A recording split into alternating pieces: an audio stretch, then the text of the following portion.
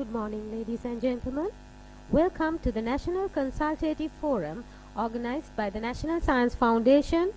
As part of its mandate, the NSF is dedicated to creating and sharing evidence-based policy recommendations. Our goal is to ensure that decisions are grounded in solid research and data, leading to more effective, efficient, and accountable policies. In light of Sri Lanka's ongoing socio-economic transformation due to the economic crisis, it is crucial to develop sustainable development plans grounded in evidence. The NSF strives to address pressing national challenges through a multidisciplinary approach aiming for practical and effective outcomes. Recognizing the urgent need for collaboration, the NSF has established this platform where multidisciplinary experts can come together, exchange knowledge, and share experiences. Our theme for this forum is sustainable recovery and inclusive development. With that in mind, let us now commence the inaugural session of this National Consultative Forum. Ladies and gentlemen, please rise for the national anthem.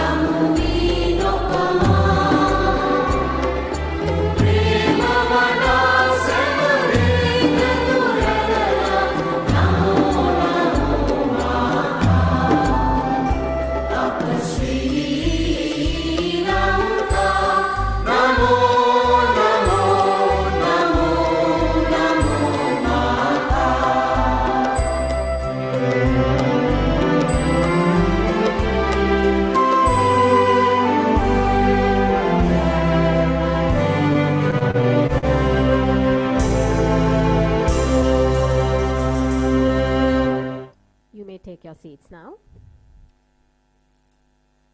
Ladies and gentlemen, let us now witness a short video clip as an introduction to this event.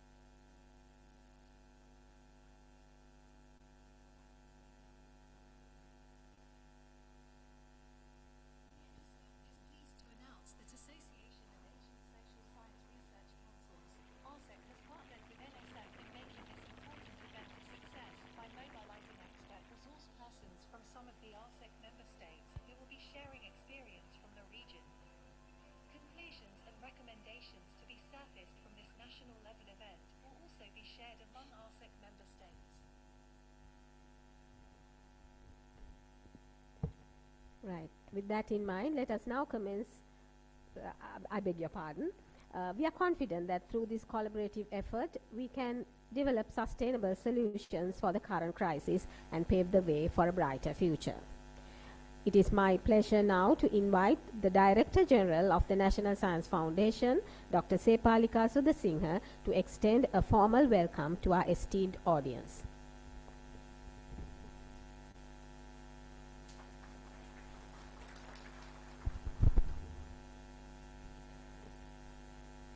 Good morning.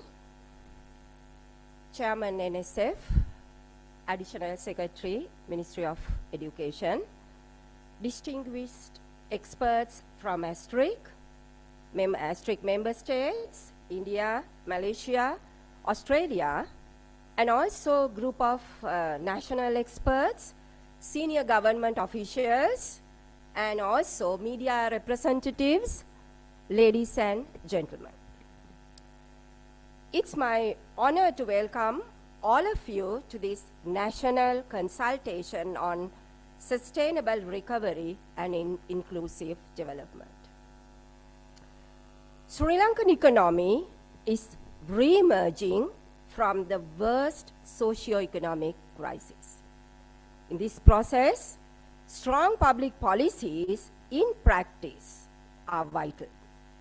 Public policy is considered to be strong when it solves problems efficiently and effectively, when it solves problems while serving and supporting government institutions and encourages active citizenship. Evidence-based policymaking approach is important as it advocates for policy decisions to be grounded on or influenced by rigorously established objective evidence. Ladies and gentlemen, National Science Foundation is the premier organization by its mandate devoted to crystallizing and dissemination of evidence-based policy recommendations towards fostering science, technology, and innovation. It understands the significant role social sciences could play there. Accordingly, NSF Sri Lanka recognizes the critical role that transdisciplinary research approach could play in shaping effective policies, cross-cutting all the sciences together to generate effective policies for recovery and inclusive development. With that objective, NSF today unfolds the National Consultative Forum under the theme Sustainable Recovery and Inclusive Development as a hybrid event enabling a wider engagement of academia along with the policy formulators, policy practitioners, relevant policy experts, and also specifically media organizations. We have invited media organization also to be here to be a part of our forum. Mass media plays a critical and vital role in information dissemination and ultimately in the political market in the process of public policy making. Ladies and gentlemen, 5 theme papers, as you are aware, will be presented at this forum, which are developed by 5 experts groups addressing the themes of the today in the practice. These papers are open for wider stakeholder views at this forum, ensuring the bottom-up approach of policy making. Subsequently, the forum will generate evidence-based policy recommendations under these 5 themes to be forwarded to policy formulating and practicing entities for implementation. NSF is pleased to announce that Association of Asian Social Science Research Council, SUSREC, has partnered with NSF in making this important event a success by mobilizing expert resource persons and also they will be sharing their experiences from the region. Conclusions and recommendations also to be surfaced from this forum at national level will also be shared among the SUSREC member countries. Dear colleagues, in my view, knowledge solutions for development are essential to make our limited development financing more effective. On this note, I once again welcome all of you to the National Consultation on Sustainable Recovery and Inclusive Development, and I am confident that the discussions here will help to find common ground and policy solutions so that meaningful system reforms can be undertaken. Thank you very much.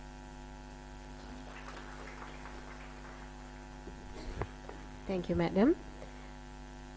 Next, I am pleased to invite the Chairman of the National Science Foundation, Professor Emeritus Ranjit Senaratne, to deliver the opening remarks.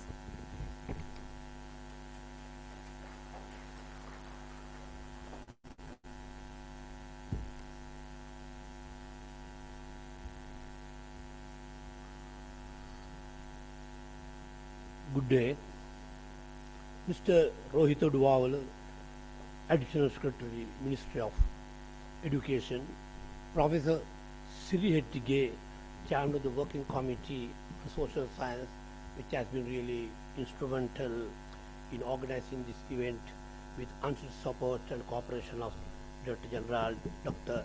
Sivarasu Singh and NS staff, distinguished invitees from home and abroad, including Professor Premchandra Putukwala joining from ANU, Australia. Ladies and gentlemen, it affords me great pleasure to share few of my thoughts with you on this momentous occasion, dealing with topic of great significance, that is sustainable recovery and inclusive development. It is with some trepidation, man with background in agriculture tries to say a few words because I see a galaxy of high profile, high voltage figures in economics and social sciences, but I thought it is appropriate to share some of my thoughts with you. Since we talk about sustainable recovery, debt invariably come to the discussion to scene. Debt is of course vital for development, but if it exceeds threshold value, that is 60% of GDP, then it could be a burden and be a positive impediment to economic development. According to IMF, around 70 countries in the world are actually seriously indebted, and 40% of the population in the world living in debt. For Sri Lanka, with GDP around 80 billion US dollars, our total debt, public and foreign, exceeds that, so that more than 100%, well above 60%. But it is intriguing. Countries like USA, its GDP is $20 trillion, but its debts amounts to over 32 trillion, that is over 130 times its GDP. But USA, America is really affected due to debt. If you go to Japan, its GDP is about 4.1 trillion, but debts over 9, more than 230% indebted there. But I think this is beyond, but what I want to say, Sri Lanka, according to this definition, is indebted and we need to come out of this economic morass. If you look at the policy, that is, I think, the main subject at issue today, Sri Lanka since independence, we have been pursuing very inconsistent, incoherent, and irrational policies driven by political expediency rather than by economic imperatives, marked by short-termism and addoxism. The result, we all know that we all are going through very, very painfully. But I want to share with you, they say Sri Lanka is bankrupt, but I look at differently. Sri Lanka has miserably failed economically, but I think with all our natural endowments, climatic potential, outstanding biodiversity, infrastructure base including harbors, airports, highways, universities, hospitals, R&D institutions, industry, etc., combined with strategic location and high human development index and intellectual capital, of course, some exodus of professionals there, Sri Lanka cannot be bankrupt. A company could be bankrupt, but not a country with so many resources, but we have economically failed. This is just an idea which like to, it may be controversial. But when we look at this scenario, the present situation, many point accusing at politicians. But I think we have to turn searchlight inwards. We cannot only hold politicians responsible for this situation. I think we are equally responsible, if not more. So the scientists, professionals, even the citizenry of this country, of course they may be suffering from political illiteracy, for which also we are again responsible, academics, scientists, professionals, admins and so on. So this France in 1917, 21. No, I'm sorry. This is it's about 1017, 21. We had this Prime Minister Georges Clemente. He said, war is too important to be left entirely to generals. Here, I wish to say, development is too important a subject to be left entirely to politicians. Not that they have really grabbed it, but I think we have not fulfilled our obligation and moral duty to the nation. So even after 46 years after open economy, we are still, our exports amount to only about $12 billion. But about 30 years ago, it was comparable to that of Vietnam, but now Vietnam over $350 billion. In our country, we see that mediocrity has been enthroned and meritocracy dethroned. So we need to, as professionals, we need to make sure when we formulate policies and to implement them, we have to also ensure that meritocracy is enthroned and mediocrity is dethroned. As we know, in any country or any system, issues, 85% of the issues are related to structural problems. We call system issues, only 15% due to people. So we need to change this system. I think this is an ideal forum. As I said, this is a transdisciplinary approach as highlighted by DG. We have key stakeholders gathered under one roof to deliberate on this. And not only is a workshop, I think as mentioned by the Director General, we are not going to just leave it there. It's the beginning of a long journey. We are going to take these recommendations to the powers that be, to the stakeholders, even NSFP, with the support of these professionals at home and abroad. We would be happy to even present our recommendations to the politicians for their consideration, active reflection. And NSA is prepared to go the extra mile in this regard. Again, thank you, Professor Hettige and Dr. Sudhir and all those who contributed to make this event. I wish this important event great success. Thank you very much. Thank you, sir. Recognizing the critical role of social sciences in crafting policies that are equitable, inclusive, and responsive to the diverse needs of our population, the NSF has organized this forum with the guidance of the NSF Working Committee on Social Sciences. Therefore, it is my pleasure to invite the Chairman of the Working Committee on Social Sciences, Professor Emeritus Siri Hettige, to deliver the introductory remarks.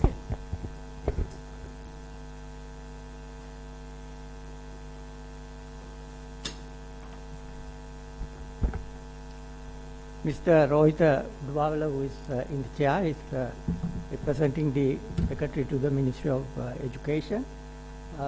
My friend and colleague Dr. Professor Ranjit Senaratna, Director General the Singer. I want to be mindful of the time because we are already behind 20 minutes. So I was planning to take 10 minutes. I don't know whether I should, but nevertheless, I have a few things to say. So let me begin my brief intervention. Already we talked about COVID-19 pandemic that we have suffered from, and then of course the subsequent economic crisis. And these two together really had a major cumulative effect on almost all aspects of Sri Lankan society. I don't have to really say anything more. Now, the challenge we face is what? Is to work towards a speedy recovery from multiple crises that we have in the country and promote what is necessary today, that is inclusive and sustainable development. There are of course many people who can help in this, as Professor Ranjit Senaratna mentioned. We all have a role to play. And of course in our case as social scientists, I felt that the social scientists have a major role to play because we are dealing with not just one or two issues, we are dealing with multiple issues. So these issues actually cut across disciplines, as we already mentioned, and the social scientists have to make a major role, and their role is critical at this particular juncture. Now the Working Committee on Social Sciences was reconstituted after all the troubles that we have had in the country towards the end of 2023. Now I was appointed as the chair of the committee, and we discussed as to how we should respond to initially the crisis that we are faced with, and to come up with a plan, work towards 6 critically important areas, to address 6 critically important areas.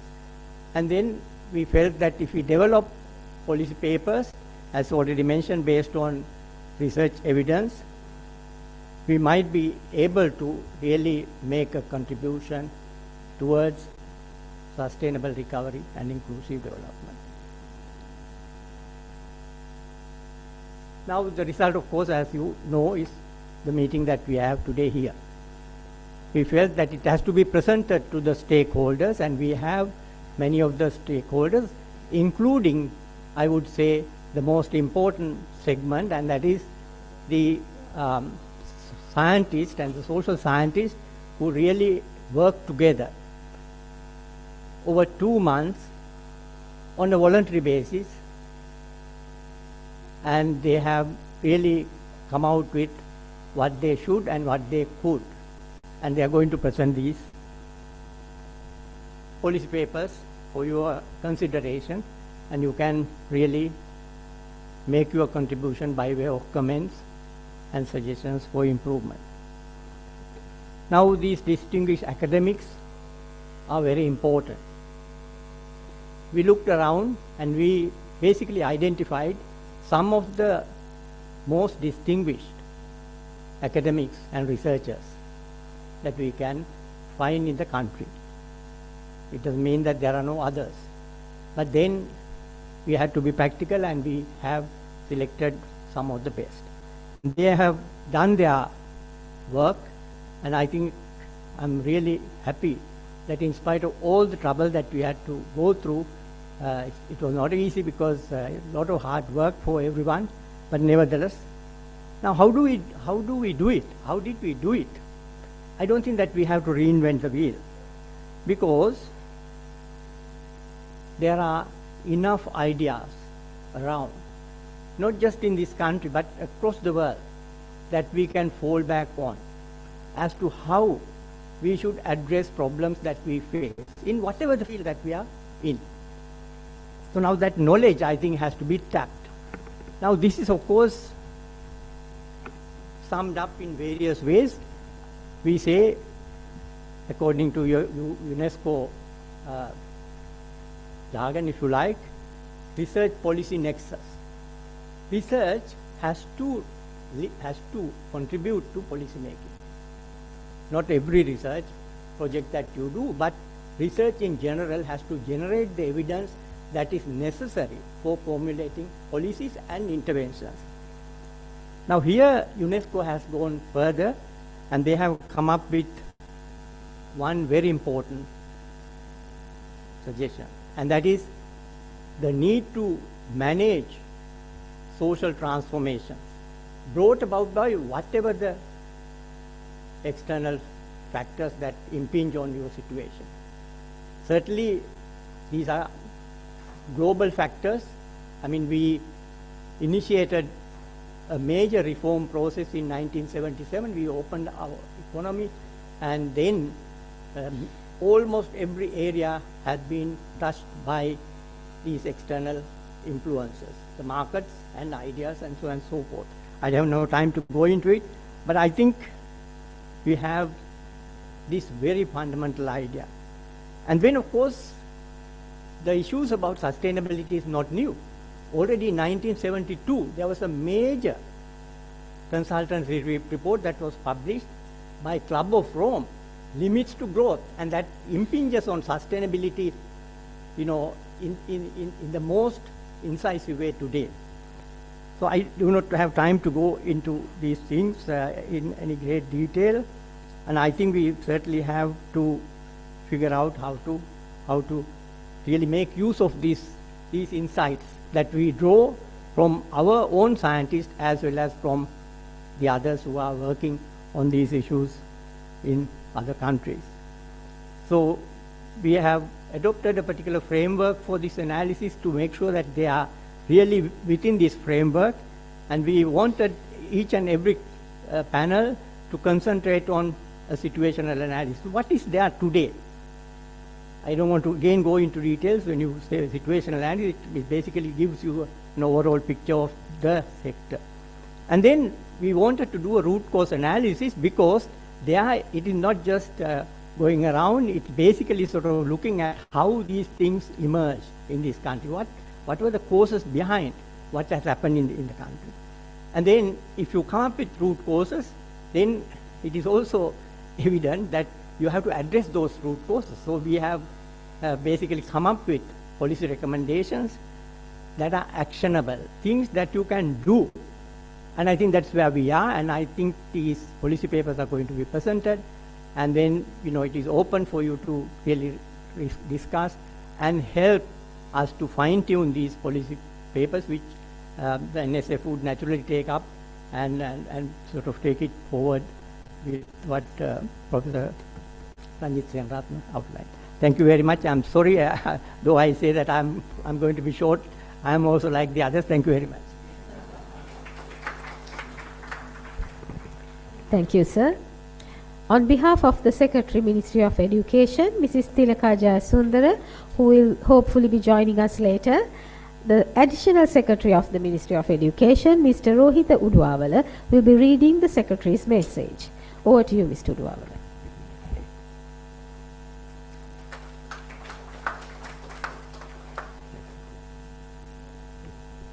Thank you. Thank you very much. Good morning, everybody. Chairman NSF, Director General NSF, and other distinguished ladies and gentlemen. It is with great pleasure that I extend my heartfelt thanks to the National Science Foundation for identifying the timely need of forming a platform for multidisciplinary expert personnel to discourse among themselves, to share expertise and experiences they have to find sustainable solutions to the present crisis. Currently, Sri Lanka is undergoing a significant socio-economic transformation due to this crisis. The speakers before me explained this very well, and therefore sustainable development plans should be placed which are generated based on evidences. I am pleased to mention that the NSF has utilized its mandate precisely giving multidisciplinary approach to finding evidence-based policy recommendations to this scorching issue. Due to the dynamic and multifaceted nature of this issue that is dealing with, obviously it is laborious to finding the priority areas reflecting on the considerable impact that gives up uplifting the well-being of the people. 5 priority areas have been selected by the NSF as already mentioned. I came to know that 5 thematic experts have produced 5 executive summaries which encompasses profound and insightful ideas. Undoubtedly, your innovative ideas will catalyze the discussion at the event and will set new standards for excellence.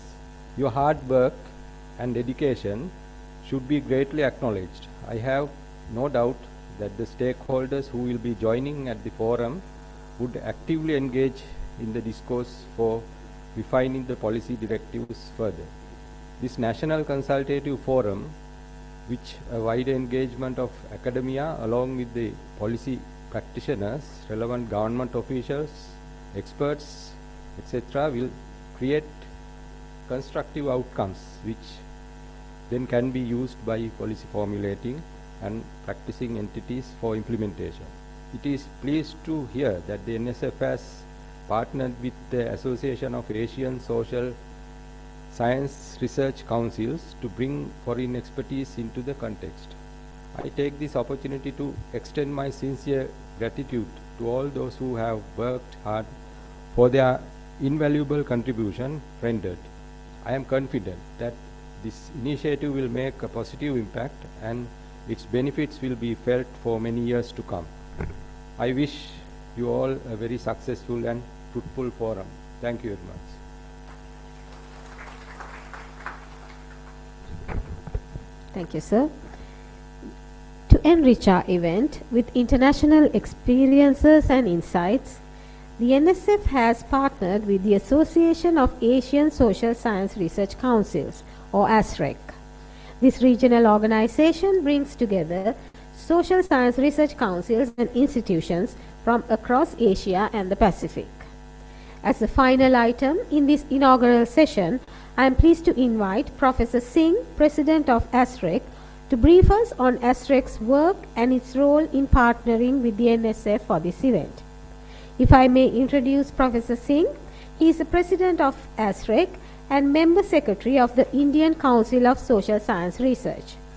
He has a distinguished academic career, including roles as Chairperson of the Center for English Studies and Associate Dean at Jawaharlal Nehru University, India.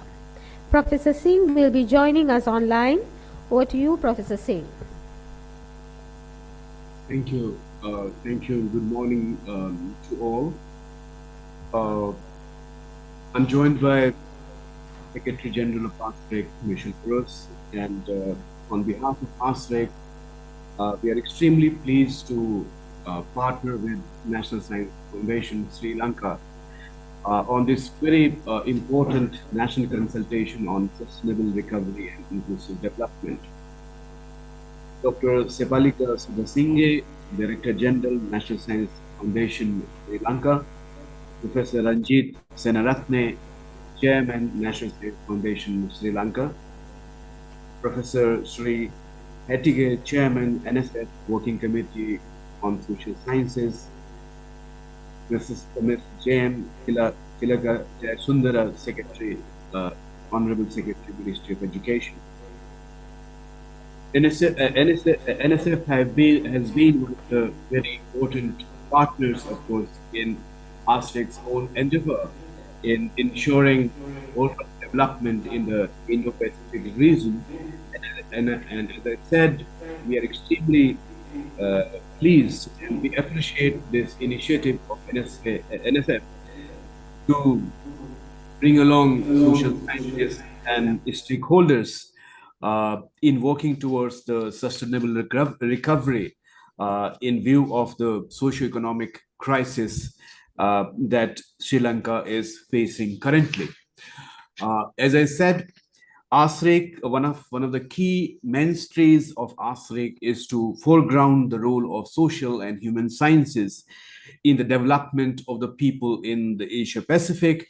And therefore, this is an important occasion for us to engage with the socio-economic crisis that Sri Lanka is currently facing, and reflect upon the critical contribution that social scientists can make to the sustainable recovery, economic recovery, and all-round recovery of Sri Lanka.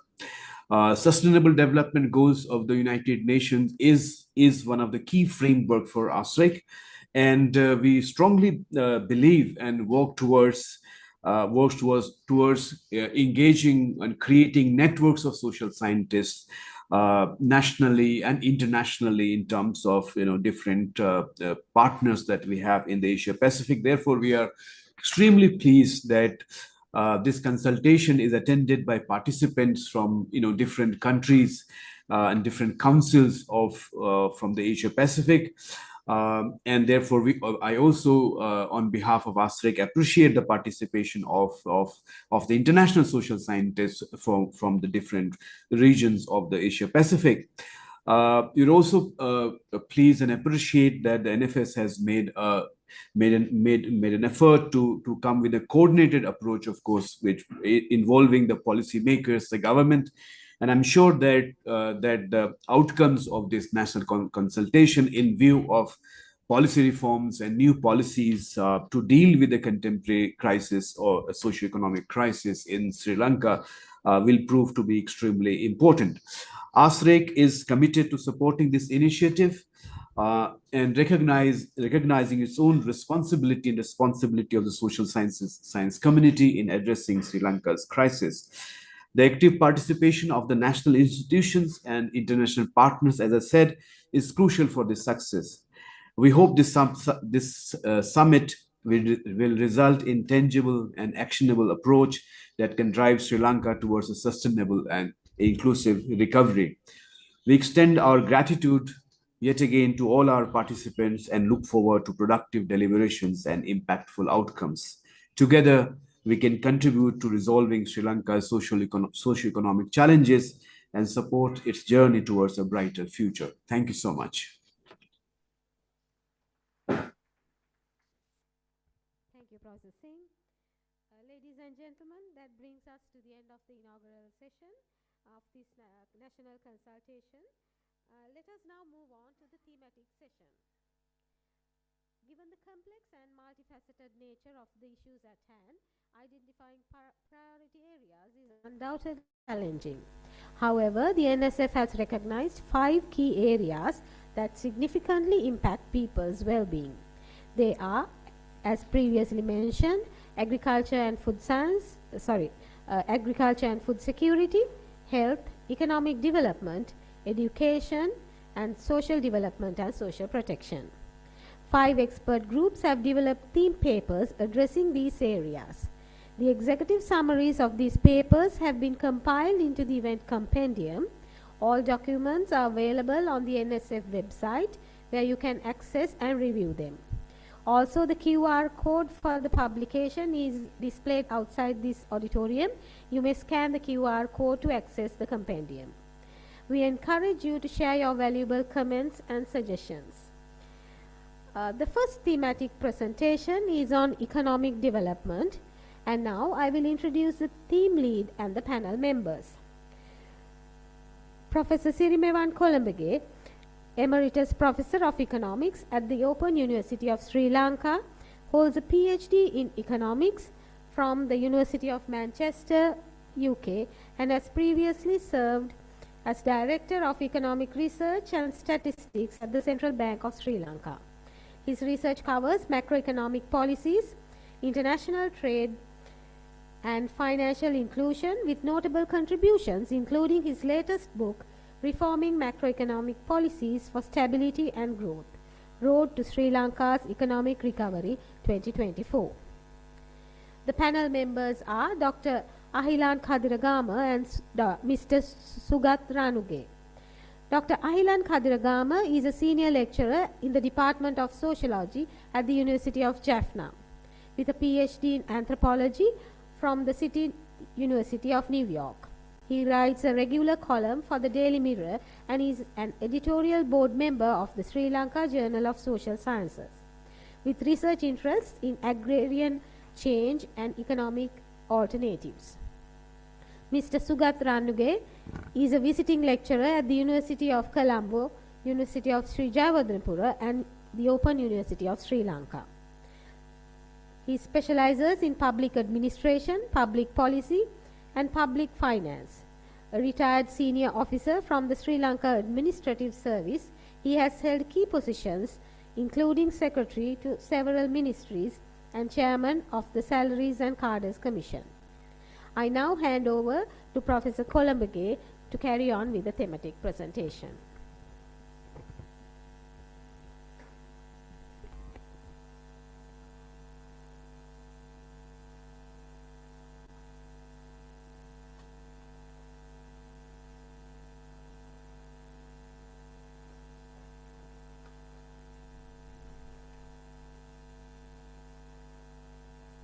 Thank you very much for the kind introduction. Professor Ranjit Seraratna, Chairman NSF, Dr. Sepalika, DG NSF, and of course Additional Secretary Education, Professor Hettige, and dear colleagues, distinguished guests, and friends. In fact, I am very pleased to make this presentation on behalf of my two colleagues, Ahilan Kadiragama and Sugat Ranuge. Of course, we had a very interesting discussion among three of us, and we also have some debates. There's a saying that two economists never agree, so we had a problem, but ultimately I hope that we have come out with a reasonable presentation. So without taking much time, I would like to start the presentation. As already discussed, Sri Lanka is facing a severe economic crisis, but that doesn't mean that we are bankrupt, as Professor Seraratna mentioned.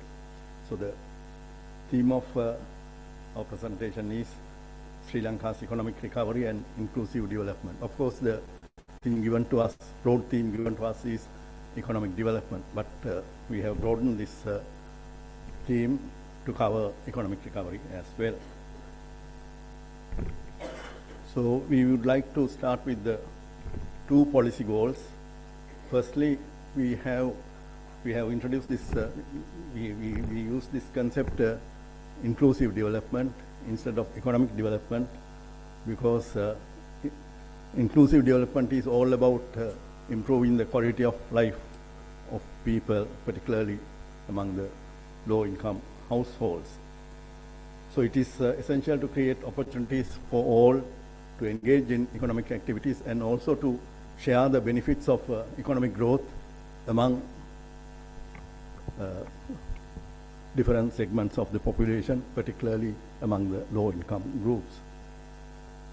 So inclusive development entails poverty reduction, food security, equity, health, education, child nutrition, housing, public utilities, and so on and so forth. So it is important to ensure that economic development improves the quality of life of people. Then we come to the problem of economic recovery. Already it was discussed that we are facing a severe economic crisis. So it is essential to make policy adjustments. Of course, now we have a program with the IMF, but even without the IMF, we need to correct the policy mistakes that the government, successive government, made in the past. So inclusive development is impossible without economic recovery. That's the main argument. And of course, the economic recovery and inclusive development are not always compatible. They may be conflicting each other. So challenge is to have an ideal policy mix to compromise inclusive development vis-a-vis economic recovery. And also, we are going to discuss about the political implications of on economic recovery. Of course, now we are going to have elections in the coming months, so these elections might disturb the economic reforms as we experienced in the past 50 years or so.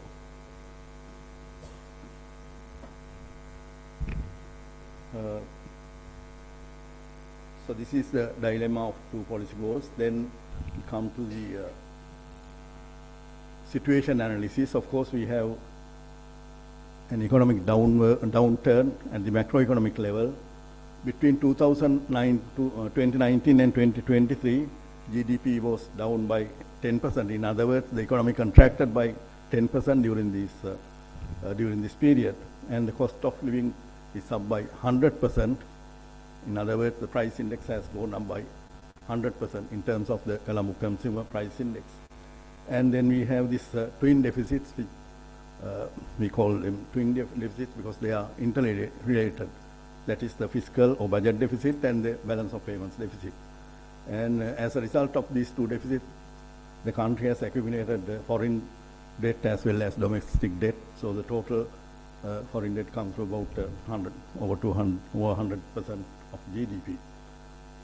Then secondly, we have the problem of the deterioration of quality of life. Quality of life has worsened as a result of this economic crisis.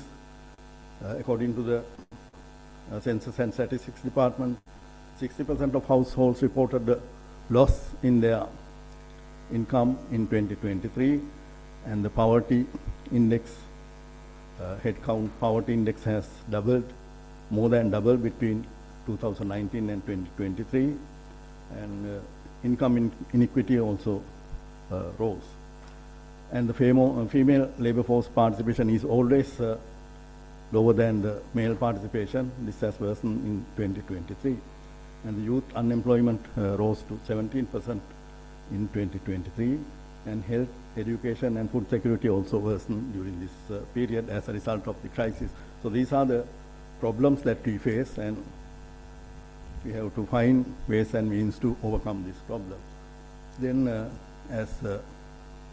according to the format given to us, the next section is on policy gaps. So the government had to seek IMF assistance.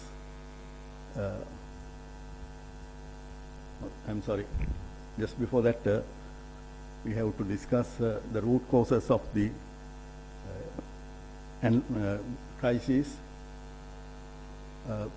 The panel, Ahilan,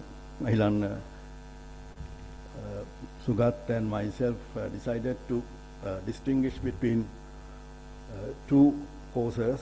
One is the long-term causes, which prevailed over the last 5 decades or so.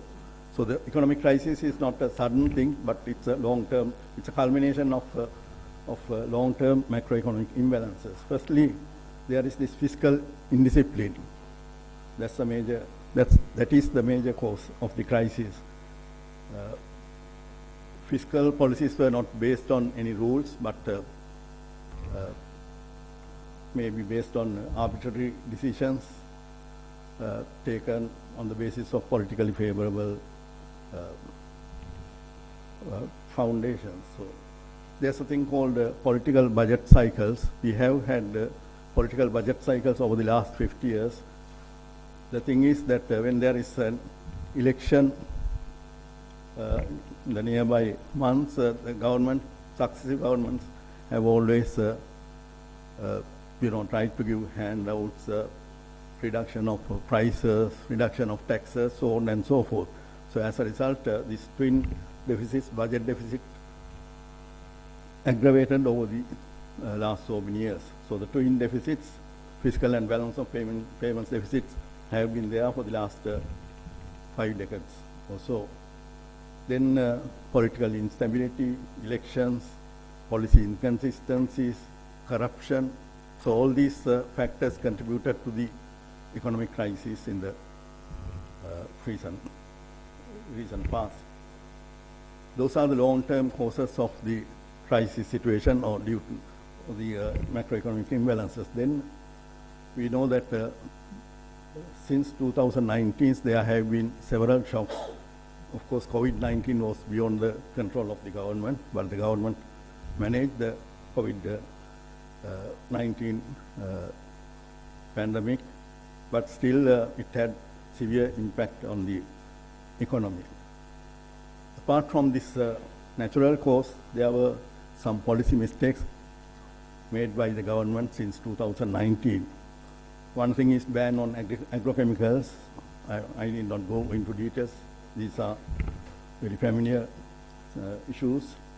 Then fiscal policies, taxes were curtailed in 2019, immediately after the presidential election for political reasons. Then to support, as a result of the tax cuts, the fiscal deficit rose to more than 15% of GDP in 2022. So what happened is we have fiscal policy and monetary policy go hand in hand as macroeconomic policies. But the central bank fueled the crisis or fueled the monetary expansion and inflation by injecting money to the treasury by way of money printing. And also the central bank kept interest rates at very low level, and also the central bank maintained an overvalued exchange rate. So in fact the central bank laid, I'm sorry to say this as an ex-central banker, so the central bank laid the ideal foundation for this present economic crisis that goes up to 2022. And also both the central bank and the IMF, both the central bank and the government denied to make any policy corrections. Instead they applied what they called homegrown policies and also denied IMF assistance. In fact, we need not go to the IMF if we adopt the correct policies. We have to do our housekeeping. We have to keep fiscal discipline well. But since we have failed to correct the macroeconomic fundamentals, the government had to go to the IMF in 2023. So this is my personal opinions. My two colleagues may not agree. My position is that policy adjustments are essential for Sri Lanka with or without the IMF. That is my point of view. Nevertheless, even making these policy adjustments, the fiscal deficit is still close to 10% of GDP. And it may rise further due to the upcoming elections and political instability. And also heavy burden of indirect taxes on the poor is also critical. And so these are the policy gaps of the IMF framework. I think Dr. Ahilan and Sugat will have more insights on these issues. And also there's less focus on supply side bottlenecks, particularly on issues such as science, technology, and innovation, and also research and development. So because I don't have much time to discuss these issues, but we discussed these issues about 10 years ago at the NSF. The thing is, Sri Lanka is trapped in or caught up in the concept called middle income trap. So in order to overcome this middle income trap, the government and the institutions have to popularize the science, technology, and innovation, and also research and development. In fact, I'm sure that NSF is doing some extensive contributions on these issues, but I hope that NSF can take the lead to promote what we call inclusive innovation, which I would like to briefly mention in the latter part of my presentation. So outreaching technology and innovation to excluded group is essential. This is the contribution of the government or government expenditure for research and development, education and health, as against defense and security and interest payments. So it's a meager contribution from the government.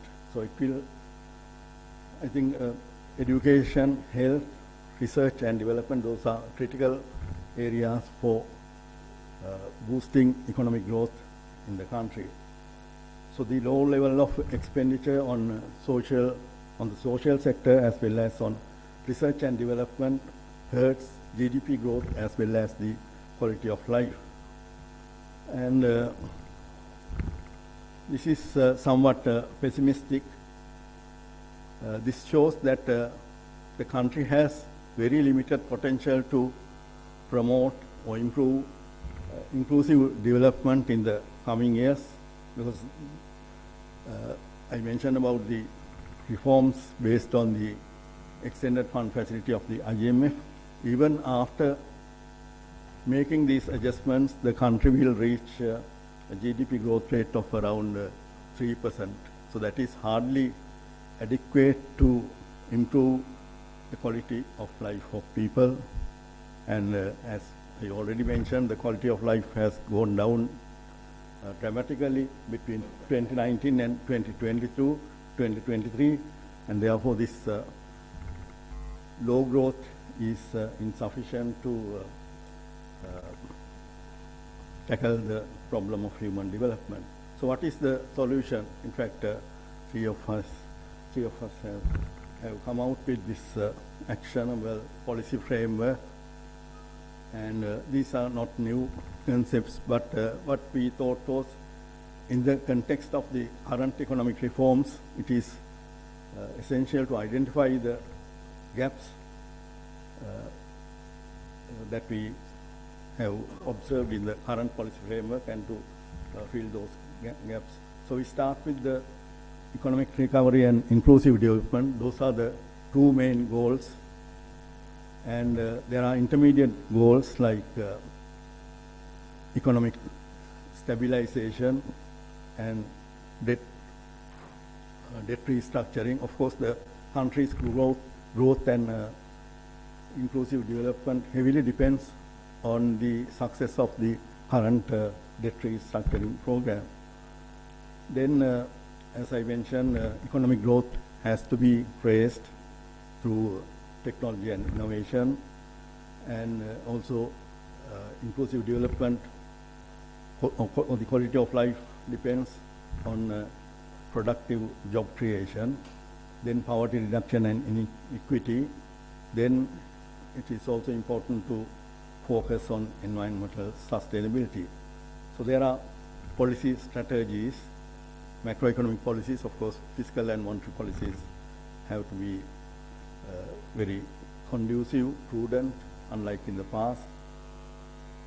Then there are things like, I'm not going to discuss these things in details, and it's presented in our summary. And I would like to mention here that I would like to flag inclusive innovation as a very important area, particularly from the viewpoint of the mandate of the National Science Foundation. Also, there is a need to make institutional reforms and also governance to reduce corruption and to improve efficiency of the public sector.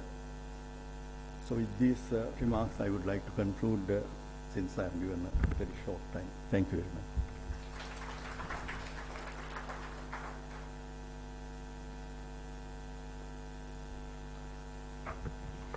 The theme paper is now open for discussion, and I would like to hand over to Professor Columbage to moderate the discussion.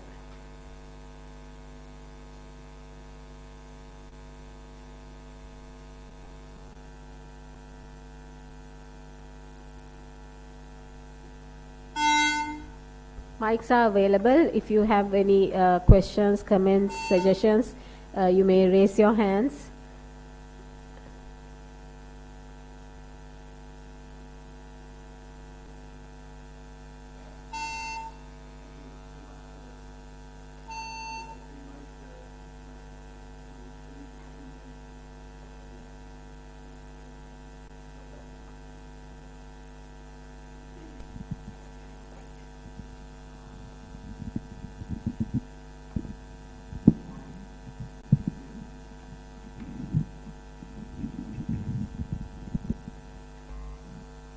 Good morning. That's fine. Thank you for the opportunity and also the opportunity to work on this subcommittee, which I thought was a great opportunity to think through many important questions. I thought I'll add one dimension that we should consider is the global environment in which we are in now. When you're thinking about inclusive development and economic recovery, unfortunately, it's very unfavorable global environment, right? Not just Sri Lanka, 72 countries, 72 developing countries are in debt distress. Like Sri Lanka, about a dozen countries have defaulted on their external debt. And the whole debt restructuring process is in question. Even the UN Secretary General recently said that the global financial architecture is broken, right? And it needs to be fixed. And I think at the global level also, we need to address our concerns. There is, for example, the Financing for Development Conference in Spain next year, where they are having to rethink development financing. Because what happened to Sri Lanka, the path we took in terms of indebtedness by floating international sovereign bonds starting in 2007, and that is our biggest hurdle now again as we try to negotiate with the bondholders who, they would want almost every dollar that they can get out of us, as in other countries. So, and around the same time, it was during the global financial crisis of 2007-8, we floated our first ISB in 2007. If you look at Zambia, Ghana, so many of the countries that have defaulted today, they started floating their sovereign bonds around the same time, and they defaulted. And it's not a surprise because the interest rates on those bonds, when interest rates in the West were close to zero, we were paying anywhere from 7 to 9%. This is for foreign exchange loans. So we are not going to get the returns. And so we need to rethink also, as we go forward, how we are going to generate the finances for our development. And I think, as Professor Columbage mentioned, revenues are crucial here. Sri Lanka has one of the lowest levels of revenues, but in this kind of an economic crisis, we cannot put the burden on the working people. Now, if you look at domestic debt restructuring, the entire burden was put on the working people and their retirement funds. The increase in VAT, indirect taxes. So We need to find ways of increasing our revenues because we need that for development financing. We need to be much more redistributive so that there is much more of the burden shared by the wealthy in this country. And therefore, there's a need for something like a wealth tax to be able to move forward. Secondly, if you look at the global environment, global trade is on the decline. The IMF managing director herself said that it is now becoming questionable whether export-led growth is going to be possible because the pie is shrinking. There isn't enough demand in terms of global trade, and it's going to be a race to the bottom. So we also have to think about that. And as you know, geopolitics is also unfavorable in the global environment with the war in Ukraine, Gaza, what would happen between the US and China and so on. So in that environment, we also have to strengthen our own base. Right now, Sri Lanka is not only going through an economic crisis, I would say it's also going through a food crisis. So placing a lot more importance on agriculture and particularly self-sufficiency in food, even as we try to strengthen our public services and strengthen what has worked for us historically, free education, free health care. But we have given up other things like transport, which we are now seeing, because without that foundation, it's very hard to take forward development in these very difficult global conditions. Thank you. Thank you very much. Thank you, Aylan, for your extensive contribution. I think the global context is particularly important in this issue. I would like to invite Mr. Sugat Rahunge for. Thank you. I would like to focus on some important areas like policy making, and some of our previous speakers mentioned about policy making, but they said, evidence-based policy making. It's a good idea. Where do we learn evidence? Maybe if you look at the evidence in the sense, whatever the project we have carried out, policy we have carried out, successful policy, we have to learn from that. But what we have done, do we have successful policies? If you are going to learn from the failed policies in the past, I think you are continuing the failure, right? Whatever the investment policies you have in the past, you are continuing that. But what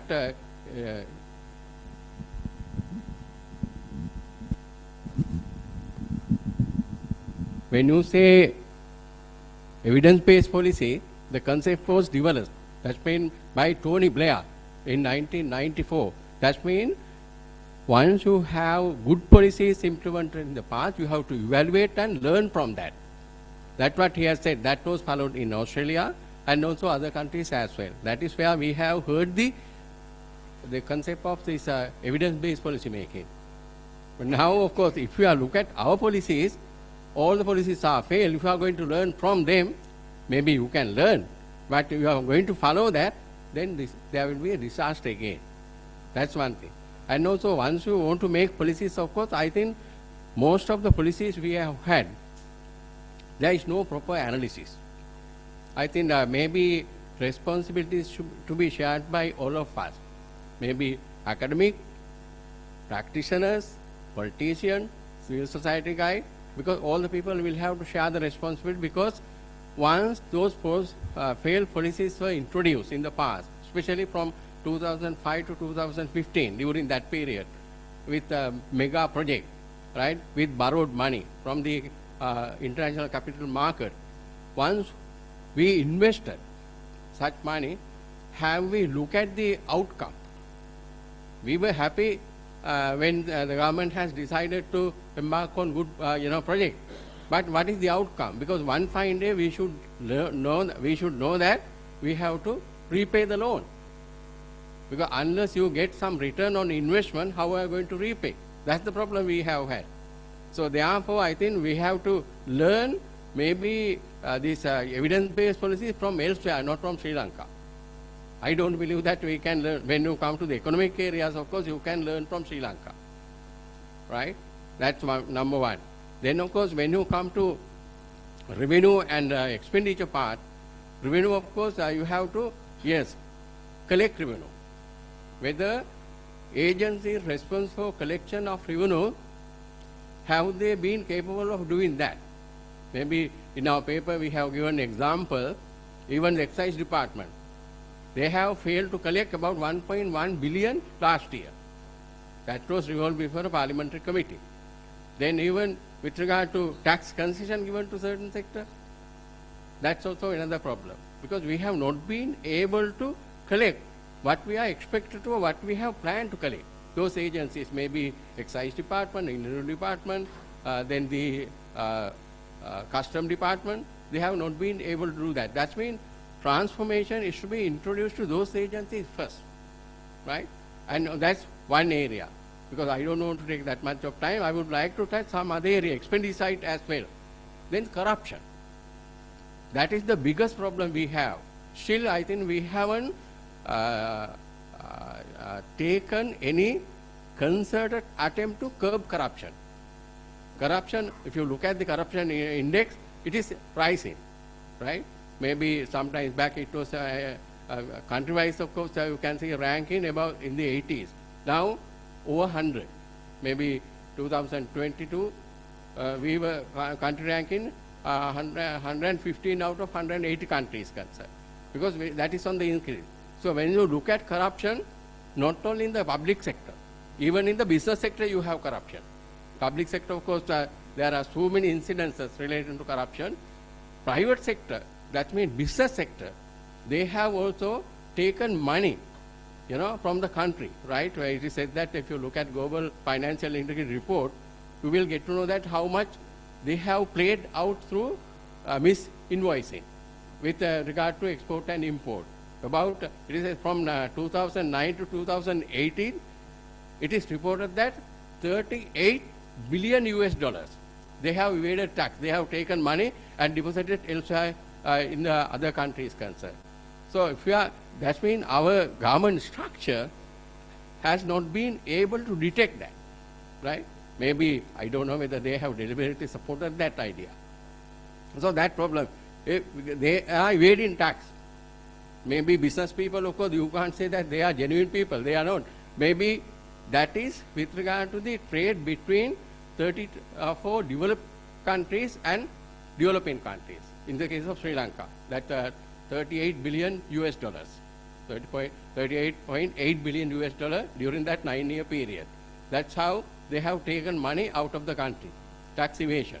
And also, apart from that also, you could see that, and also tax collection, there is a problem, weak institutional structure, that is to be reformed, transformed, whatever, and also that is to be done. Those are certain urgent areas to raise the government revenue, because you have to look at the expenditure side as well, right?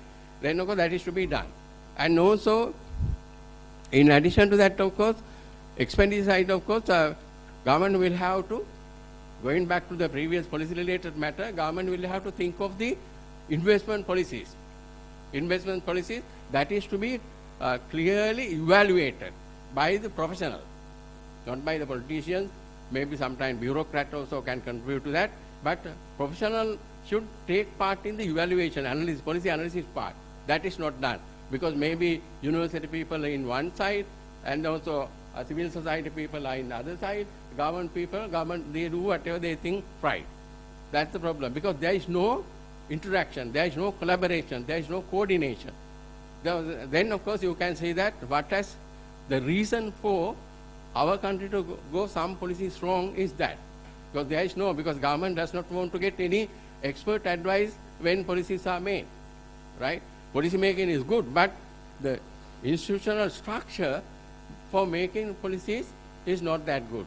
Maybe government agencies, maybe the cabinet of ministers, some government department and ministries, they get together and do the policies. They don't evaluate properly. Then, of course, this is the outcome. This is the outcome. And also, I would say that this current crisis, I would say that that is a blessing in disguise. I would say so. Otherwise, what would have happened? Now, if you look at the borrowing, now, of course, we have some other stop at, because when country declared default, of course, 37 billion US dollars. If not, what happened? if there is no crisis, what would happen? Foreign debt will go above 50 billion US dollars. Then of course that the debt problem will continue further. That's what I said. In a way, it's a blessing in disguise, because maybe we had some problem. I don't say no to that, right? Therefore, government will have to, when you come to policies, government will have to take some reform, and also at the same time policy implementations also, government will have to consider how to spend government money, expenditure concern. That's what I have to add. Thank you. Thank you, Mr. Ranuge. So it's nice to hear that it's a blessing in disguise. So we need to make the corrections. Otherwise, the problem, the crisis will aggravate. Thank you very much for your inputs. Now the floor is open for discussion. I would like to invite others to contribute, if you have any.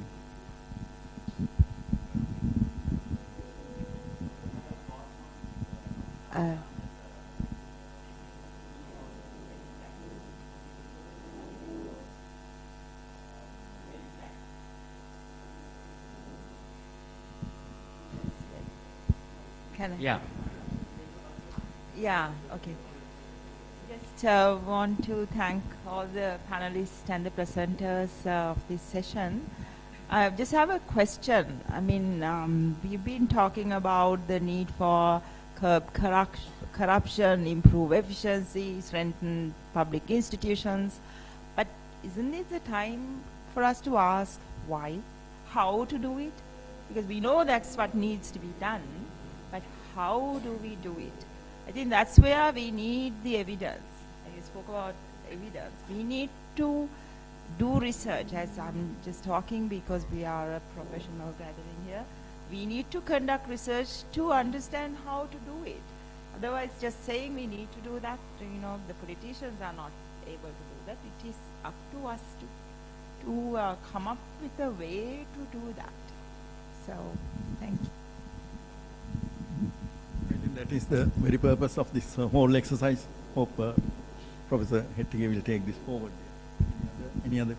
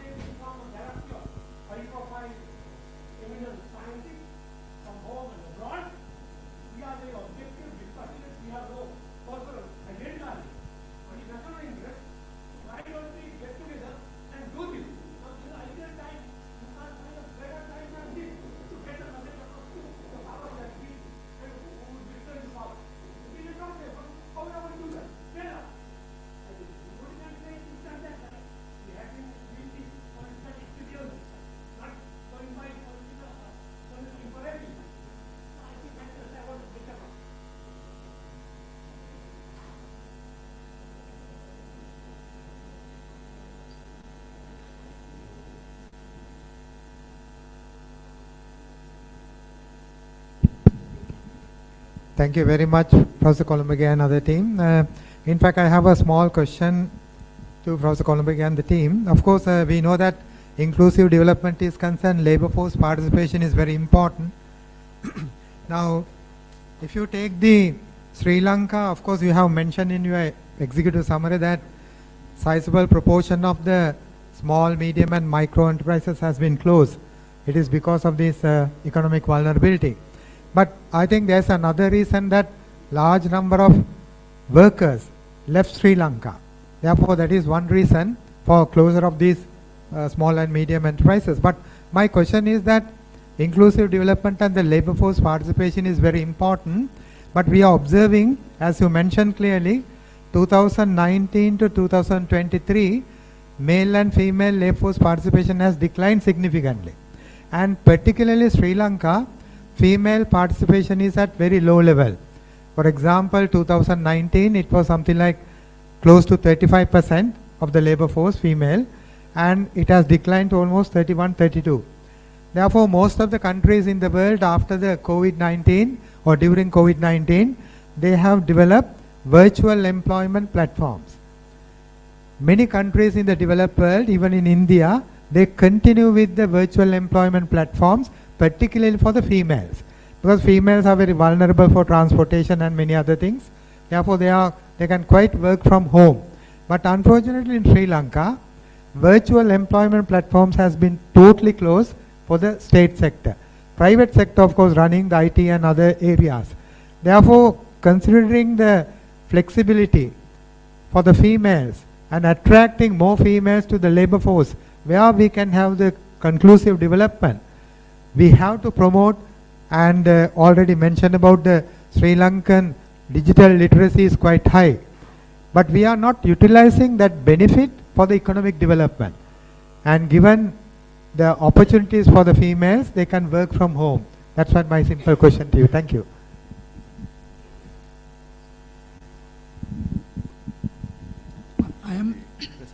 I'm Dineth from NASDAQ. NASDAQ is our sister organization of NSF. We are doing the policy making on science, technology and innovation side. I would like to get this input from your policy work, policy papers for the next step for our plan work for in March 2025. There's a BICOS. BICOS means Biennial Conference on Science and Technology. We consider to develop the science, technology and innovation roadmap for economic development. So this is the very good exercise you did, and we use this exercise for our next step. Thank you. I congratulate your good work. Thank you very much that you mentioned about BICOS and your NASDAQ. In fact, about 10 years ago, NSF, in collaboration with the NASDAQ, compiled a science and technology framework for the next 10 years. That was about 15 years ago, but it never materialized, unfortunately, due to political changes. So, thank you very much. Yeah, let me briefly respond to some of the questions. I think the important thing to consider is that during an economic crisis and in the process of recovery have to be very different from also our longer term policies. I think we have to distinguish between the two, because during an economic crisis, the dynamics are very different from what we want to do in the long term. So we are going to have to work on both those parallel paths. So, for example, the question on wealth taxes. Why would I emphasize wealth taxes at this moment? Because as you can see, our economy has been contracting. Incomes are a flow. So the flow is also slowing down because the economy is contracting. A wealth tax is a tax on the stock of wealth, right? So people can't afford to pay higher income taxes now. Of course, from indirect taxes, we have to move towards a regime of direct taxes. That needs to happen in the long term, but in the immediate term, it's going to be very hard to raise revenues just from the flow. So then we have to go after the stock of wealth, because we need that wealth to be able to invest our way out of this crisis, right? So long term, you know, we can think of course, a need for fiscal consolidation, but in the immediate term, there needs to be stimulus to bring about growth. And I'll come to the point that the chairman has raised. Obviously, this is a very opportune moment. It can work both ways. It can really work against us. I'm talking about the elections, where there can be huge setbacks, or we get some policy clarity in the lead up to the elections, so that there is some way forward after the elections, depending, doesn't matter who comes to power, but we need to set the terms of where we want our policies to be next year. And among that, I would say everything. We also have to think about how do we want to negotiate with the IMF. Now, the IMF's primary budget surplus target of 2.3% is, which means that there's going to be austerity, which means there's going to be not much investment, then the economy is going to be on a very slow path. Now, my understanding is that we have not negotiated properly with the IMF. People like Dr. Peter Doyle, who worked at the IMF himself, has said that these primary budget surplus targets are not going to help us with growth. Look at all our peer countries that are growing at much higher rates. They on the average have about 1% primary budget deficit. So if you have 3-4% higher than that, it's going to affect our growth. The end point of the IMF program, if you look at the IMF agreement of March 2023, is that in 2027 we are going to float another $1.5 billion sovereign bond. In 2028, a second 1.5 billion. Is that the path in which we want to go? Have we not learned anything? There is an international regime. It's, let's all be frank, it's made to the benefit of the Western countries. Who makes money out of all these sovereign bonds? It's the international creditors. Even our debt restructuring process is favorable towards them. So we need to also look at that side and have policy clarity on where we want to go. And then just the last point on science and technology. Science and technology, I myself in my first career was an engineer. I worked in Tokyo and New York. But science and technology is not just about nanotechnology. We need technology that is appropriate for our economy, right? We need technology for our farmers. We need technology for our fisher folk. We need technology that is suitable for our youth. That has to come from us. We can't just get that from the West.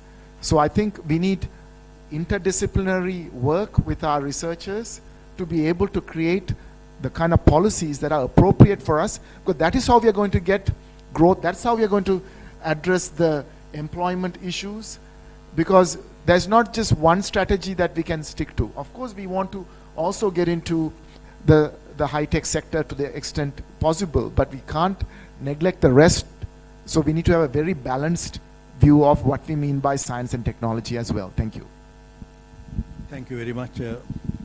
I'm sure that you have many more questions, but unfortunately, the time we are running behind of time. Therefore, this session has to be closed. Thank you very much.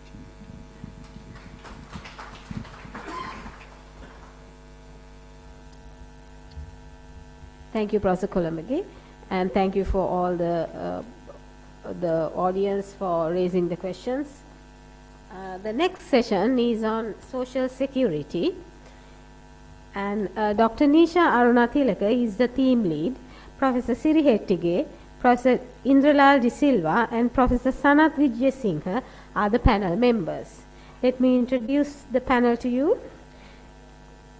Dr. Nisha Arunathilaka is a research fellow and director of research at the Institute of Policy Studies of Sri Lanka and a research fellow at the Partnership for Economic Policy. She has a PhD in economics from Duke University, USA, and has significantly contributed to economic policy documents, research collaborations, and publications at national, regional, and global levels. Professor Siri Hettige is an emeritus professor of sociology at the University of Colombo. with a PhD from Monash University. He has been a Fulbright Senior Scholar at the University of Pennsylvania and has held visiting academic positions in several countries. With a distinguished career, he has served many academic positions and has chaired several committees at NSF. The next member, Professor Indralal De Silva, served as a founder chair professor of demography and dean of the Faculty of Arts of University of Colombo. He earned his PhD from the Australian National University. He held senior fellowships at institutions such as Harvard and the National University of Singapore.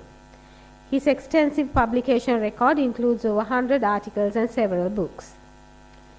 The other member of the panel is Professor Sanat Vijay Singh.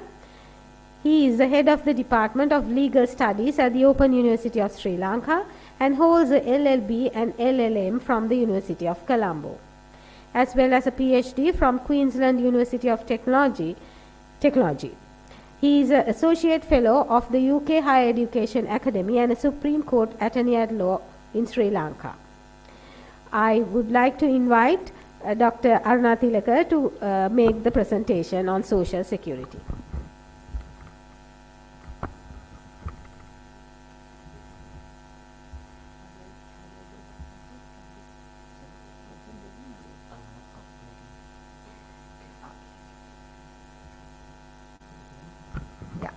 Thank you very much. Good morning to all of you.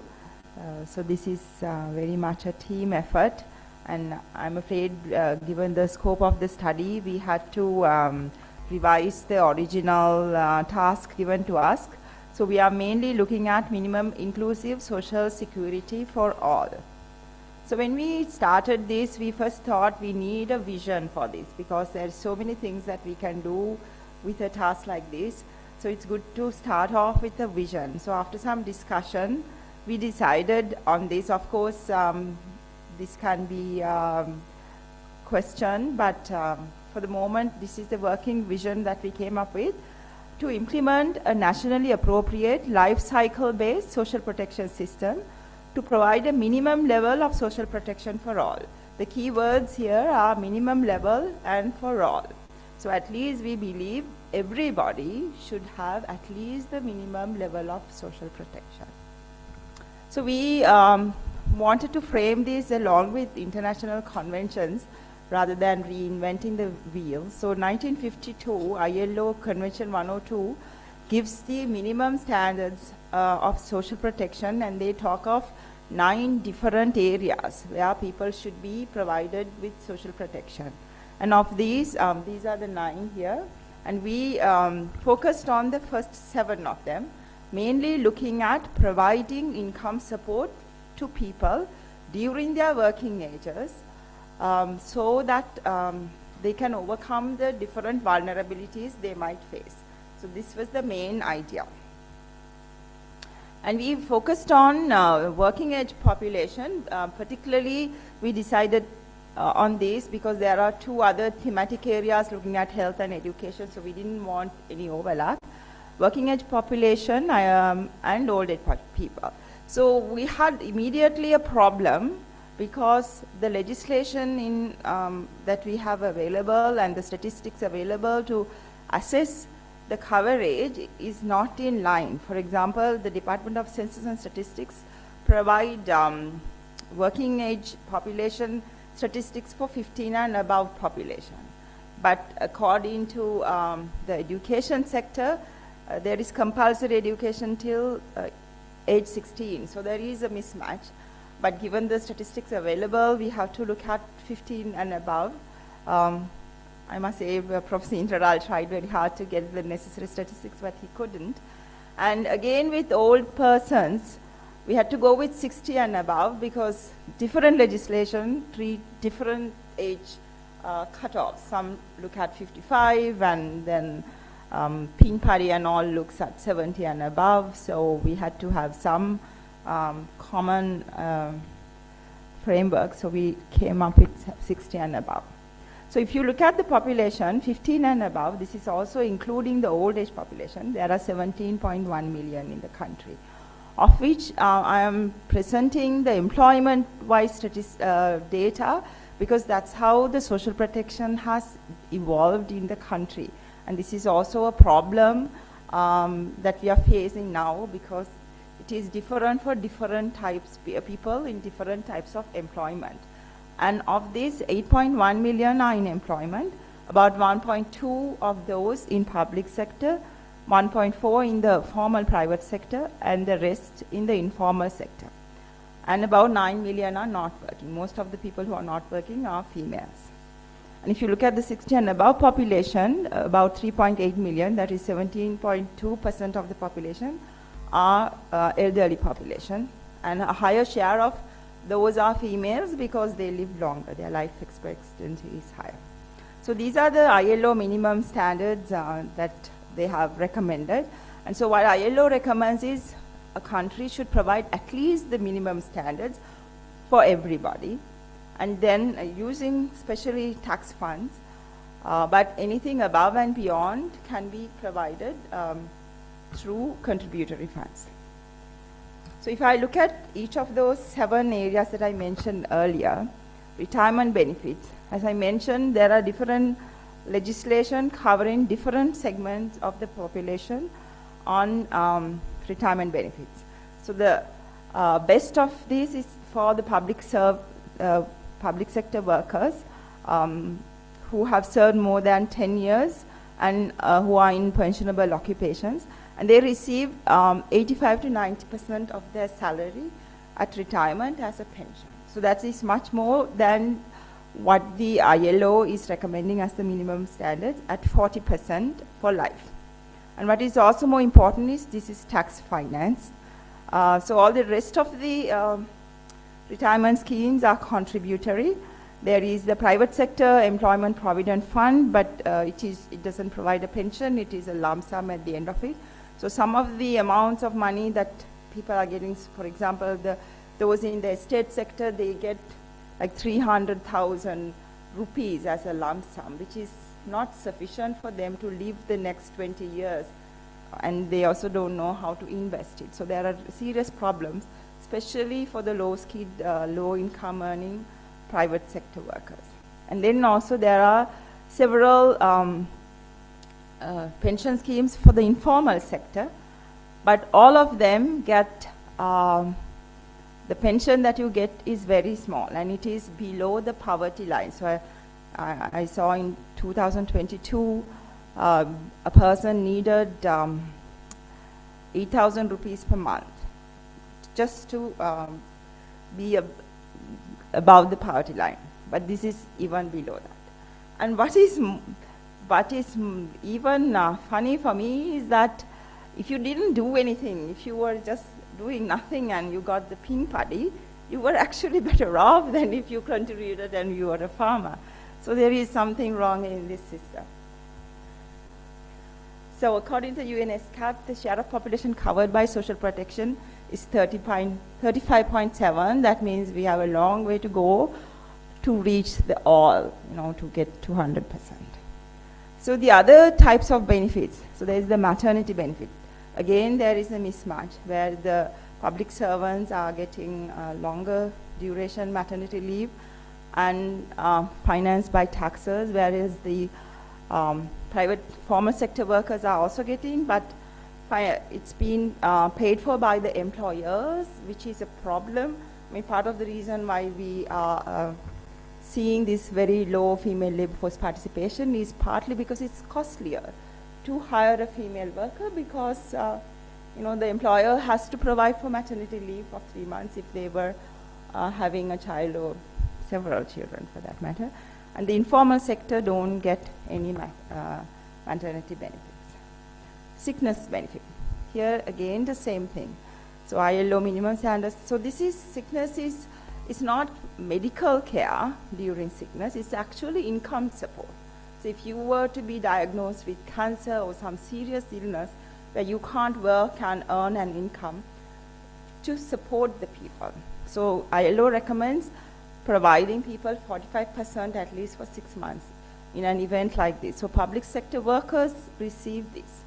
But There is some provision in the EPF and to ETF to provide workers with some assistance.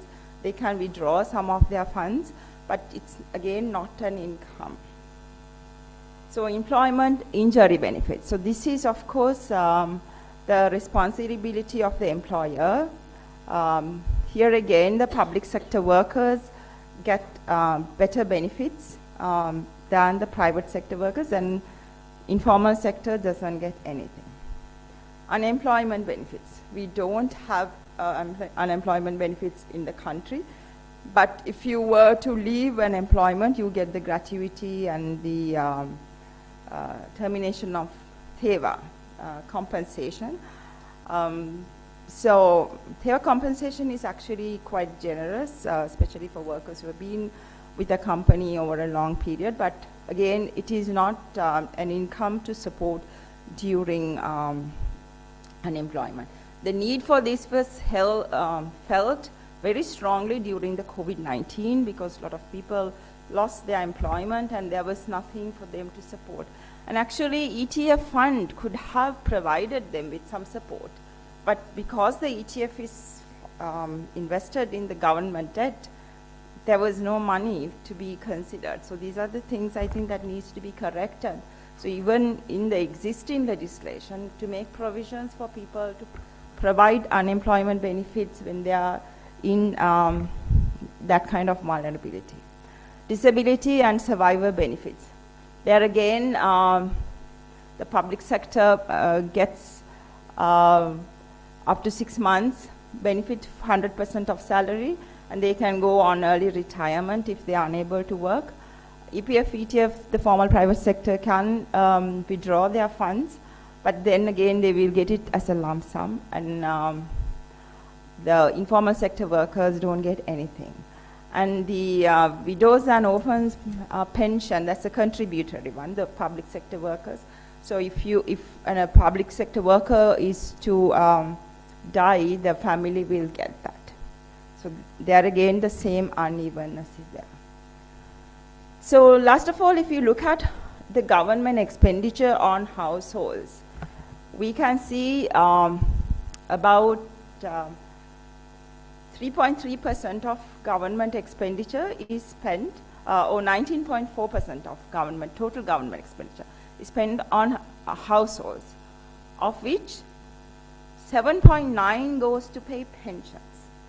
That's 1.2 million of the public sector workers of the 17 million we looked at. And the rest of them don't get anything. So there is a big unevenness in this.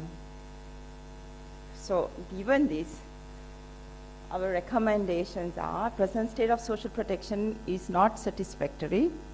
It is not uniform.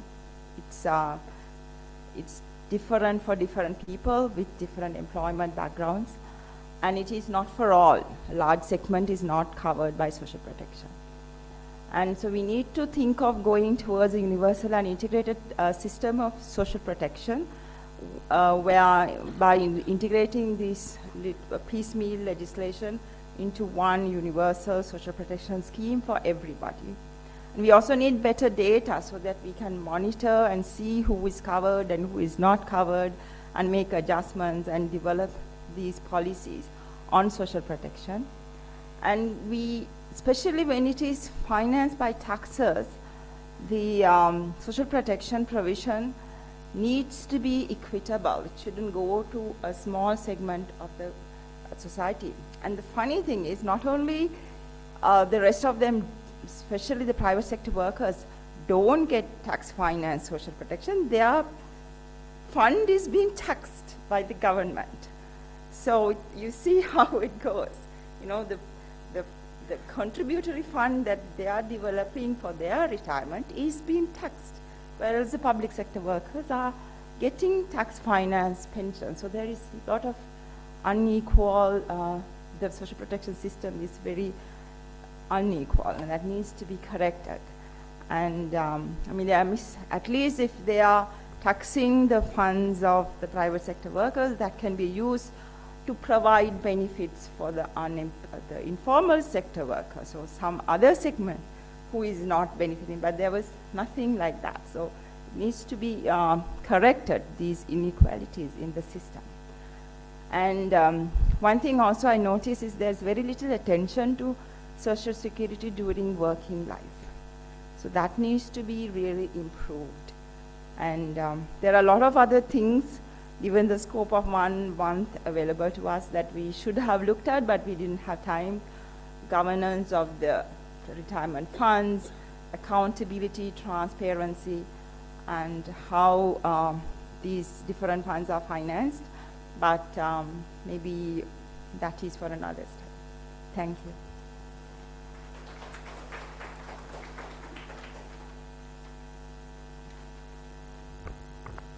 Dr. Aruna Tilaka will now moderate the discussion.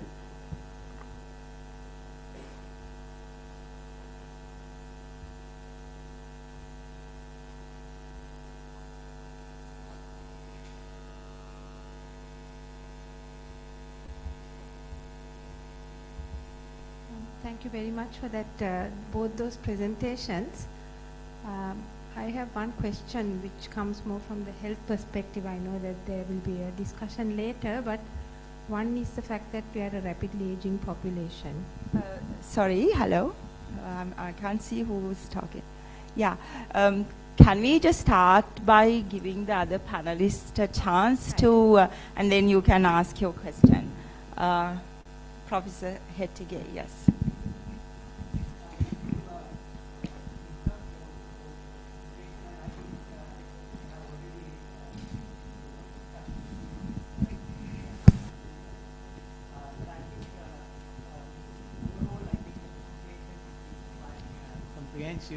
I want to flag a few things just to highlight, a few important aspects.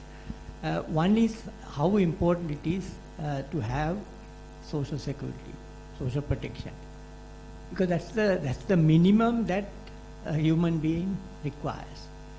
You see, I mean, sense of protection, sense of security is key to well-being and, of course, quality of life.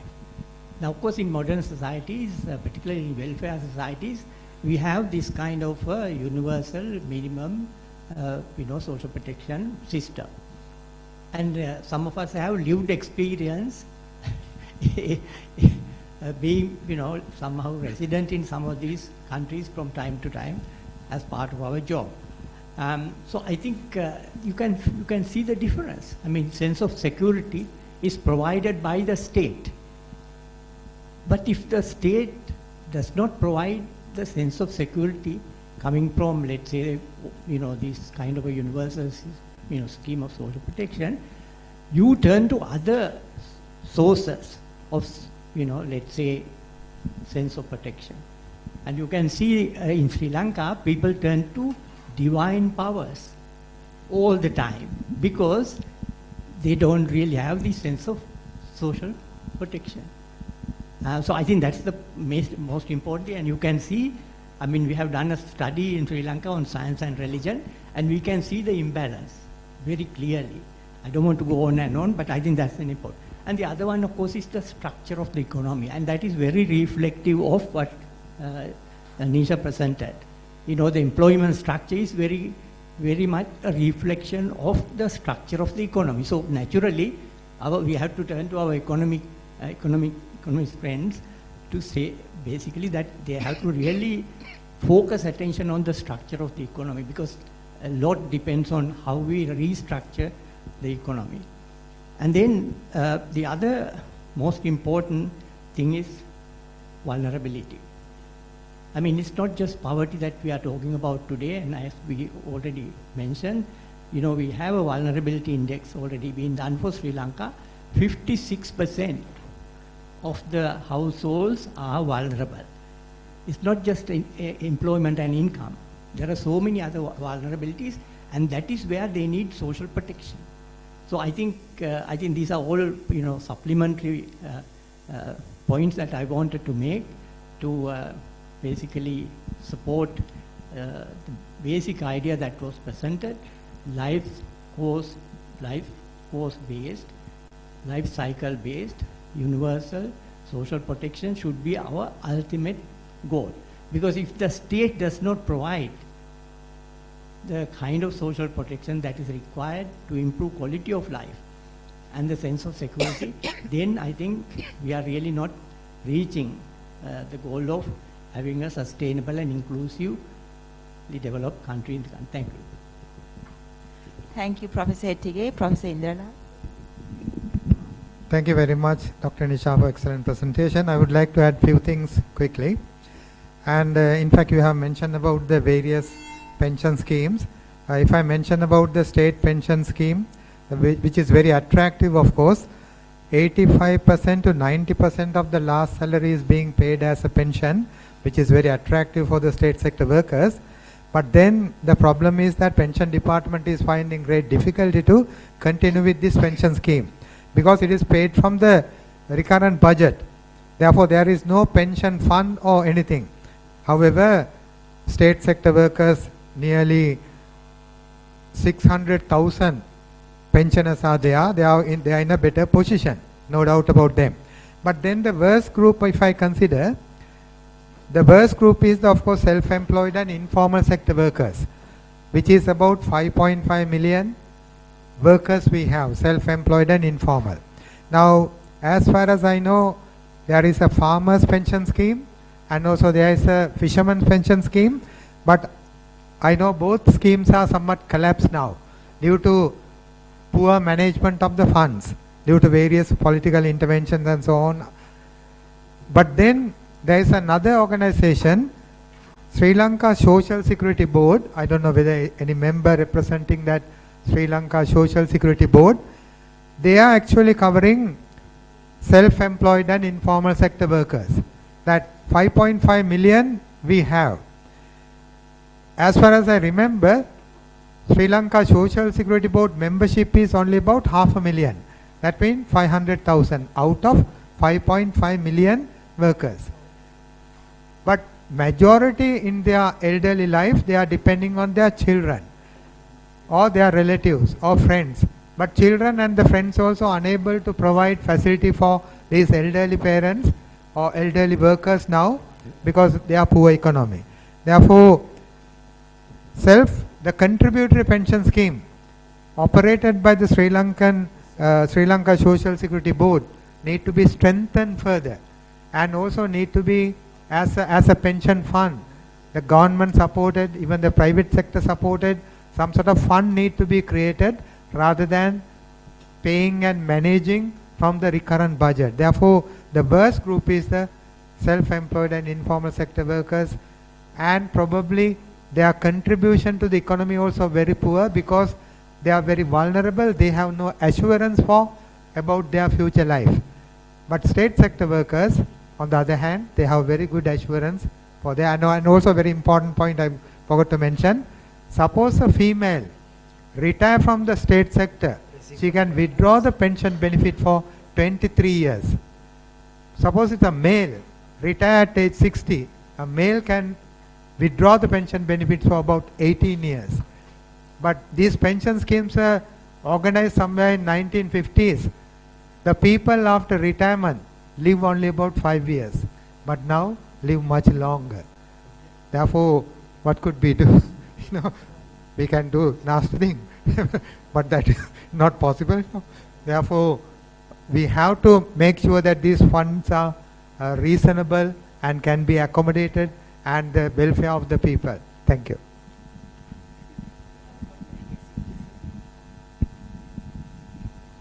Okay. Good morning, and thank you very much, Dr. Nisha and Professor Indral and Professor Hettige. So, I think that the discussion reveals that the existing social protection system in Sri Lanka seems to have like overlappings and lacunas, and there are like institutional intersections also. So as a result of that, perhaps the government may fail to provide the required protection or the social security to its people, or that the individuals in the country.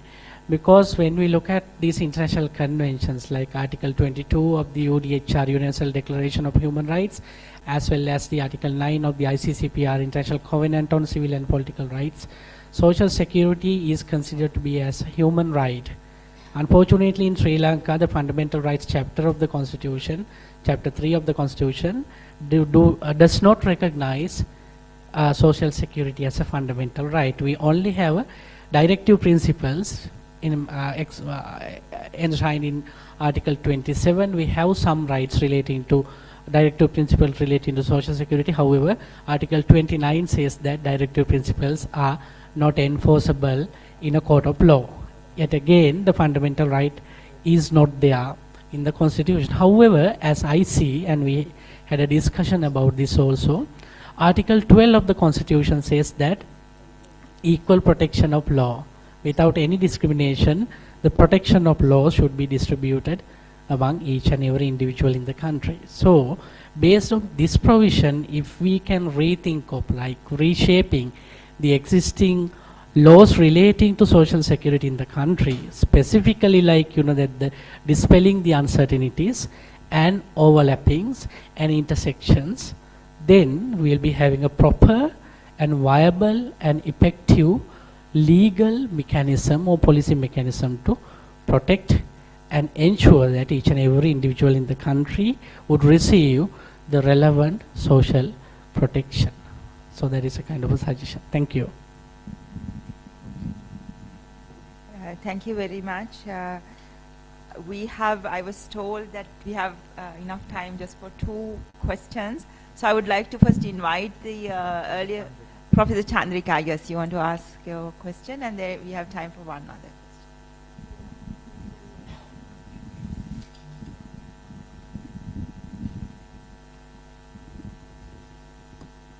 Thank you. That was very, as you said, they merged the first 2 presentations very well. But I just thought I like to approach about the life cycle approach as to post-economic problems that we've had. One of the immediate impacts we've seen is a total reduction, but 33% reduction of births in Sri Lanka. Whether you have addressed that issue, as well as the rapidly aging population and with social protection being required, in as much as the pensions being very, whoever that has access to pensions is also extremely meager, as to how that could be addressed. Because I think all populations which have a rapidly aging population face these issues.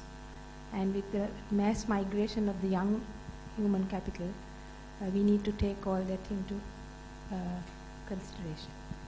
Thank you. Thank you for that question. We can take one other question before. Yes, there I can see a hand out there. Hi. Come. Can we get a mic?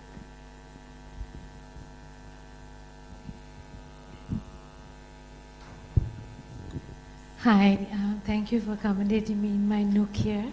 I'm Karen from the Center for Poverty Analysis. So thank you for the study. I just have, a couple of queries. I would like to know why the study was looking only at employment from a labor perspective. Also because right now the government of Sri Lanka has looked at universal social protection. There is a draft policy that is looking at 4 pillars. So why only the employment pillar? And also, how do we take a judgment call on only that aspect? As also Dr. Chandrika is also asking about health. How do we take a call on issues of disability? There are so many aspects when we are looking at social protection. I know there is an economic crisis, but this issue of universal protection is really a need. So I understand that there are different dimensions also in terms of employment, and there are different, as you have raised, different issues where there is different levels of social protection there between who's employed but how do we make the call on actually making it universal? There's also a call on children getting social protection. So if it's universal, then we need to cover everybody. So there is that dimension also that we need to think about. So can I also get an idea on why we're only looking at employed people versus the range of people who actually need, if we are calling it universal? Yeah, let me answer that question, and I'll let Professor Indralal answer the question on populations. So we were given 1 month to do this, and there are other 2 thematic areas looking at health and education which cover on children. So that is why we decided to focus on the working age population and the elderly. And also the reason why we went employment-wise is because that is how the social protection system in the country has evolved over time. So we had to look at employment-wise because all the legislation is specific to different types of employment workers. And disability and other things, we didn't look at the medical aspect of it. I am hoping Professor Saroja will look at it in the next panel. We only look at the income support during disability. Thank you. Yeah, sorry, may I get a chance to get some clarification? I am from the Welfare Benefit Board, that is under the Ministry of Finance. I am working as a Deputy Project Director, Social Protection Project, and our first chairman, I think, Ranuge sir also here. So you have clearly stated there is a social protection policy has failed or whatever is very weak. So in 2002, this first act was passed for a Welfare Benefit Board Act. But apparently it was not implemented. I think first chairman may be here, Sir Ranuge. But after 2022, the government has decided to give some relief through the welfare benefit scheme that was very critically introduced as a ASVESMA. That was very, sometime very critically blamed by the different sectors. But from 2023 July up to now, that government has decided to cover 2 million population for 4 categories. That means severely poor, vulnerable and transient. That number is increased from 2 million to 2.4 million from the July 2024. But apparently which amount is allocated 205 billion for the social benefit program, especially that's called ASVESMA, it's called as a cash transfer, 15,000 for a severely poor, 8,500 for a poor and another 5,000 for them. And in addition to that, earlier these elders payment and these chronic disease payment and these disabled payment earlier in the different ministry, now it is comes under finance. I would like to know whether this panel has considered what is the welfare benefit board activities are to be strengthened. We agreed, no doubt. So what is your studies?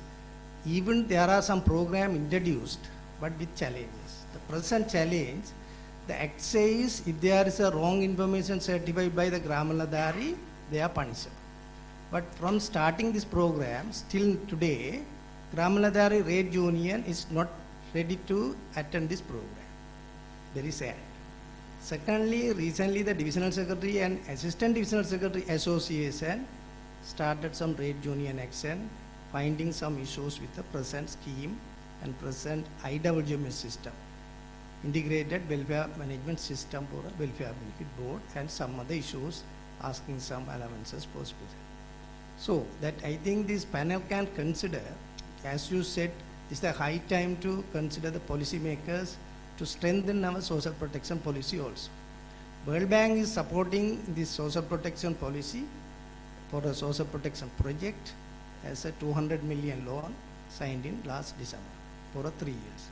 So my attention, please consider how this welfare benefit board scheme can be strengthened, what are the weaknesses. So it may be a policy makers, and here treasury officers are there, so they will take up this, because last month only Department of National Planning submitted a national policy on social protection to the cabinet. So that has to be passed and that has to be strengthened. So this is the message I want to share with you.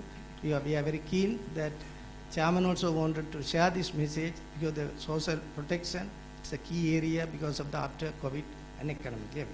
Thank you. Yeah, so actually we have looked at that, that is the senior citizens allowance in the presentation. That was mainly started as a conditionality of the IMF because in order to provide budget support, the IMF required that the government provide social protection up to 1.6% of GDP, if I'm not mistaken. So, so I don't know beyond the, whether this will be continued beyond the IMF scheme, I don't know, so we didn't go too much into that, but yeah, Professor Indra. Thank you. Professor Chandrika's point, of course, is we have discussed in many forums about this particular matter, changes in the population structures, fertility and mortality in fact. Now, it is true that nearly our births are concerned, around 30% of drop we are observing in the birth counter. Therefore, it is something unusual, but however, throughout the world, after COVID-19 and economic recession, sizable number of births are declining in each and every country. However, in terms of our presentation is concerned, maternity leave matter. So once the births are declining, then the maternity leave benefits will not be applied by the significant number of women. Therefore, there is some sort of advantage because these females can work continuously because their fertility has declined. But the other point, in fact, mentioned about now once the births or fertility declines significantly, it has a significant impact on the aging. The aging means basically proportion of people in the elderly ages, 60 years and above, that is very much governed by the number of children in the population. Therefore, children population decline mean population aging is going to increase very significantly. Therefore, if I mention right now we are having about 17% of the population 60 years and above. By 2032, that will be about 20%. And in numbers, we have now 3.7 million elderly. By another 8 years' time, we are going to have closer to 5 million elderly people. Therefore, it's a fairly large numbers, and also then we are going to have a serious issues with the labor, productivity, and social security, and Professor Saroj may be touching upon the health matters very well. Therefore, it's a complex scenario is coming along with the changes in the demographic drivers. Thank you. I think unfortunately we have to close the session. Thank you. Dr. Nisha, one question. I am Sarat Singh from Coconut Research Institute. This is regarding actually your study is very good, but what are the proposals with you and how to cover whole population regarding social security? So if you are proposing that pension scheme is a burden to the country, but what are the proposals from your group which we can implement in the country? That's a big question, but today I saw in the newspaper actually the Labour Ministry is looking at covering the informal sector workers, but that's not a life cycle approach. But I think that is something for another study.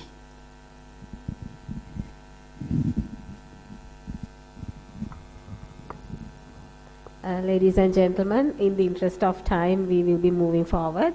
And if you have any more questions or comments, you can, for any of the themes that are being discussed, you may raise them at the policy dialogue, which is scheduled for the afternoon.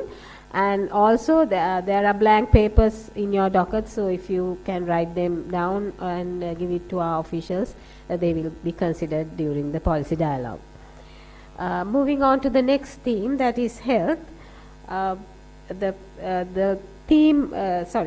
panel members are Professor Saroj Jayasinghe as the theme lead, and Dr. Palitha Abekon, Professor Amala De Silva, Professor Chandani Liyanage, and Dr. Ravi Rananeliya as the group members. Let me introduce the panel before the presentation.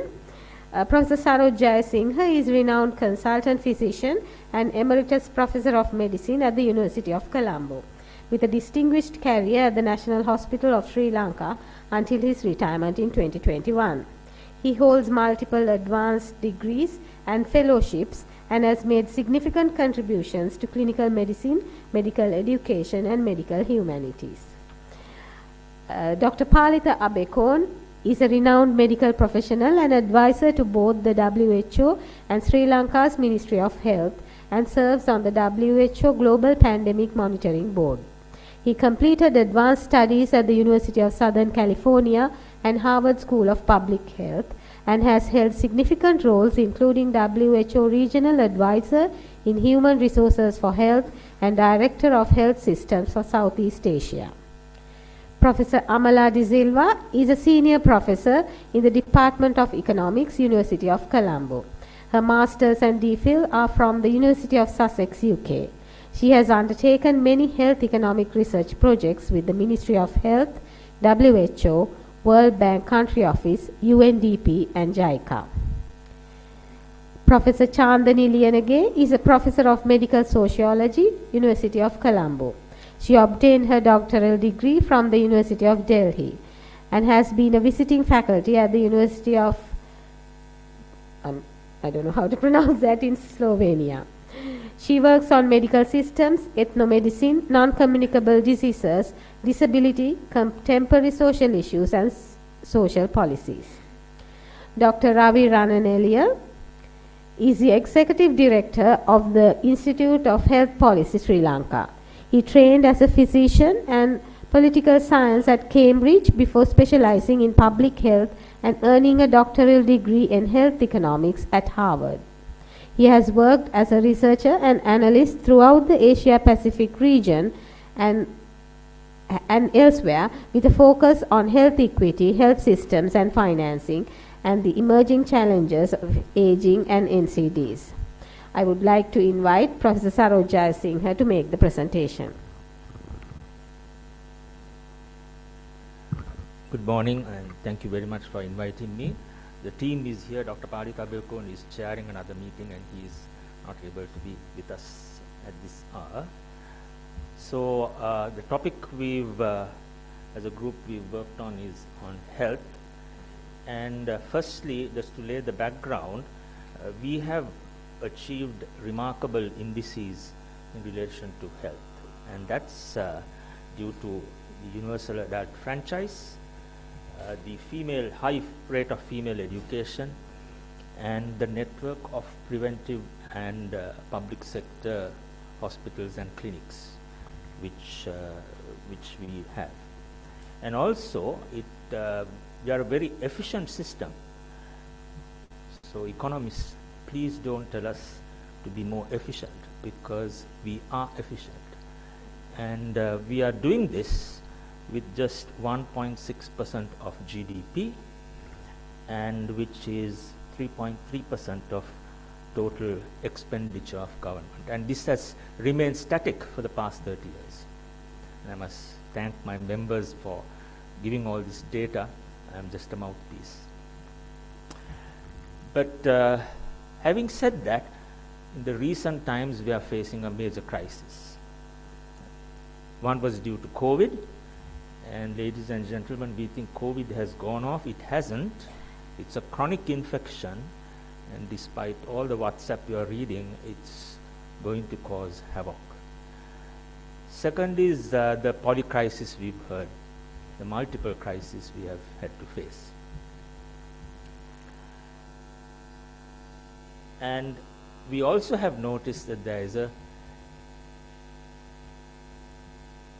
is a increase in mortality. Now, that's the background, and this is the introduction part, because we have to realize that good health is almost a right. I mean, there's no point in having economic development if you are dead or sick, right? So it's very important that we consider health as an investment, and you can't have economic development with sick people. They have to be well. So please don't compromise on the importance of health. The second point is that the team has the advantage of being within the discourse in the Ministry of Health and outside. So what we are going to propose are certain things which we are going to feed into the Ministry of Health. There are meetings which are happening right now, and the new Secretary of Health is very keen on bringing in certain changes. And we brought in a social science perspective because this is based on the social sciences. And we've tried to tackle the evolving dynamic situation and select a few priority areas which we think are key and to drive home certain specific messages. So these are the areas we've looked at. Though we've had very good health statistics, there's a very worrying trend over the past few years after COVID. The infant mortality and the maternal mortality rates seem to be showing an upward trend. And the life expectancy has probably got shortened. And Professor Indralal is here, and Ravi Rananeliya are there, and they'll be able to expand on this. Second thing is we are facing an epidemic of non-communicable diseases, especially diabetes, hypertension, stroke, and ischemic heart disease. And in that group of disorders, we seem to be detecting them, we seem to be treating them, but we are not treating them optimally. So Dr. Rananeliya's data shows that only about 20% of diabetics or people who have diabetes or people who have hypertension have optimum control. So that's the second point which we have to tackle. The third thing is, of course, there's an aging proportion of aging people is increasing, which means in addition to the other disabilities and so on, there is a need for long-term care, long-term or intermediate care.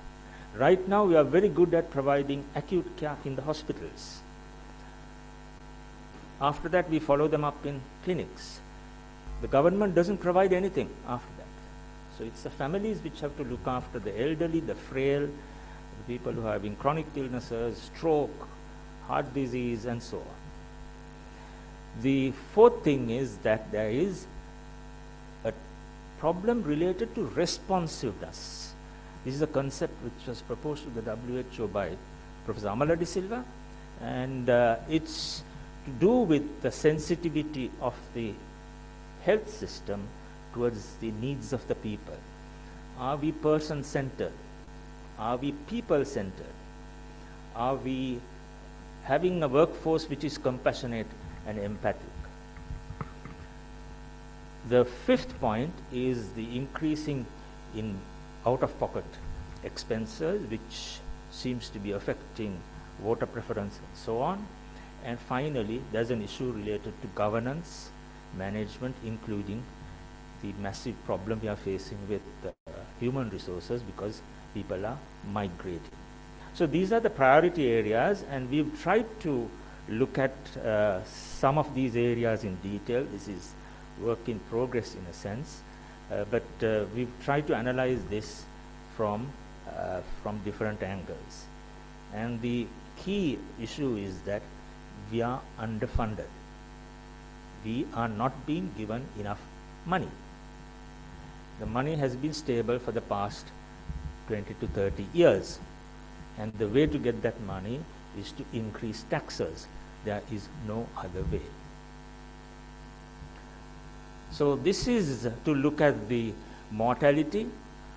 We've tried to use some diagrams. I'll leave it to you to just reflect on that. Basically trying to show how the health status can be affected because of the economic crisis affecting food security, affecting access to care, affecting the quality of services, and so on.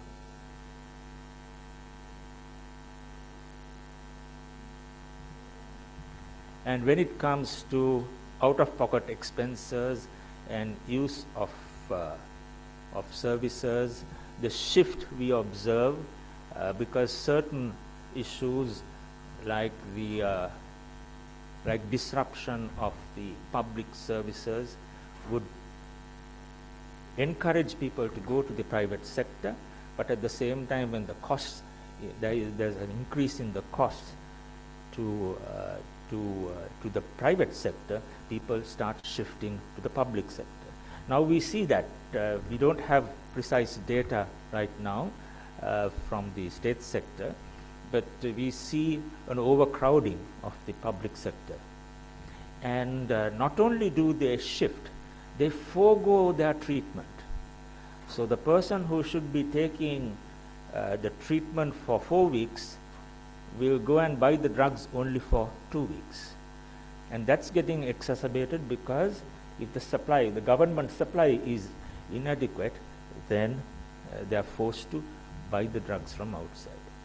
But thankfully those have improved now, and the drug supply situation has improved, and the quality of the drugs have improved over the past few months and years, past few months maybe.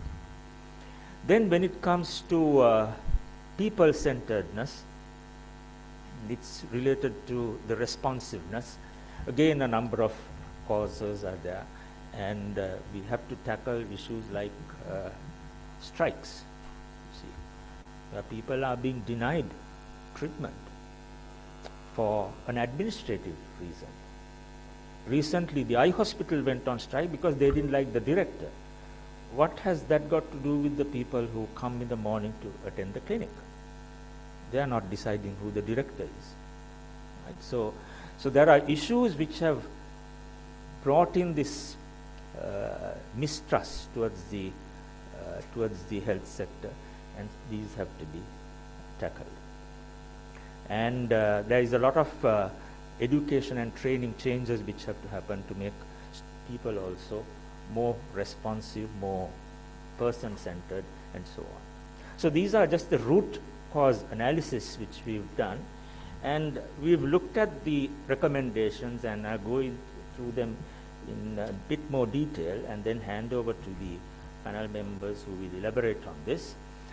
One recommendation we thought, an overarching recommendation, just like the social protection, that we should bring in health as a fundamental right. This we've tried several times over the past few years, but as you know, the Constitution has not been amended, but at each of these constitutional exercises, this has been proposed, of health as a fundamental right, not health care, it's health. So if the air is getting polluted and the government is not doing adequate to reduce the pollution, not doing adequate within reasonable limits, right? They can't clean up everything, but within reasonable limits, then the government should be responsible, because I'm going to get my asthma for not for my reason. It's because the government is not controlling pollution. So that's the sort of argument. It's not health care per se. So that's one overarching recommendation we thought. The second relates to financing. And as I mentioned before, finances have to increase, and the way to increase that is tax. This will be elaborated subsequently by Dr. Ravi Rananeliya. Third point is to use the existing proposals and interventions of introducing primary care and to accelerate that. So we know that it is being implemented, it's being stalled, or its progress is slow, and we are saying that that's going to be a solution to providing care, including long-term care, chronic diseases, better coverage of chronic diseases, and also provide social support to the ill. The other one I mentioned was about improving responsiveness. That relates mainly to community engagement, including communities in management and decision making, and health professional education and curriculum changes. Finally, in relation to governance and management, there will be certain issues which I will expand on. So for financing, the crucial point relates to raising taxes. The second one related to this is that government must increase the funding available for health. Some time ago, you can remember the 6% for education.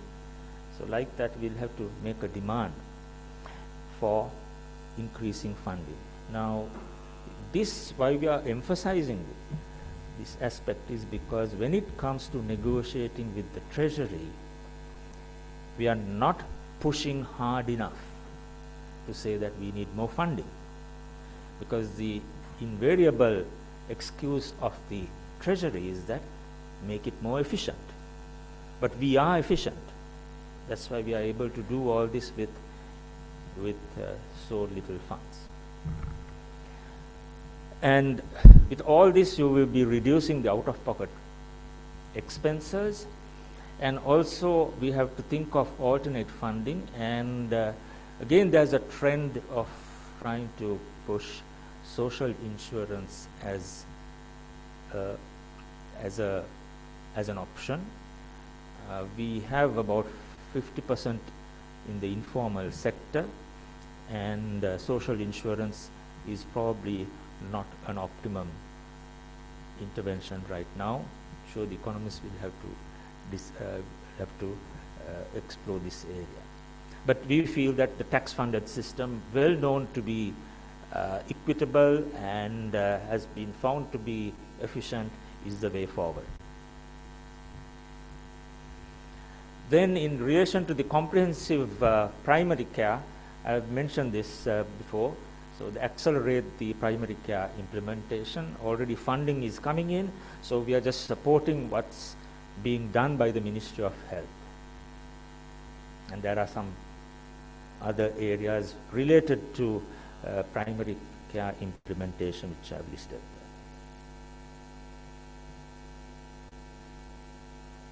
there. Long-term and intermediate care, again, organizational changes are important.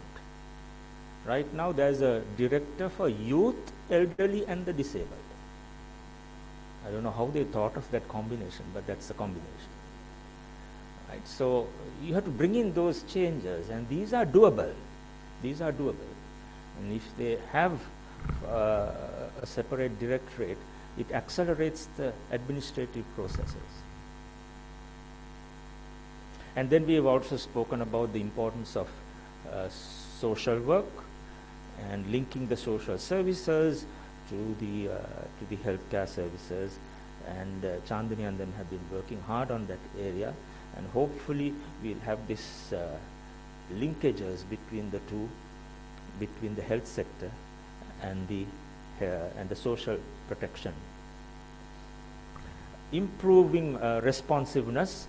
Again, we didn't go into the specifics because there is a committee which is dealing with this right now in the ministry, and that's to improve responsiveness throughout the ministry, throughout the health sector. So there'll be certain things we can do at the individual level in the doctor-patient relationship or doctor-health professional relationship, certain things at the institutional level, and certain things at the macro level. For example, bringing in community representation to some of the management decision making, that would be at the institutional level.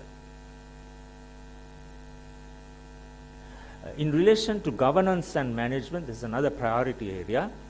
Engagement with the public, as I mentioned before, and modernizing the management system. See, right now, I can go through my whole medical career without ever having to meet the CEO of my institution. Never. And no one is going to pull me up. I mean, even in Cargill's Food City outlet, you will have more interaction between the CEO and the workers. They will have management meetings, and if you don't go for the management meetings, there's nothing which will happen to you. So we are having archaic systems. We don't have regular audits. We don't audit the administrators. Administrators want to audit all the clinicians and everybody else, but they are not auditing. We don't have annual reports coming out from hospitals. Every hospital should be on the web, all 3 languages, and annual reports should be there. So there are simple things which we can do in relation to improvement of management. But all this will need rethinking, and some of these can be done with minimum funding, but we feel that the key is the root cause right now is the funding. Because of funding, the clinical services are also stretched. See, all these foreign advisors will come and tell you to improve, but in those hospitals, the doctor sees 8 patients in the morning, and you have 2 admissions to the ward per day. We see 100 patients in the morning, and we have 20 to 30 patients coming in every day. 20 to 30 coming in means 20 to 30 have to be discharged. Right? And you are taking risks there, because otherwise you can't do it. 20 to 30 have to go. So the pressure is immense, and that is because we don't have enough funding. If we have enough funding, we can bring in preliminary care units, bring in emergency care units, which will reduce the admission rates and improve on our follow-up and so on. So the crucial point we want to make is that it's the root cause is there. So thank you very much. Now may I call upon Dr. Ravi Rananeliya, then Amala, and then Chandani to take the floor. Thank you.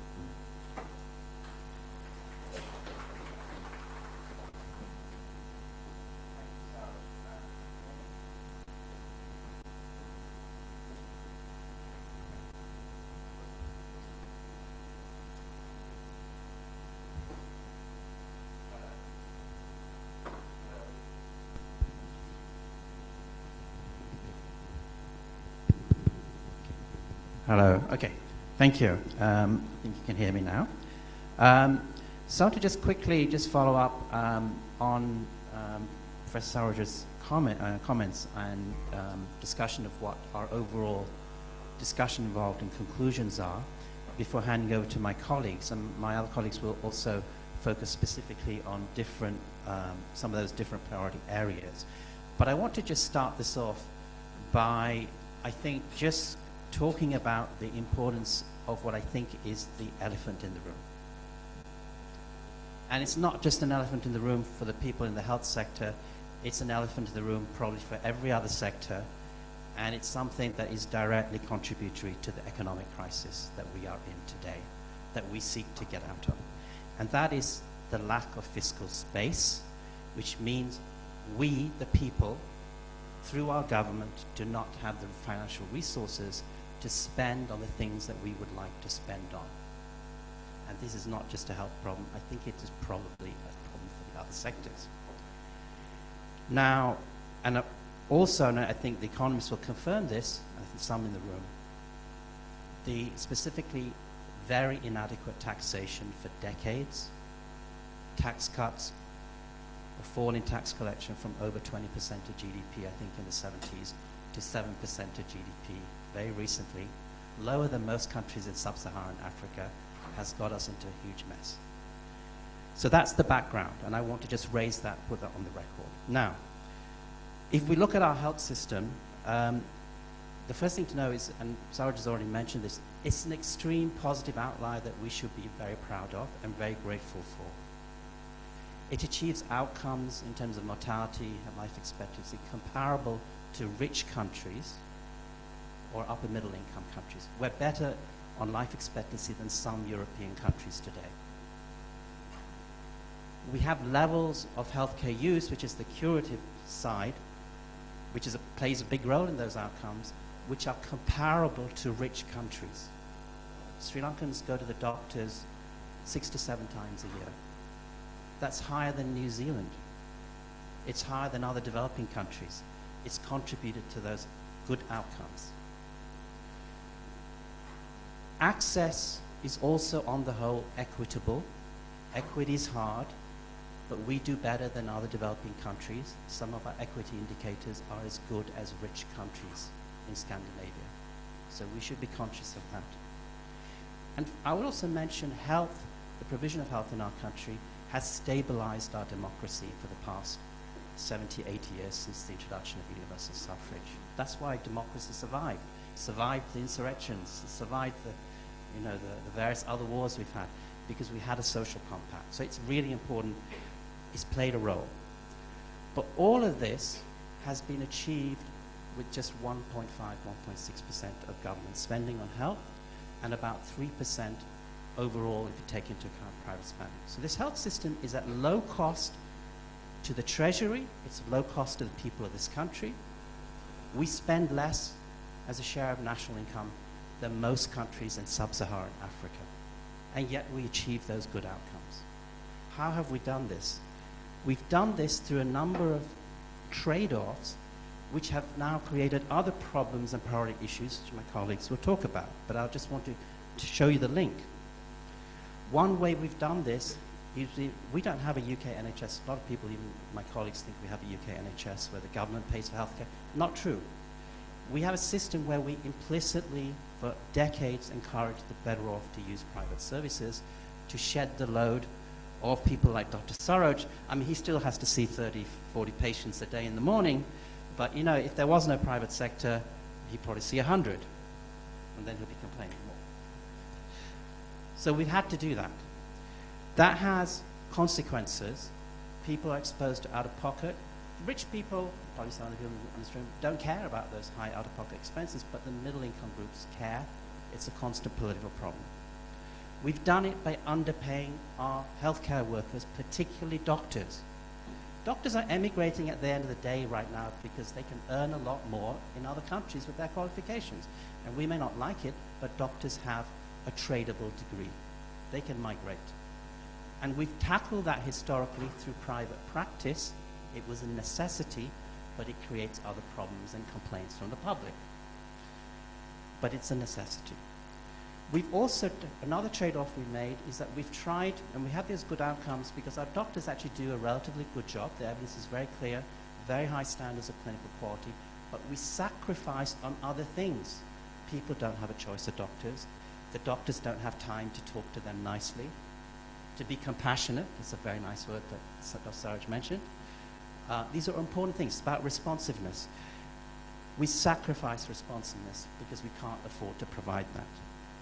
We've underfunded medicines and tests chronically. One of the reasons for our COVID disaster was we didn't test enough. That's something I've written about. But if you look at some of our NCD treatment, we have high rates of treatment in Sri Lanka compared to other countries, but the treatment is failing because the doctors don't have access to the lab tests, and people cannot afford to pay. So that's how we've done these good outcomes with very little money. To address all these problems, we need more money, and it has to be public financing. And I would just mention on social insurance, it's not just a problem of a small formal sector. The other problem is that in our political economy, if we do social insurance like some countries in Asia, Japan, Korea, Taiwan, not a country technically, but whatever, we would have to make sure the insurance covers everyone. We cannot have a two-tier system. That means poor people would have to have insurance to pay for private care, but they don't have the money to pay the premiums.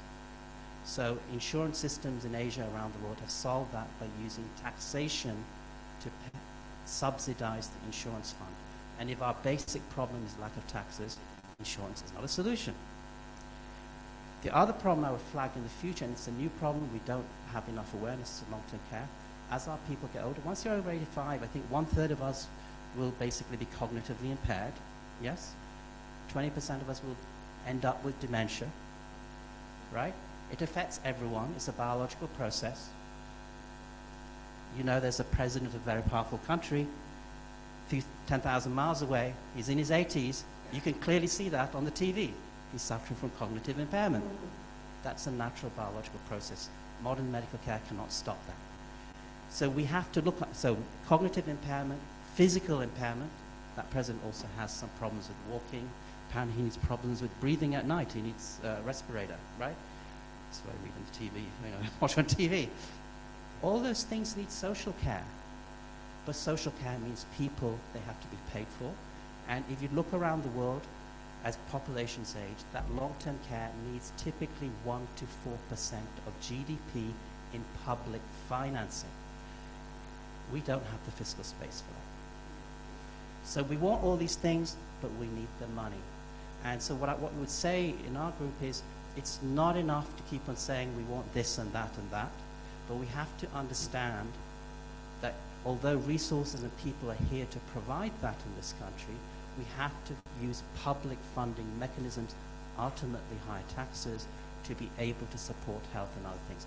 And I'm not being, I don't want to be idealistic and assume that if we raise taxes by 1% of GDP, we'll solve our health problems by spending an extra 1% of GDP on health. That's not going to happen. If we collect 1% of GDP in taxes more, education, infrastructure, long-term care, all of you will want some of that money. So we have to be realistic. From a health perspective, from a selfish health perspective, we need the overall tax stake to increase to the level of a similar developing Asian economy, which is around 20% of GDP. If we want to carry on with things with a sub-Saharan Africa or less level of resource mobilization through taxation, but we want to aspire to be a developed country in terms of social outcomes, it's not possible. We have to fix that problem and close the circle. That's it. Thank you. I'll hand over to Amma and she will.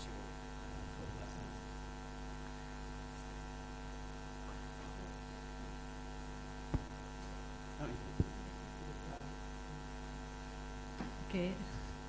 Professor Hettige is signaling that there's very little time, so let me be very brief.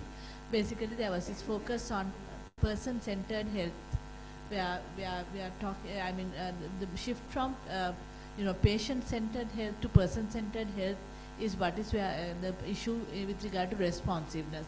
Because in the health system, with responsiveness, we want to treat not only patients but the patients' families as persons who are treated with dignity, where their confidentiality is maintained, where autonomy is given, where there is prompt attention to patients, and there is they get comfortable locations for their healthcare provision. The basic amenities are looked after. People are given choice, and communication is done in a way that the patient and the family is not threatened by this medical condition that the patient has, and where social support networks are allowed to come into the health system to provide support for the persons. But in order to achieve all this, we are thinking in terms of the fact that we have been talking about universal health care, and that's where primary health care becomes very important, because a lot of congestion that happens in the larger hospitals is one of the challenges that is actually threatening the chance of providing people with responsive care. So responsiveness involves also community care, and that is an aspect that has got neglected, where with the elderly, when they are in the community, we have not really maintained mechanisms for looking after them. And particularly if, as Ravi mentioned, there are cognitive impairments coming into the situation, we really need to be able to provide care within the domiciliary location. And for that, as Ravi mentioned, we will be needing more money, but we also need a rethinking of priorities, because always the emphasis has been on curative care. But what is becoming important is preventive care and rehabilitative care, as well as social care and palliative care.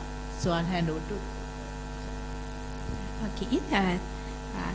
As my colleagues discussed many issues, so I would like to focus one aspect. I think the social determinants of health. So you need to focus different social groups are in the country, and particularly if you focus on the poor people, so the public hospital is the only place for them to go seeking healthcare facility. So even what happened in the present context, when they go to hospital, so out-of-pocket expenditure is very difficult for them to afford, and so hospitals started even openly ask people to purchase medicine from pharmacies and do some laboratory tests outside and so on. So that actually really very badly impact on people who are at the marginal level. So I would like to share one of my recent experience. I had a focus group discussions with CKDU patients very recently. And in that discussion, one of the elderly person who said that the CKDU allowance, they get monthly allowance.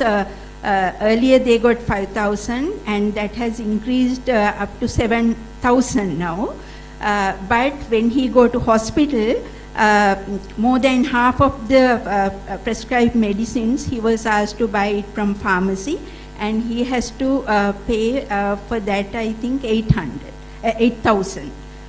So that is the issue. So on the one hand it shows like so their allowances are increased, but on the other hand due to out-of-pocket expenditure, so they have to find another 1,000 rupees to purchase the medicine. So those are the issues, and I am happy to say that predominantly we adopted social science perspective in our work. I think it gives a kind of new direction.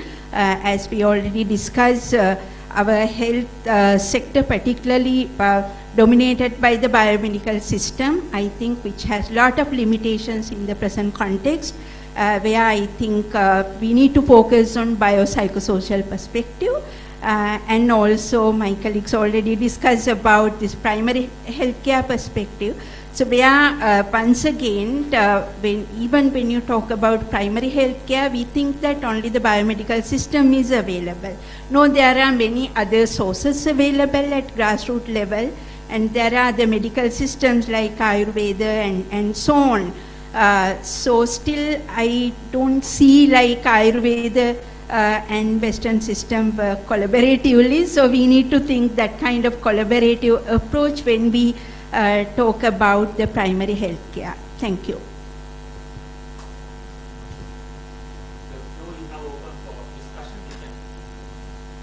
How many minutes will the... But we started late, no? All right, yeah. Sure. But at least one urgent, burning questions, please.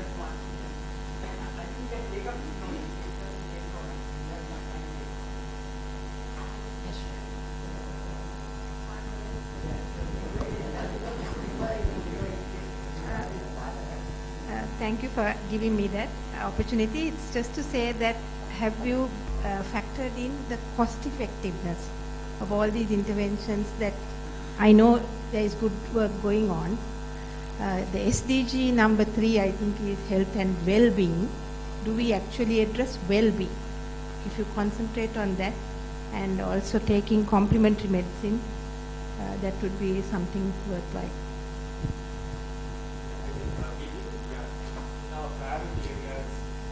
In our priority areas, we selected a few quick wins, as it were, but we haven't really gone into that well-being aspect. I think if we were to look at the health issues from the person perspective and from the community perspective, I think well-being will be addressed, particularly if we are looking at things like reducing out-of-pocket expenditure, which would be a very important economic aspect of well-being.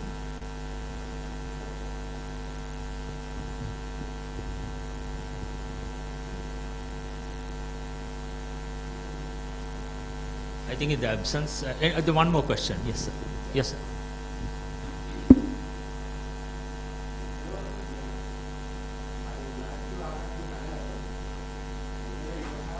The how to manage resources. Maybe you have touched the governance issues over there.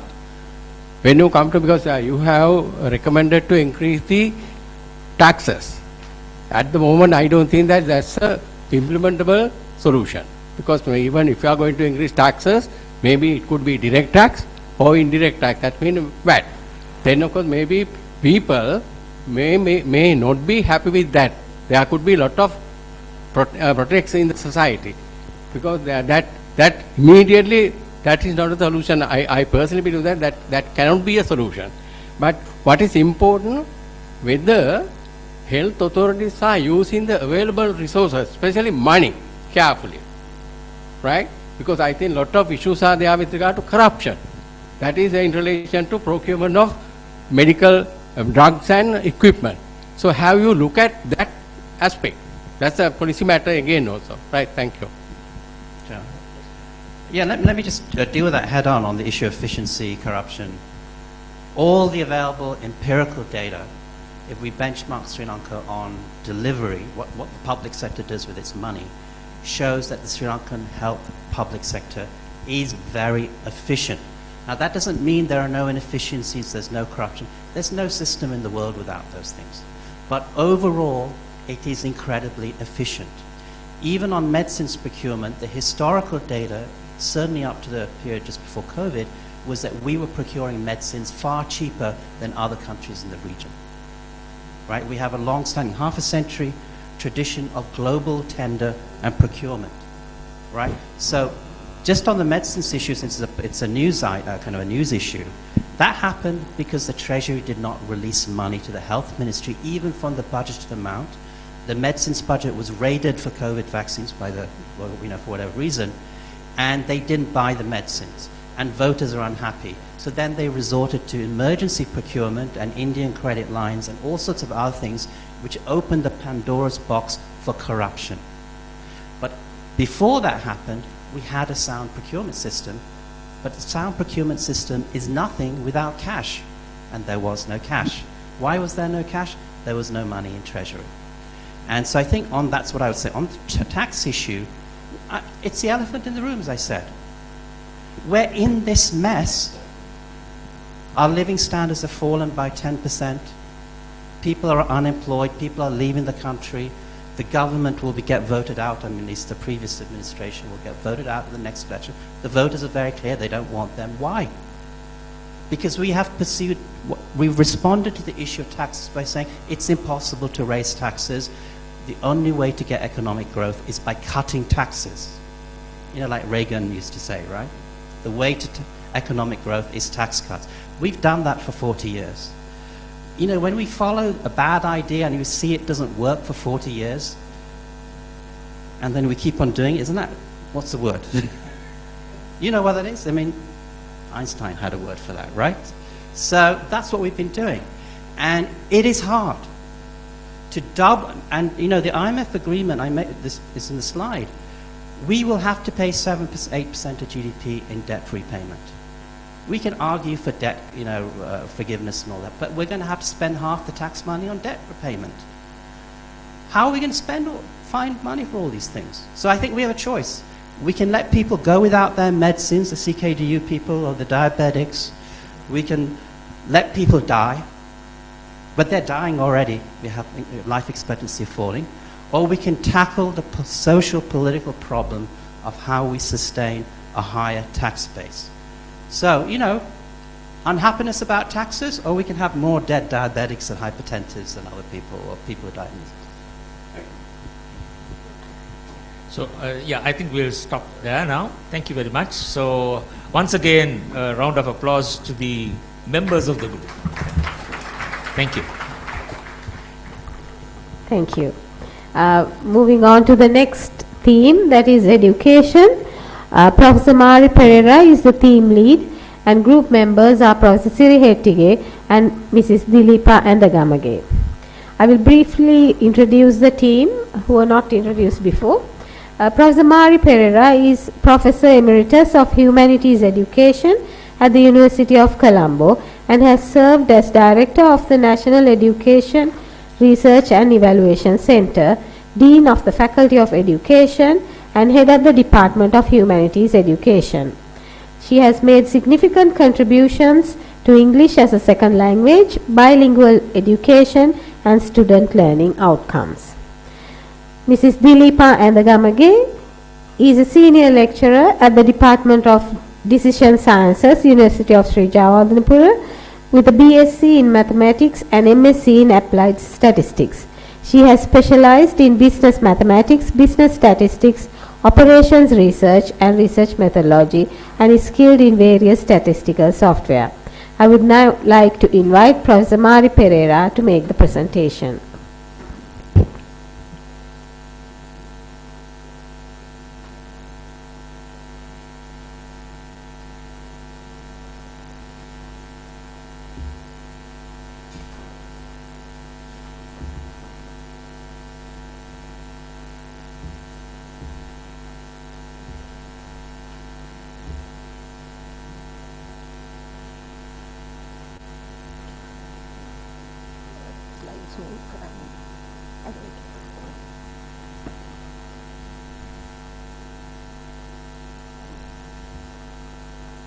Okay, good afternoon. So our theme is education, and you heard the other team members, Professor Siri Hettige and Ms. Dilipa and the Gabage. So as you know, education system in any country plays a vital role in the sustainable development. In Sri Lanka too, the successive governments have understood the importance of education and had various curriculum reforms, proposals, and also various reports to attempting to improve the education system in Sri Lanka. However, there are persisting issues that hinder the progress.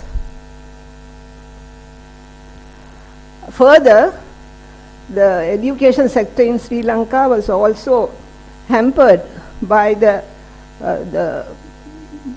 COVID pandemic and the economic crisis, which aggravated the existing issues. So I would say that it's not the COVID or the economic crisis per se, but the persisting issues which got aggravated due to the crisis. Hence, the objective of this paper is to recommend some concrete policy initiatives to relevant stakeholders to address the problems identified. In order to have a vision of a holistic education for Sri Lanka, it is necessary to examine the issues relevant to all subsectors of education. However, in this initiative, we are looking only at general education because that is the basis that laid the foundation for the other sectors such as higher education, tertiary and vocational education, early childhood education, special needs education. So all these sectors cover education. But in this, we are looking only at general education, but we are proposing, when we are presenting a proposal, a national policy for education, all subsectors should be considered. In order to present this, to identify these issues, we did a situation analysis. In the situation analysis, we looked at from pre-independence era, from why I will tell you why because at pre-independence education in Sri Lanka, there was a dual system where during the British period, there were fee-living English medium schools for the elite and vernacular Sinhala and Tamil medium schools for the masses. And some, for the majority of them, the people did not even go to school. So there was this dual system. So the visionary leader, Dr. C.W.W. Kannangara, proposed a vision of social change from the inequalities created by the colonial system. Some of his proposals are the establishment of 34 central schools, where there would be a central schools with all the facilities in each district, and feed the primary schools, which the bright students could go into the central school through a scholarship examination. It was not the type of grade 5 scholarship that is happening now, but where the students, the bright students could go in. Then it was also proposed to change the medium of instruction to mother tongue in primary grades, and to make English language to be taught in all schools as a second language, so that English would be available for all. Objective was English for all. With that, there were also measures were taken these were accompanied by a social policy package. Free education, free health service, free midday meals, and free textbooks, so that the students, the inequality would be lessened. And it did happen. And the number of students enrolled in schools increased, the literacy rates increased, so there was, and the GDP, the contribution of GDP to education increased, so there was a kind of resurgence. But unfortunately, in the latter part of 1960s, the educational extension of educational opportunities declined.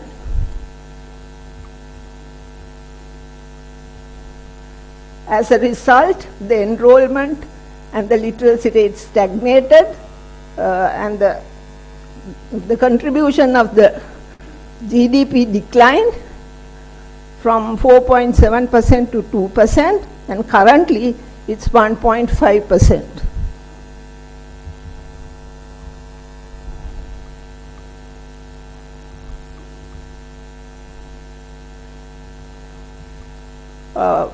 From the late 90s, however, up to present, several, as I said before, several policy proposals pertaining to education have been proposed by the subsequent governments for education, to develop the education system in Sri Lanka.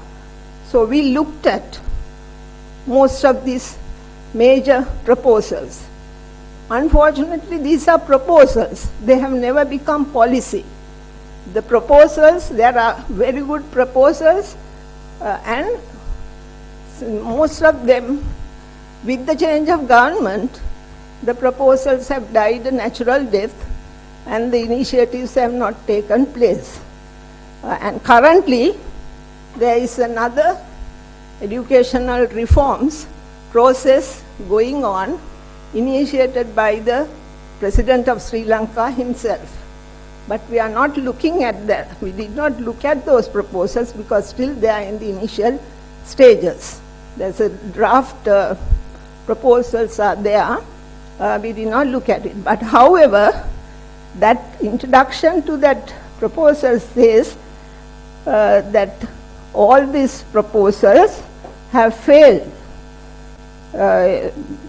so that there is a need to, Sri Lanka needs to transform its curriculum, teaching and evaluation methods to foster holistic and lifelong learning.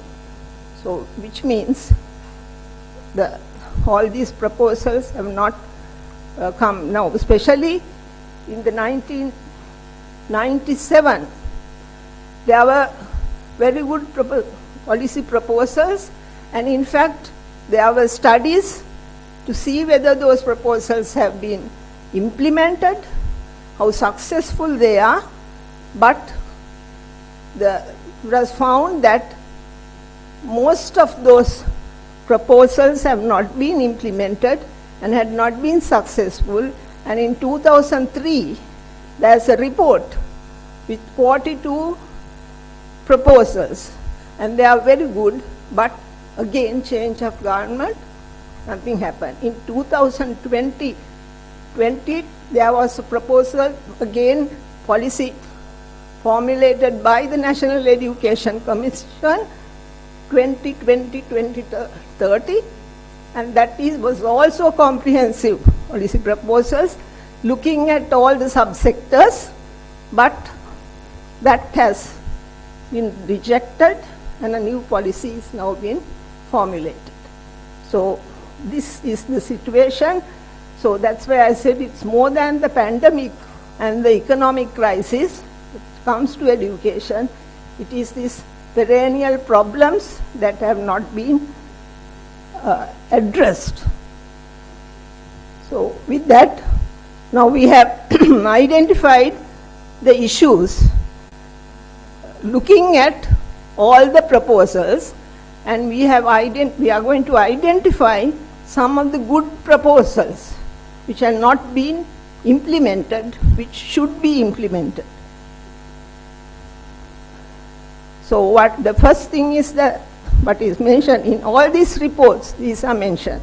Lack of a long-term national policy on education. Because those are all policy proposals, but not a national policy which results in the new government coming and dropping the policy. Because it's only a proposal. Second, general education, you would be surprised, is presently governed by the provision of the Education Ordinance number 39 of 1939. Today we are in 2024. So this is the National Education Act, and thereafter there are certain other ordinances, so most of which are outdated and which creates a bottleneck for implementation of some of the policies. Inadequate public financing of education, which has been earlier mentioned also, it's now 1.5% of the GDP, which is not at all adequate. Inequalities of educational opportunities to access and equity depends on the type of schools. There are 4 types of schools, 1AB, type 1C, type 2 and type 3. So it's 1AB schools gets all the facilities, whereas the other type of schools, 1AB schools has all the streams, science, arts, commerce, technology, all the streams, whereas the 1C type has only arts and commerce, sometimes only arts. Other schools are up to grade 10, grade 11. So the facilities are not available. Now after the 1971 insurrection, there was a report, Youth Commission report. The first sentence is, Kolambata Kiri Apita Kiri. So that is by the 1991, 1992, the National Education Commission, the first report, the proposals. So still it is the same most of the time. So it depends on the type of the school, urban, rural, even urban, rural. Among the urban schools also there are very convenient schools and very difficult schools. So inequality. Then the state schools, again, getting stepmotherly treatment. Medium of instruction, some schools, some subjects are taught in English.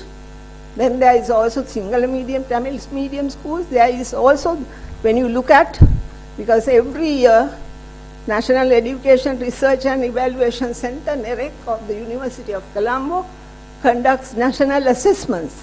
And every year the report shows the disparity in achievement among these type of schools. But the results are not utilized in preparing policies. Issues related to curriculum renewal and quality and relevance. Now, these are lists that I am listing from all these proposals up to now. So they are talking about the curriculum reforms takes place often every 5 years, but still rote learning, excessive competition, exam-oriented curriculums, it continues. So why? Medium instruction and teaching of languages is also an issue. I will talking about that in the next slide when I discuss the proposals. So what I am showing here is the ones that has been coming up regularly.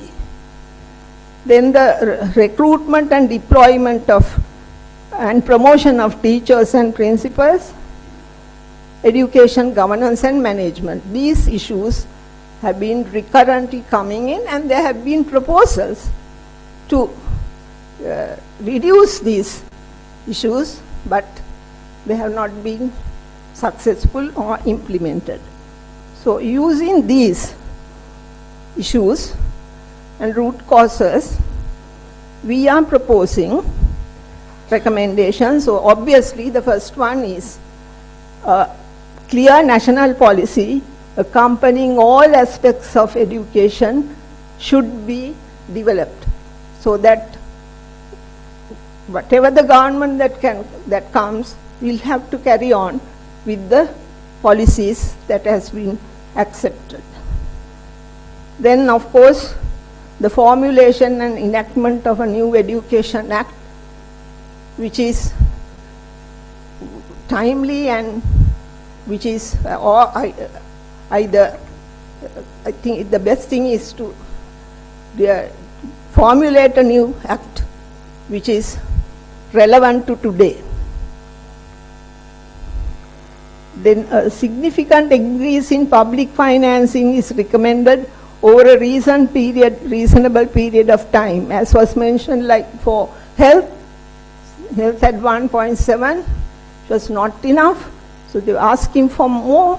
For education also, 1.5 is not at all sufficient for all the sectors, all the subsectors of education, because it's not only general education, higher education, as I mentioned, early childhood education, special needs education, non-formal education, all that 1.5%.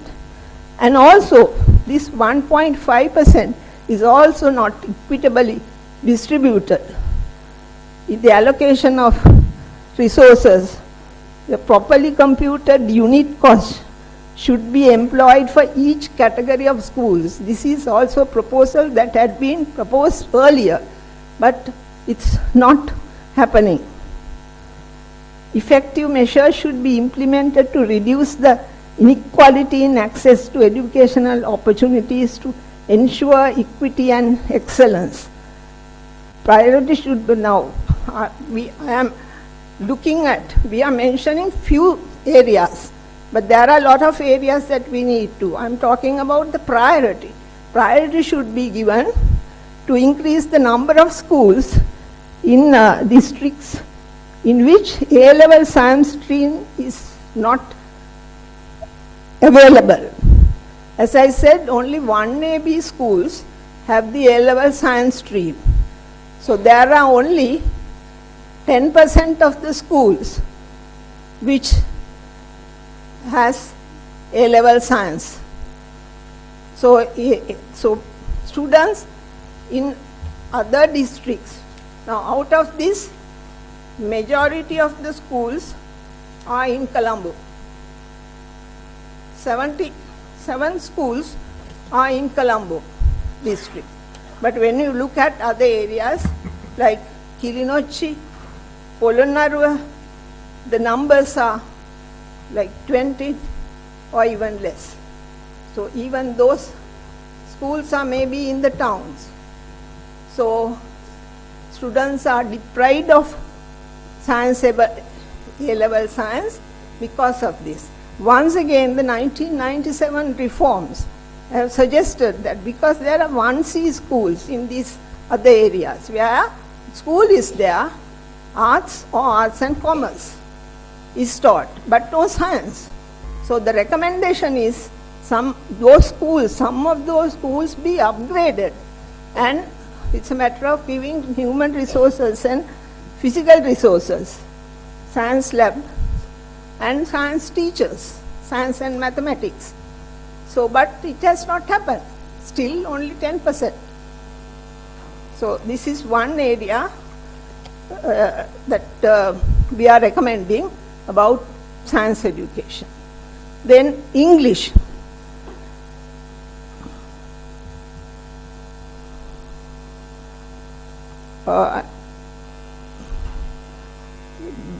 Before coming to English, I will talk about another aspect of that is the private and international schools. Now there is a large segment of students going to international schools, Sri Lanka. But it is needed because the government can't cater to all the students, so the international schools are needed. But the problem is that these schools are not monitored. Why the schools are not monitored? Because there is also diversity among the international schools. The NEC recently did a study on international schools and found that there are, at least there is one school which 5,000 students. There are also schools which less than 100 students. So the resources vary, the teaching staff varies, the curriculum varies.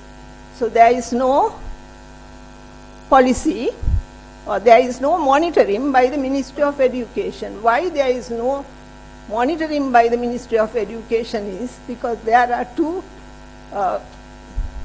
acts or circulars which prevents, which in the 1960s, the establishment of private schools were prohibited.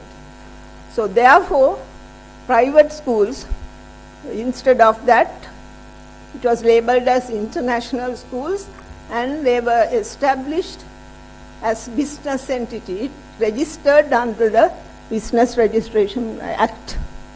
So the Ministry of Education have no authority to supervise the schools that are coming under the Business Administration Act. So once again, several times it has been proposed that those circulars should be abolished, or new circular should be prepared so that Ministry of Education has the authority to monitor all the schools in the island. But it had not happened. So we are proposing once again that those acts should be abolished, and that Ministry of Education, that they should be able to monitor what is happening in international schools, because once again this leads to inequality of access to education. Then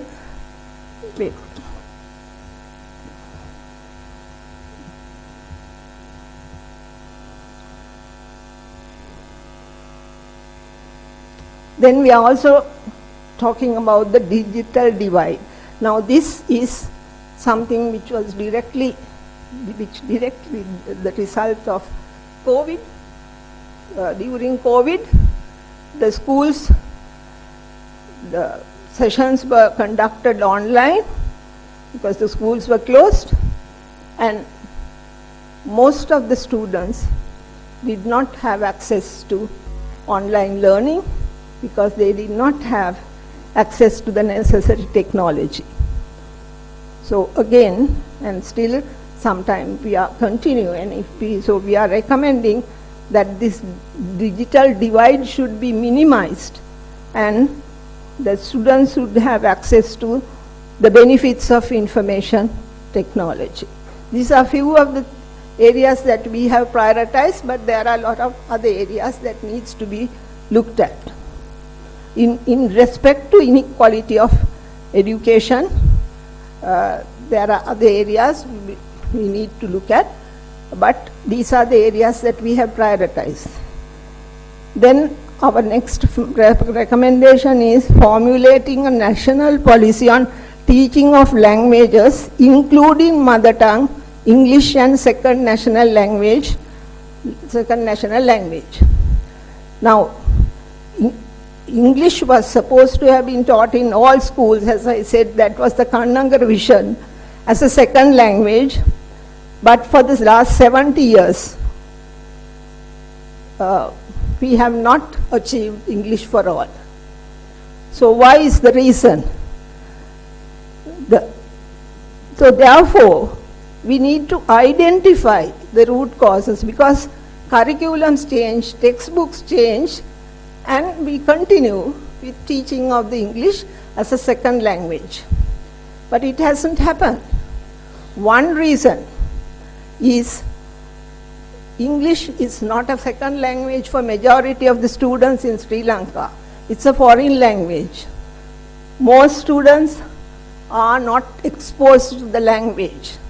So in the sense of the terminology of English as a second language, it's not as a second language for majority. But we teach English as a second language. And in the same classroom, there are students for whom English may be like the mother tongue. They speak English, they are exposed to English, so they are there. Then there are others who pass the scholarship exam and come to the school at grade 7. Some of them have learnt English in their previous schools, some have not. So those who have learnt are also there, those who have not learnt are also there. There are others who are coming from sometimes slum areas where they are not learning English at all. And added to that, now there are some students who have learnt English, bilingual education, some subjects in English. They are also in the same class. So for these 5 levels, the teacher teaches taking the same textbook, same method, and teach. So there are case studies done, there's research available, but those are not utilized in preparing curriculum or teaching methods. So we recommend that to identify the root causes and prepare a well-structured teaching program based on language policy.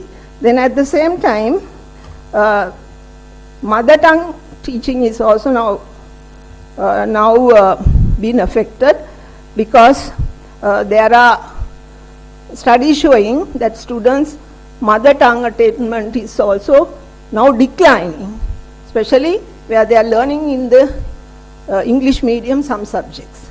Then there's a second national language, English, Tamil to Sinhala and Sinhala to Tamil, supposed to teach from primary grade 1 up to grade 9, but in most schools it's not happening. Then now there is proposals that English medium should be introduced once again, but we say that priority should be given to teaching of English before changing the medium of instruction. Then I have already discussed this.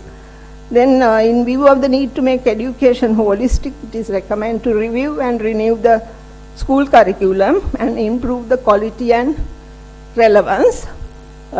So for that, also some subjects need to be, and also it's not only rote learning, it's not only subject matter, the value education, all this needs to come into that. So I'm not, for time, I have been reminded that there's not time, so I'm just going through.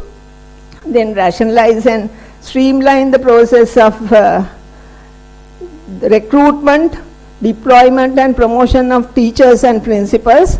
So once again what happens is, now recently also there was a thing saying that 30,000 teachers, deficit of 30,000 teachers, and appointments were given. Just before elections, a lot of appointments were given. But the problem is 30,000 teachers, I don't know whether it's correct, but if there is 30,000 deficit, it's not just teachers. Those teachers you need to calculate whether English teachers, science teachers, maths teachers.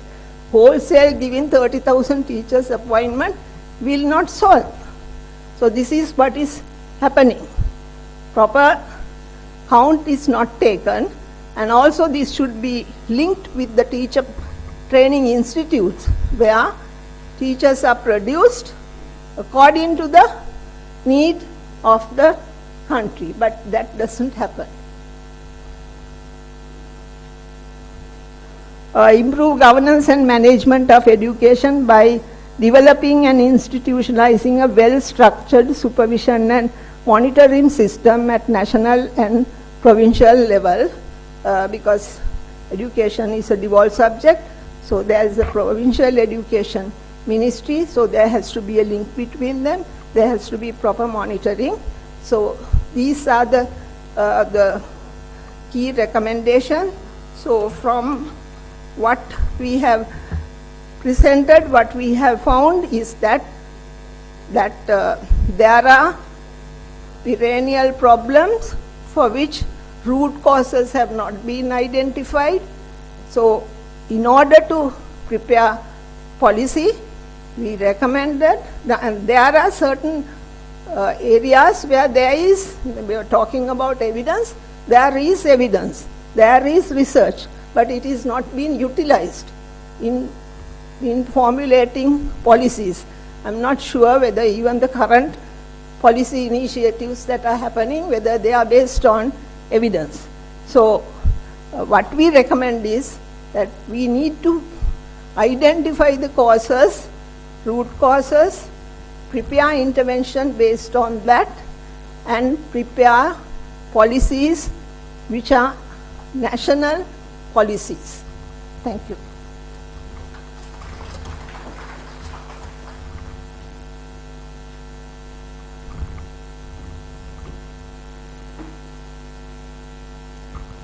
Professor Mari Perera, you may moderate the discussion.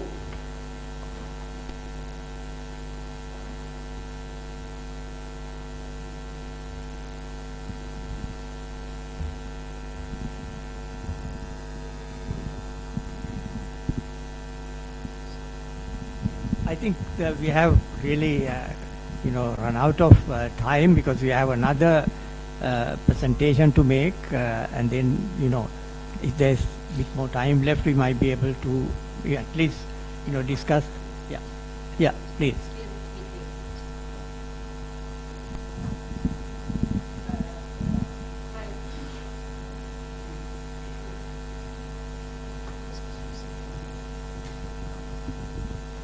Thank you, Professor Mari Perera. I'm Padmini from National Education Commission. So thank you for a lot of information that you provided. They are very relevant. I would like to add few of my opinion over this present situation. It is regarding the now education reform or the education transformation is everybody is expected, because there is a lot of issues relevant to the education system of the country. Youth unemployment is a major problem pertaining from resulted from the education system of the country, and also the examination when it comes to general education, examination pressure on children. So those were the pertaining questions came into the system, and also how do you promote generic skills within the education system at the very young age? So how do you integrate life skills and foundational skills to the primary education and the preschool education. All those were discussed at this transformation. And transformation is already started based on this. She referred to the NEPF 2333 document. It is in the ministry website. Anybody can visit that and see. Those are proposals, but based on the proposals, the transformation is already started. Administrative reforms already started. It will cover how to go into the lowest level of administrative structures to monitor schools' performance. So those are actually already started. And also the curriculum revision being already done, and this year grade 1, grade 6 and grade 10 are piloted. Now piloting is going on. So the next year this reform will be implemented once this piloted completed. So in 2025 the grade 1, grade 6 and grade 10 will be implementing the new curricula. So those will be based on, and the school level assessment will be introduced. So then the examination pressure will be lowered. So those are the things that with the current system going on. So we will see how it goes on. So the policies will be formulated. For example, one about the English medium education. So the NEC has NEC website. That document is available now. So we have recommended how that can be promoted in future. So those are the things that we mean, and also the international schools monitoring. So the NEC has done a study on how to provide recommendations for the ministry for formulating monitoring framework for international and private schools. So these things are happening. So I would see some of the positive things in the education system coming up, and digital education. So we have to look into, with the economic crisis, how could we promote the connectivity and enabling environments for digital education. So those things are under study level, but things will come.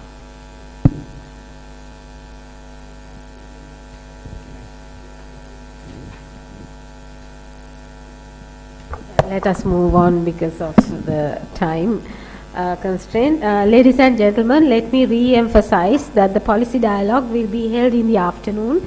It's scheduled to take place at 2:45, and all the team members will be returning for the policy dialogue. Therefore, you can raise your questions at the policy dialogue. The final theme is agriculture and food security. The team members are Dr. Manoj Tibbatuava as the theme lead, and group members Dr. Nihal Athapattu, Dr. Herath Gunathilaka, Professor G.A.S. Ginigaddara and Dr. Livan Liyanage Hansen. Let me make a brief introduction to the panel members. Dr. Manoj Tibbatuava is a research fellow at the Institute of Policy Studies of Sri Lanka, specializing in agriculture, agribusiness, value chains, food security, climate change, with over 20 years of research experience. He has worked as a consultant for numerous international organizations, including the World Food Programme, FAO, and World Bank. He holds a PhD from the University of Western Australia. Dr. Nihal Athapattu has over 20 years of experience leading development projects in economic growth, with a focus on food and agriculture, natural resource management, and private sector development. He has managed Canada-funded programs in conflict and post-conflict settings in South Asia and has collaborated with various international organizations. Dr. Athapattu holds a doctoral degree in agriculture and applied economics from Virginia Tech University. Then Dr. Herath Gunathilaka holds a PhD in resource economics from United States. He has served at the University of Peradeniya in various positions, including professor and head of the Department of Agricultural Economics. He was also the director of the Environment and Safeguards Division in the Sustainable Development and Climate Change Department of ADB. He is currently the Executive Director at the Center for Poverty Analysis in Sri Lanka. Professor G.A.S. Ginigaddara is the Vice Chancellor of Rajarata University of Sri Lanka since 2021, with a background in agricultural systems and significant contributions to the university's academic and administrative development. She holds a PhD from the Asian Institute of Technology, Thailand. Prior to her current role, Professor Ginigaddara served as a professor in agricultural systems at Rajarata University of Sri Lanka and held various administrative positions. Dr. Livan Lianage earned her PhD at the University of Wollongong, Australia, and now holds a position at Western Sydney University. She leads the Data-Driven and Accountable Solutions for Social Good and Sustainability Research Lab, focusing on digital technology for climate change and sustainable development, and has pioneered techniques in environmental data analysis. Dr. Lianage was awarded the National Gold Medal Award in 2019 and recent accolades for the Open Air project. I would now like to hand over to Dr. Tibbatuava to make the presentation.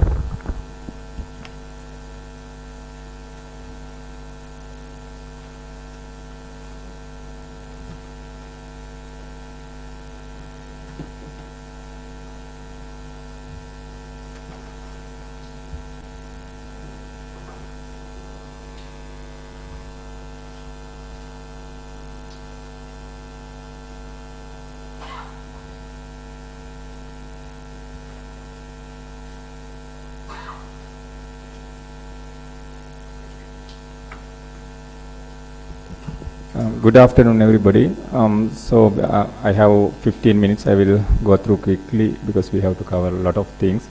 I'm not going to repeat the theme again. So this is theme 4 on agriculture and food security. Basically, we are covering policy and regulatory interventions for agriculture and food security. So the content of my presentation is, first I'm going to give a brief introduction to the agriculture situation of the country, and then the objective of this assignment, and then situational analysis, root cause analysis, and actionable recommendations. So introduction, as you all know, agriculture is very important sector to the economy in terms of providing contributing significantly to the economic growth, exports, and providing livelihood to a significant proportion of its people, and also providing an annual food requirement of the country. As you can see here, figures, its contribution, all these are 2022 figures.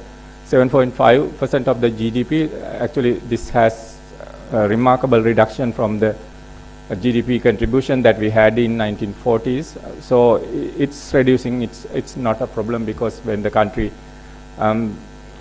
transformation is happening, it's usual to move some form of the from the agriculture sector to the other sectors, industry and services sectors. So contribution to the national export earnings is 21%, 22%, and it is 22.7 billion USD. And the labor force contribution is 26.5. It's about 2.2 million persons. That is the problem that we have. Agriculture sector is contributing to only 7.5% of GDP, but more than a quarter of the labor force is engaged in agriculture, which shows that there is a problem in terms of labor productivity in the sector. And if you look at the food budget data, about 74% of the annual food requirement is produced domestically. So it shows that the importance of the agriculture sector to the economy. But when we talk about the agriculture sector, we have that domestic agriculture sector and also the plantation sector. Here we are mainly focusing on domestic agriculture sector because most of the functions that I earlier mentioned is related to the domestic agriculture sector. But I'm briefly covering the export sector as well, because it's a full factor which affect the domestic agriculture as well.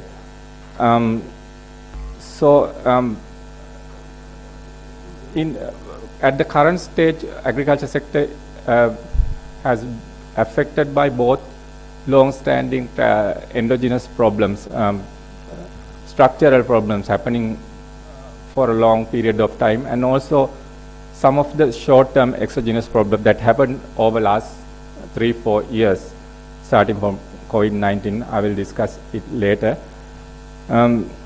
So the objective of this assignment is now, because of these problems, we have to upgrade and strengthen the agriculture sector to meet countries' expectation of providing food for the people and for the export requirement and rural income generation. So for that purpose, we have to upgrade and strengthen the agriculture sector. So it's important to suggest some policy and regulatory intervention to support this initiative. So major objective of our study is to understand the existing challenges of the agriculture sector and the root causes for such challenges, and evaluate the policy and regulatory gaps, and finally to make actionable recommendation to view of unlocking the full potential of the agriculture sector in the country in terms of providing the benefits that I have mentioned earlier. So situation analysis. We have to look at the current situation of the agriculture sector using 3 main criteria. One is food and raw material supply at a reasonable cost, and also provide decent standard of living for the farm families, and ability to contribute to the export earning. As you can see here, these 3 criteria shows that agriculture sector doesn't perform well.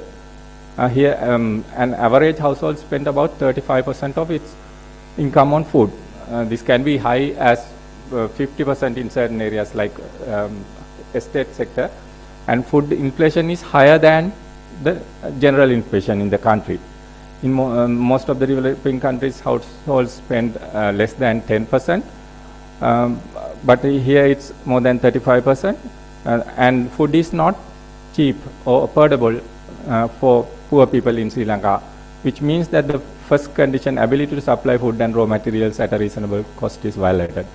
And the second one, there's a major concern that over 30% of the population live below poverty line.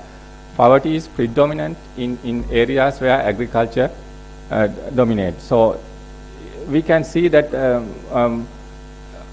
most of the farmers do not earn a sufficient income for their livelihood. So second condition is also violated. Third, agriculture exports haven't diversified much over the last few decades. We are exporting the same set of products for a number of years.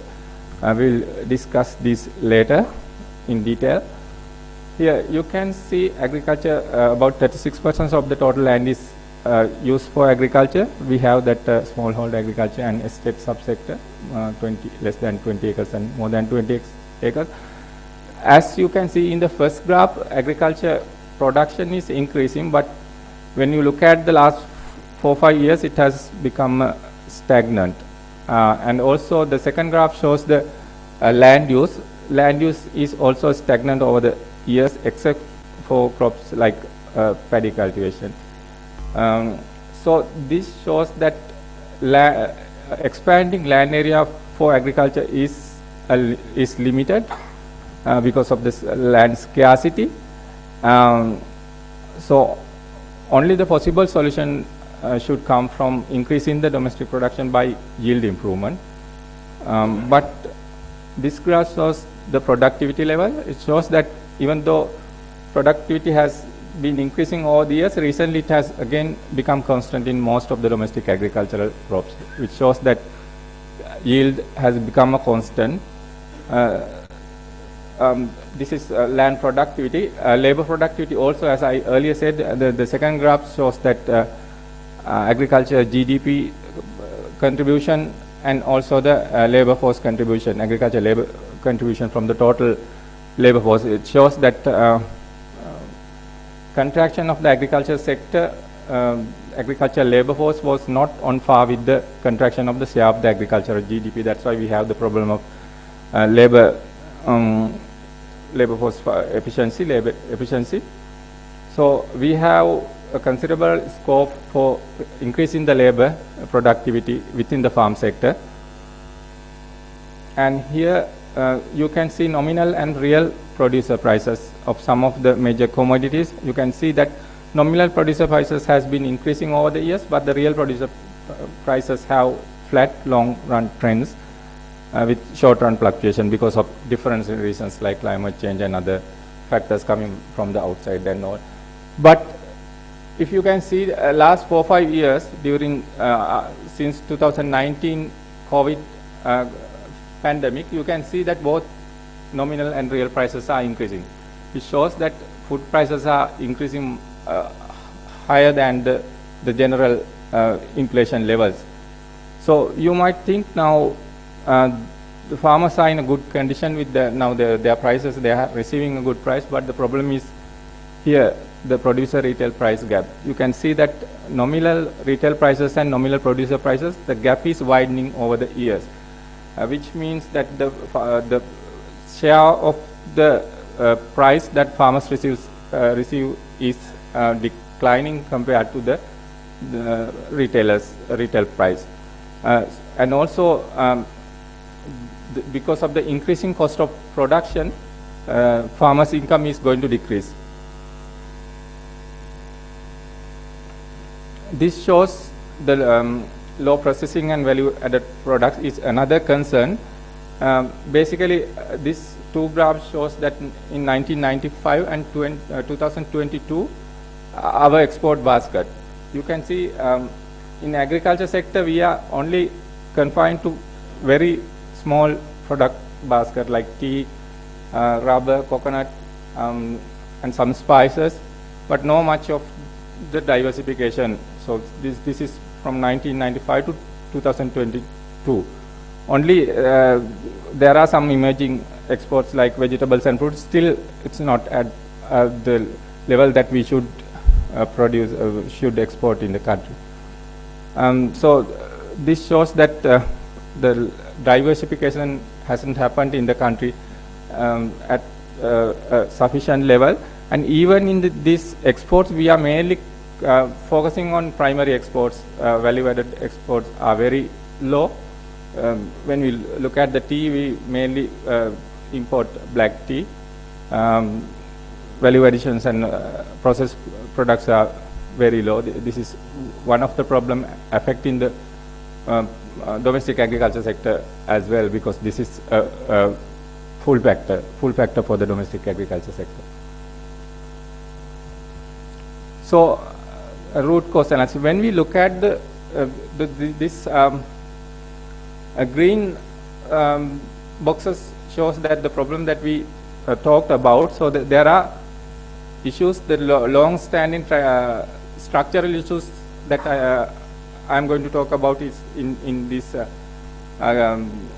blue boxes, and also the short-term issues that we have been facing over the last 4 years are in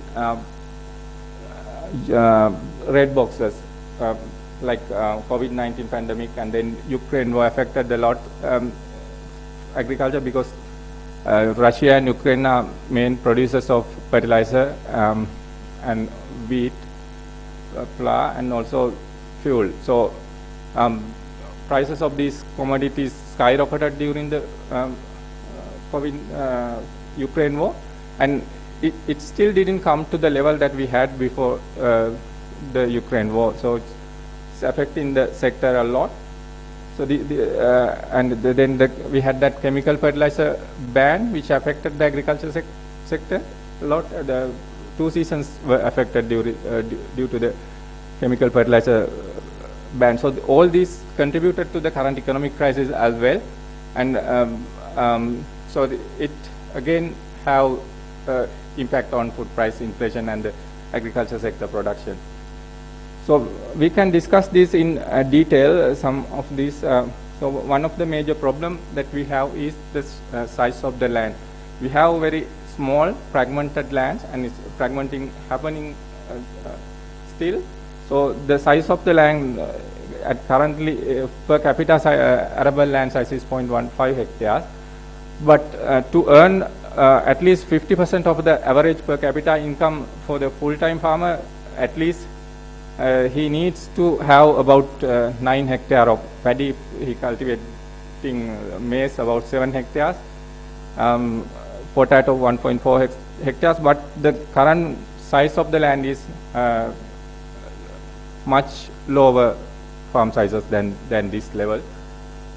So other than this land fragmentation and farm size, there are some other land issues because of most of the decision on land use and management in Sri Lanka is taken on ad hoc basis without any scientific basis. So we can see a lot of problems, land degradation, land productivity, deforestation, wild animal attacks and things like that. So another issue is land management. It is basically governed by several operational laws and several institutions. So they don't have proper coordination, and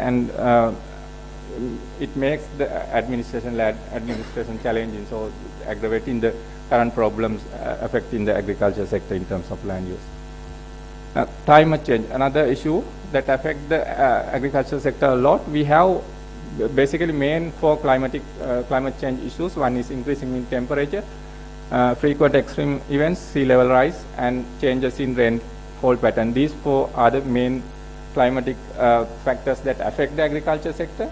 Over the years, ambient air temperature is increasing, so this affects the agricultural productivity and yield levels.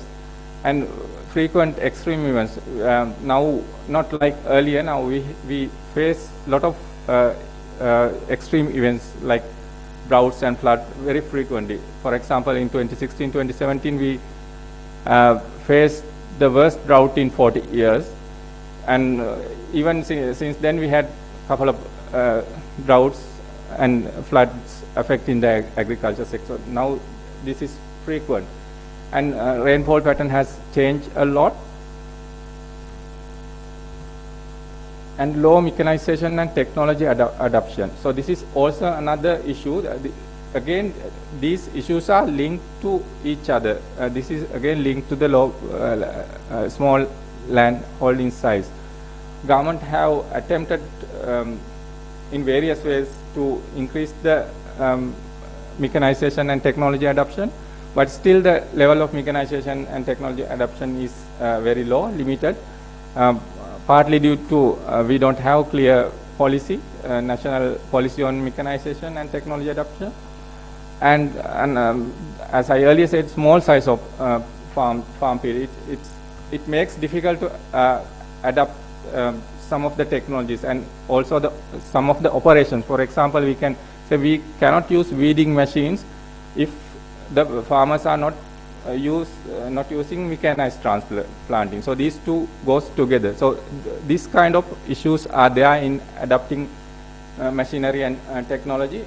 And also there are issues, some of the machines are, basically we have, for paddy cultivation we have some of the machine, but for other crops it's very limited. So it's only targeting only on one crop. So adapting machinery developed for other use or from other countries, sometimes it's very difficult with technical issues. And also there are negative attitudes for the farming community towards adopting new technology, maybe because of poor awareness or high cost of machinery and poor farm income. So these things affect the mechanization and technology adoption potential of the agriculture sector. And youth moving away from agriculture. This is also again connected with the other things that I have mentioned. Mainly because agriculture employment is not pursued to provide social recognition and protection, with limited use of technology and innovation in the sector. Other factors include, based on the recent research that we concluded, low profitability, high risk and uncertainty, and poor access to resource and support services such as land, and also small size of the land and things like that are hindering youth participation in agriculture. But evidence reveals that youth are interested in modern high-tech agriculture with automation and other mechanized systems. So it's little by little it's getting popularized among the youth. People are using polytollerance and these cultivation practices. Declining public spending on agriculture. So we have invested a lot on, since independent, lot on irrigation development, land settlement, research and development on high yielding varieties, promoting inorganic fertilizer and other inputs. But now the agriculture, public spending on agriculture is increasing in absolute term, but in terms of as a share of the GDP and as a share of the total budgetary allocation is declining. For example, last budget in 2024, its allocation is about 0.83%. It's a decline from 1.15 in 2014. And from the government expenditure, it's declined from 7% to 2% during the same period. And also there is a serious issue of prioritizing of public investment in agriculture. So whether we are utilizing the available limited funding for the needed investment is a question, because most of the public investments are going for large scale irrigation infrastructure and also for providing subsidies. So the impact of this is questionable, and there are ways to maximize the use of public expenditure, which we are going to propose. And high post-harvest losses. This is also an issue. There are evidences about 30 to 30% of fruit and vegetables are going wasted throughout the value chain, starting from the farmer stage when it goes to the consumer stage. So it's a big loss, and there are a lot of reasons contributing to this post-harvest losses, because sometimes the value chains are very longer, greater number of intermediaries handling the product, and also inadequate storage, post-harvest facilities, and lack of market information.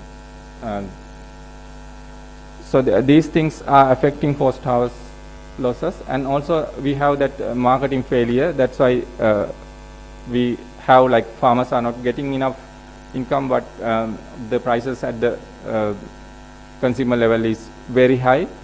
Again, there is a contribution from the long value chains, and also high cost of transportation because of these longer value chains, and inefficiencies due to handling a lot of intermediaries, and also extended value chain supply chains contributing to the post-harvest losses because of the freshness and perishability of the most of the product could deteriorate when it goes through the value chain.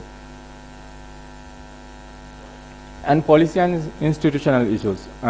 Usually agriculture policy making in Sri Lanka is characterized by heavily politicized and short-term decision making nature.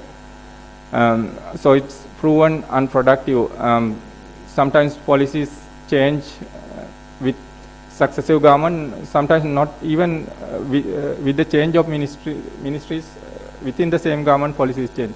We recently experienced what happened to overarching agriculture policy that we developed, and also agriculture policy has not been approved at the parliament because of those issues, change in the government and change in the ministers within the same government. And also we have issue of institutional structure. Here I have listed the agriculture sector institution under different ministries, how it changed with the different regimes. MR regime, MS regime, GR, and current regime. So same institution sometimes goes from one ministry to other ministry. So it involves high transaction cost and coordination problems which affect the policy making process and especially the implementation process of the policies. And those are the long-term structural issues that the agriculture sector have been facing over the years. So these are short-term crises that I earlier mentioned. These 4 crises affected the, it actually aggravated the problem that the agricultural sector because of these structural changes. So I'm not going to go into details. Still, even though this COVID-19 impact of COVID-19 has been now ended and the import ban has been corrected, and also the impact of Russia-Ukraine conflict have also eased, but still we have that the problem we undergone during this over last 4 years. So actionable recommendation here, we propose two-pronged approach because there are issues that affected because of the short-term issues. So we propose near-term strategy focused on recovery from recent shocks, and long-term strategy aiming at transforming the agriculture sector and positioning the sector on a sustainable growth trajectory, basically based on market economic rationale. So near-term strategy, we have to understand that the current government is highly burdened with the low budget for new investments. So mainly even the government is mainly focusing on stabilizing the economy. So in the short term, due to the budgetary constraint, it is crucial to repurpose the current available budget for the agriculture sector to maximize the efficiency of using the current budgets. One way is targeting input subsidies like fertilizer only for the needy people. Now we have that one issue of targeting is we don't have a proper database. But I know now the Department of Agrarian Development, they have developed database for paddy farmers. So these initiatives can be used to target input subsidies. This is short term. We are not recommending in the long term to go ahead with the subsidies.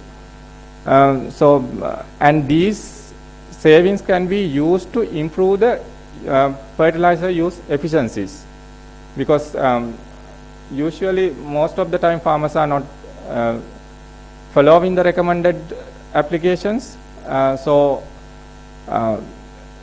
These savings can be used to improve this fertilizer use efficiency, improving the farm practices, and also we can use like site-specific application of fertilizers, not just blanket applications, measuring the level of nutrition at the soil level, and then apply only for the sites that we need the nutrition, site-specific applications. So these things can be used to improve the fertilizer use efficiency. So it will save some money that we are wasting in terms of subsidies. And also we have research and development budget, annual budgets. So these, but the problem is we don't have key performance indicator measures for measuring the impact of using these research and development budget.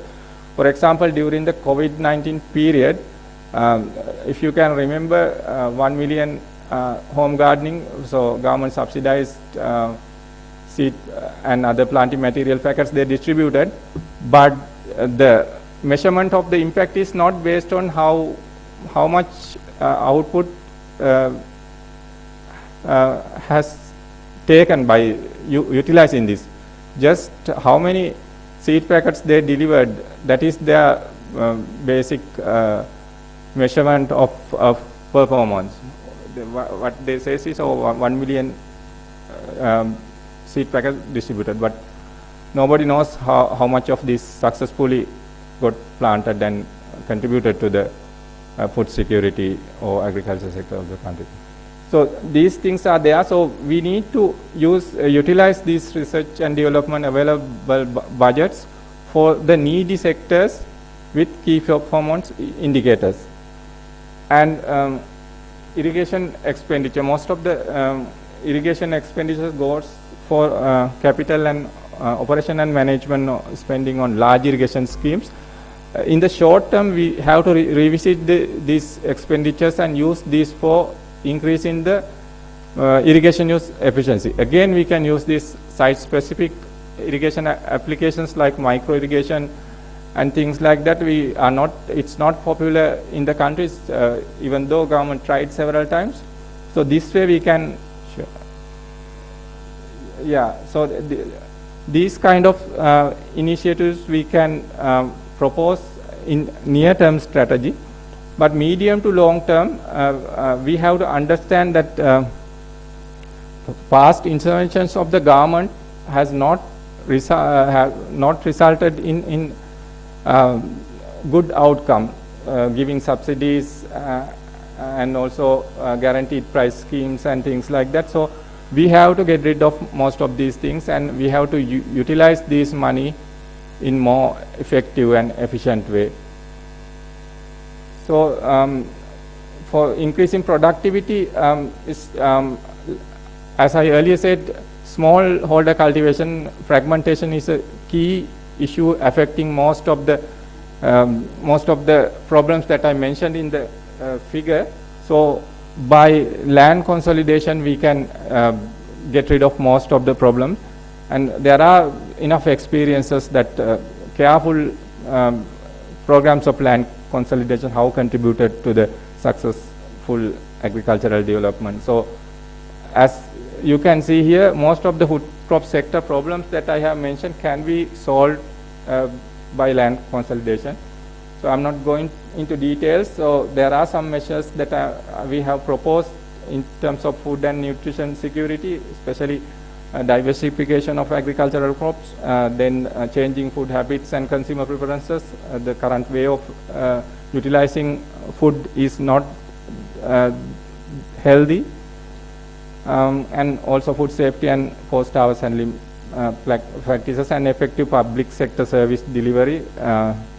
So some of the reforms in the institutional structure and especially different roles that government sectors have to play at national and subnational levels, and climate change in terms of climate adaptation and mitigation, in terms of resilience building, climate insurance and things like that. And digital technology and data. This is very important area which can solve most of the problem, including the problem of marketing and value chain problems and things like that. So we have proposed some of the measures that we can adopt. And thank you.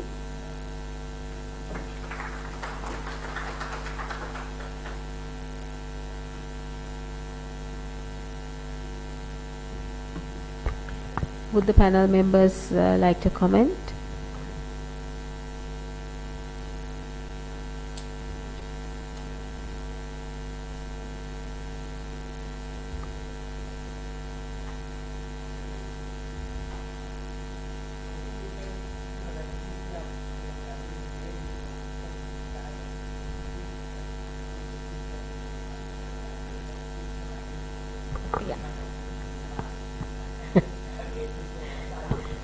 Yes, okay.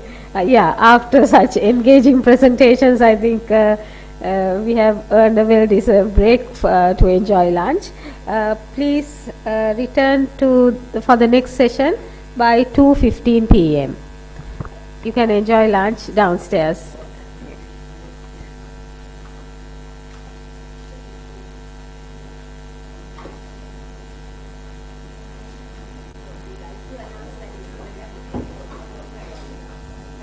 Lunch is served in the cafeteria downstairs on the ground floor. Yeah.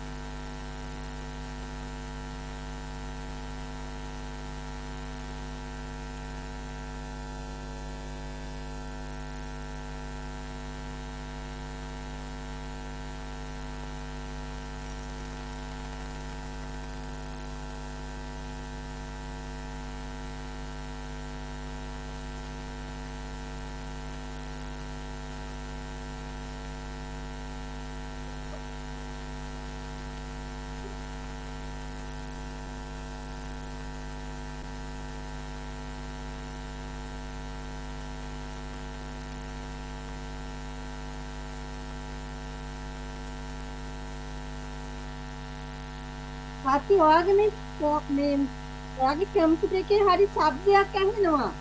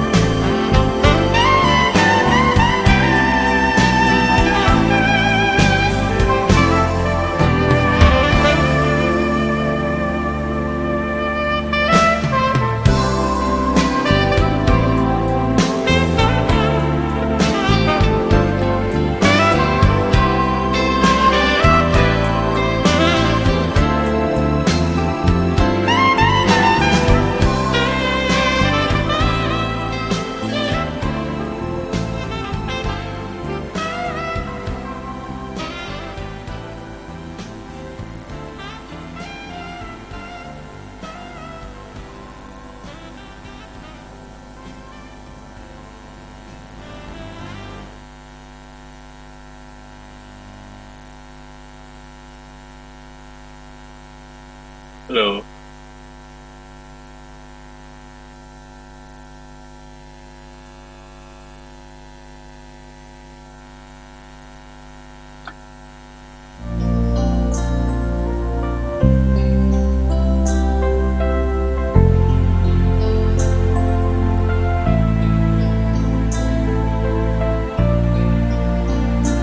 Hi, Chandra. Hello. Hello.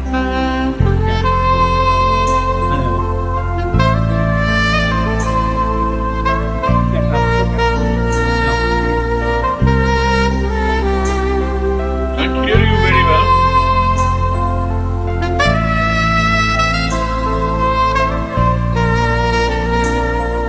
Are you joining from Australia?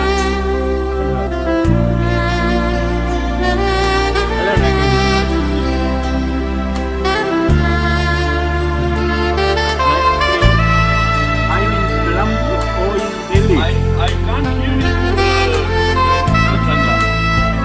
Why? Voice is very low. You can hear me, madam?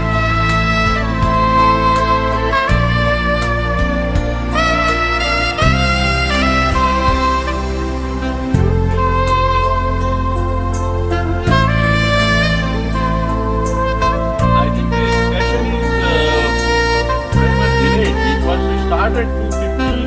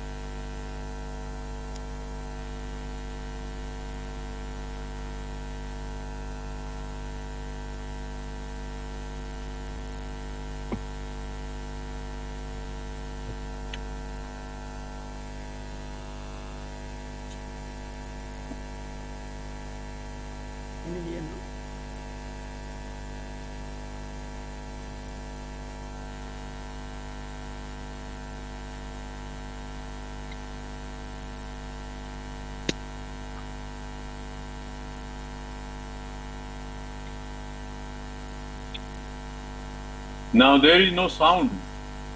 Yes. I don't know anything. But I can see you nicely. Yeah, me too. Yes.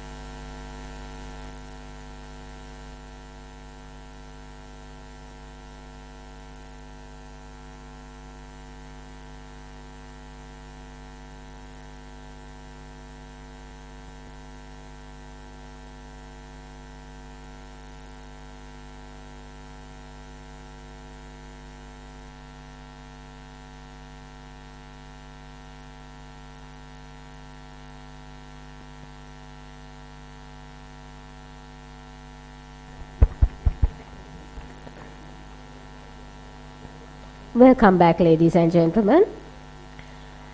As already mentioned, NSF has partnered with the Association of Asian Social Science Research Councils, or SUSREC, mobilizing expert resource persons from SUSREC member states to share experience from the region. We have two presentations, and the first presenter joining from New Delhi is Professor Nagesh Kumar. He is the Director and Chief Executive of the Institute for Studies in Industrial Development, which leads India's efforts in industrial transformation. Prior to this role, he held senior positions at UNESCAP, including Chief Economist and Division Director, and was also Director General at the Research and Information System for Developing Countries, and has a PhD from the Delhi School of Economics. Today, Professor Kumar will speak on India-Sri Lanka Economic Partnership for Sustainable Recovery and Inclusive Development. I will now hand over to Professor Kumar, who will be joining online. Thank you very much for this invitation and for the introduction. I'm very pleased to join you, even though online, from New Delhi.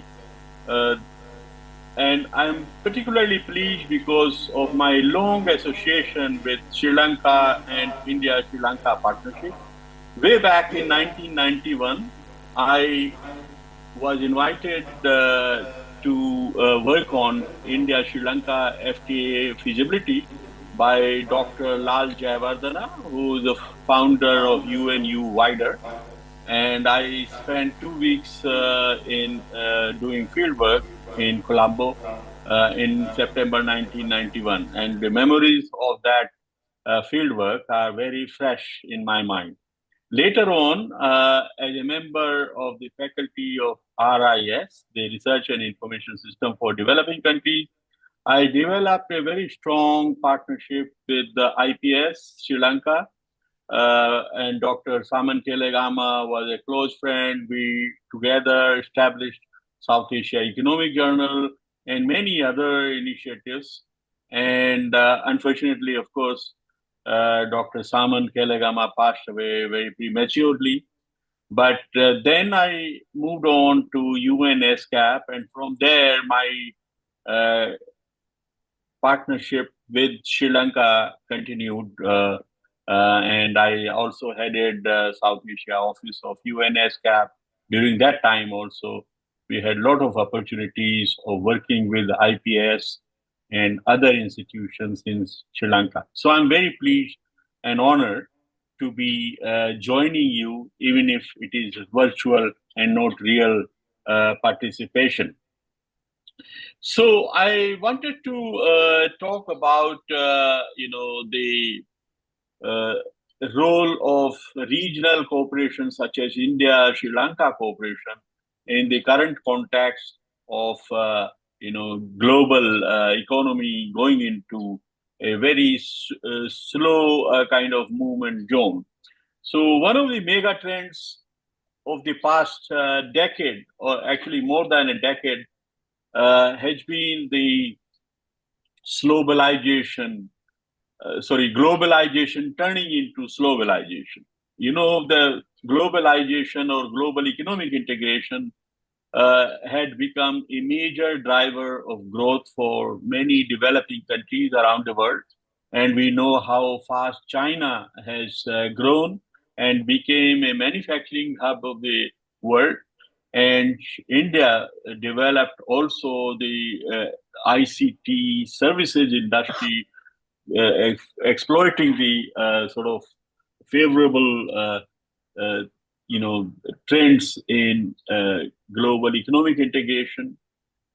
But since the collapse of Lehman Brothers and the global financial crisis in 2008-9, the global economic integration trend actually has become a very slow moving, so much so that it has been termed by economists initially, and then later on IMF also used the same term, globalization or retreat of globalization. And just to give you an example, pre-2008 time, the annual rate of growth of world trade and FDI, which are two channels of global economic integration, was around 20% per annum. After this global financial crisis, it has come down to between 2 to 4%. And currently, Chandra knows it very well, world trade growth is hardly any positive number. Generally a flat growth rate. FDI flows, global FDI flows have been shrinking for some years. And that is one major trend. It was accentuated by the pandemic, lockdowns, and all the geopolitical tensions in different parts of the world. And different countries have adopted, especially the advanced countries have adopted a lot of protectionist barriers, including CBAM in European Union. The carbon border adjustment mechanism, which includes imposing unilateral tariffs on imports of carbon intensive products, what they think are carbon intensive products. So this has been kind of a major trend. And even though globalization was a mixed blessing for different developing countries, and it benefited largely China and few others, and many countries were not actually able to make advantage or take advantage of this. Still, the globalization or the slow movement of trade and FDI affects everyone. And even for India, I mean, we expect the growth rate of Indian economy is down by or underperforming by at least 1 percentage point. So, and many countries in the aftermath of these different shocks, the global financial crisis, then the pandemic, and the Red Sea, and the geopolitical tensions and conflicts in Europe and Middle East have affected number of countries and their economic prospects, and the debt crisis was accentuating in many parts of the world, and Sri Lanka had been one of the countries in South Asia affected very badly by these, shocks in the global economy. There were other countries also in South Asia, like Pakistan and Nepal, which also faced a lot of difficulties in terms of liquidity and foreign exchange reserves, and had to go to the donors, IMF and others. So the point is that if globalization is not going to be a major driver of growth or major engine of growth, as it has been in the past 2 decades or so, and which helped countries like China to grow very fast, very rapidly. What do we do? And there are also, other trends like collapse of multilateralism in trade policy. There is another mega trend of demography, which is leading to rapidly aging populations in Europe, East Asian countries, and parts of North America. Which means the world economy will never come back to the kind of trajectory it was at before the onset of the global financial crisis. So clearly, the writing on the wall is that we need to identify and work with alternative sources or alternative engines of growth. And regional cooperation, in my view, could be a major such engine because of underexploited potential of trade in goods and trade in services, foreign direct investment within the region, especially in South Asia. We had estimated when I was at UNSCAP that only 57% of, only 1/3 of the potential of intra-regional trade was exploited. The 2/3 remain to be exploited in the region, and so I think this is something we need to pay greater attention to in this context of global economic integration taking a back seat. So, can we work with the regional engines when global frontier is coming to a kind of slow moving engine? And in particular, I think India, Sri Lanka, have a lot of potential of deepening relationships, economic partnership. But I must say that India, Sri Lanka have been ahead of the curve in South Asia. I mean, way back, I was telling you about my visit to Sri Lanka in 1991 to do a feasibility study of India-Sri Lanka FTA, which was done in 91, 92, but it took 6 years down the road to be signed. And in 1998, it was finally signed, and it became operational since 2000. And I think over time, one has seen a lot of positive effects of this FTA.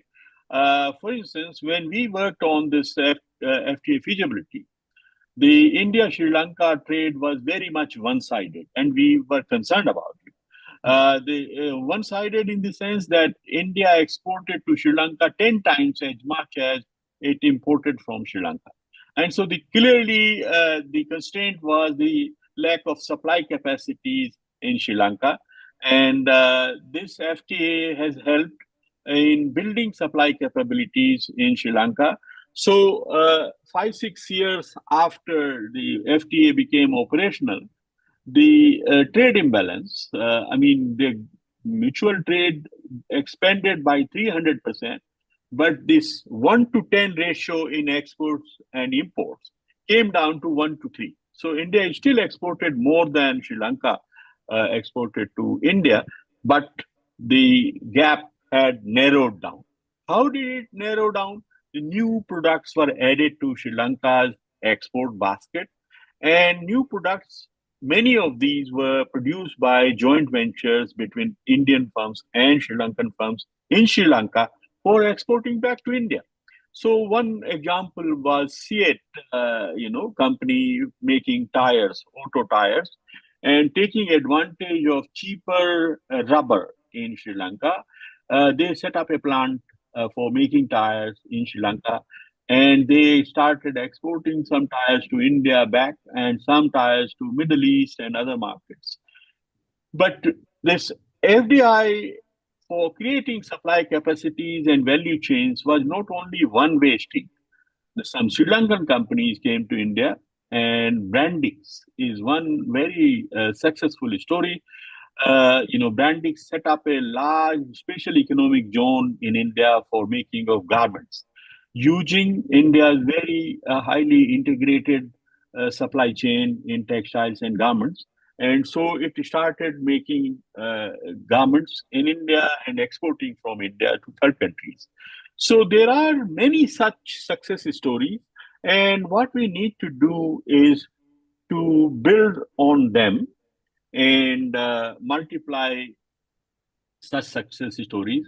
And in the current, context, also one needs to look at what is happening in trade-in services. I think India, Sri Lanka enjoy very deep relationship in many aspects of services like transportation.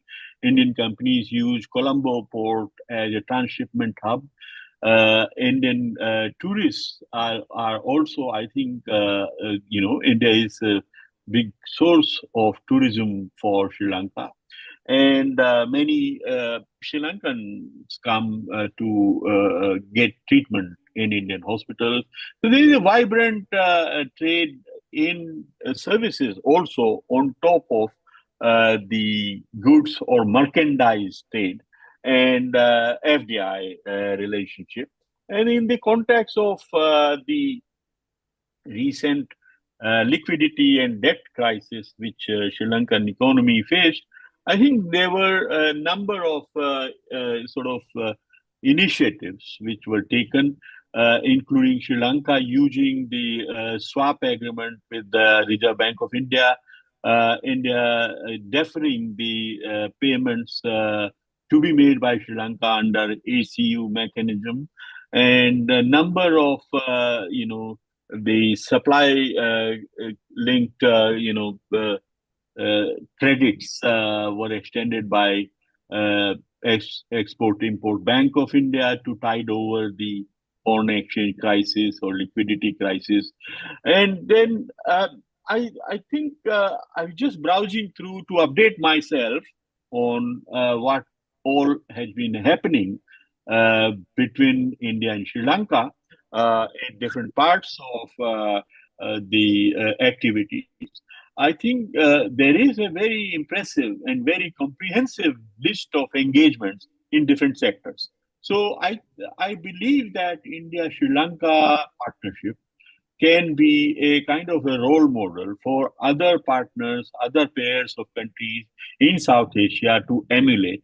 So starting with the bilateral free trade agreement and the cooperation covering not only just merchandise trade, but services and investments, two-way flow of investments, and the payments arrangements, and then the swap arrangements coming to help for each other, and the development projects like number of railway projects I saw on the list of those comprehensive partnership listed. So I believe that we need to deepen this partnership to exploit the full potential of that. And as I said, it could be a role model for other countries in the region and beyond.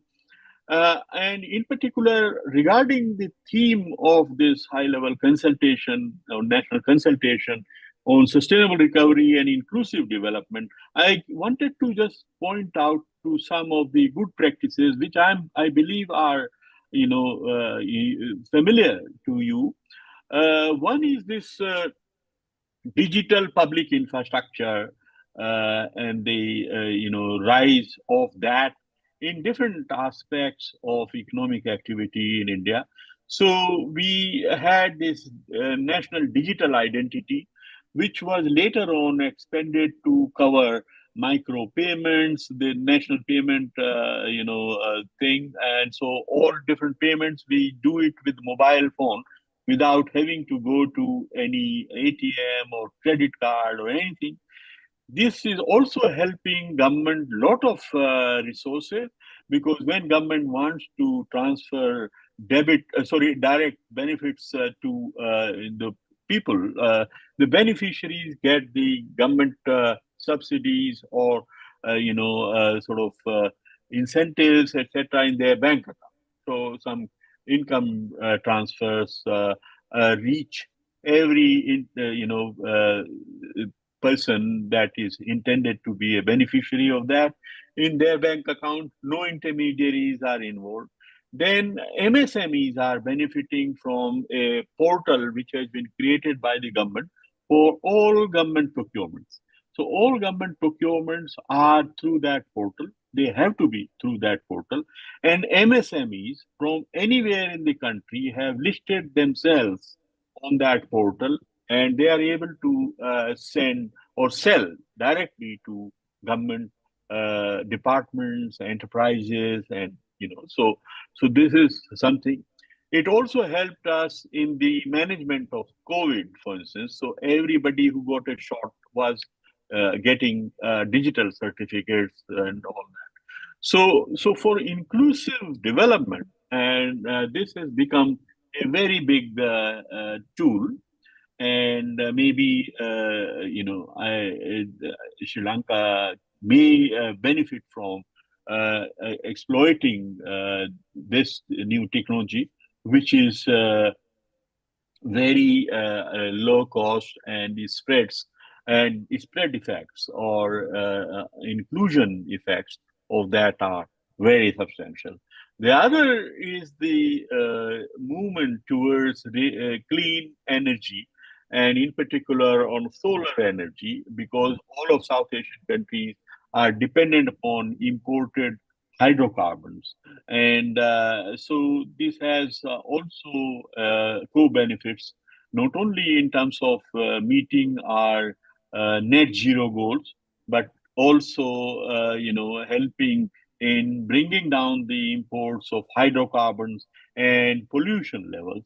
So we are trying to replicate and expand our renewable energy portfolio, and multiplying by several times. So currently we have 180 gigawatts of renewable capacity. We want to bring it to 500 gigawatts by 2030. So these are very ambitious targets, but the way it is expanding, we are very confident that these targets will be met. And so there is this cooperation possibility that Sri Lanka could possibly,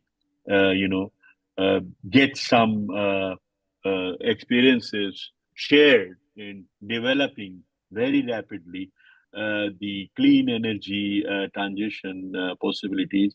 And similarly, India learning from Sri Lanka on its great success in human development. I think there are many possibilities of very fruitful mutual exchanges. Sri Lanka and India have been pioneers in economic cooperation in South Asia, and I believe the future is much more exciting. Thank you very much for this opportunity. I think I have taken all the time that was allotted to me. So thank you very much.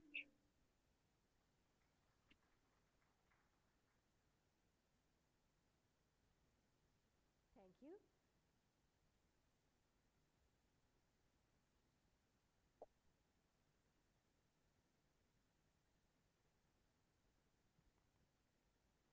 The next presenter will be joining us I from can't. Malaysia, and is Dr. Anis Yusof.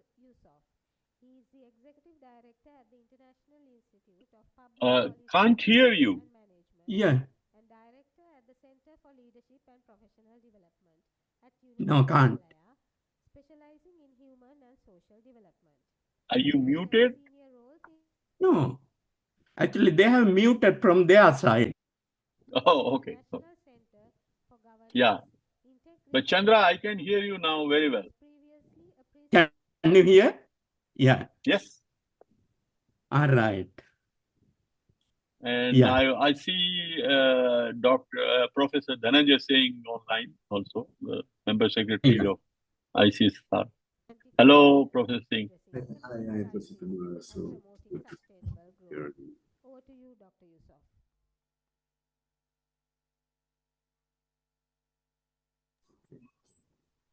Yeah, hello, Professor Kumar. Hello. They've slowed the volume. It seems there was this issue in the morning as well. Let's hope. Can you hear? Yeah. Mm-hmm.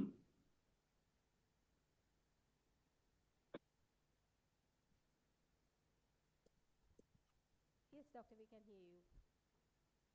Madhukaji, if you could just message them if you have the number, or Neha, perhaps Neha.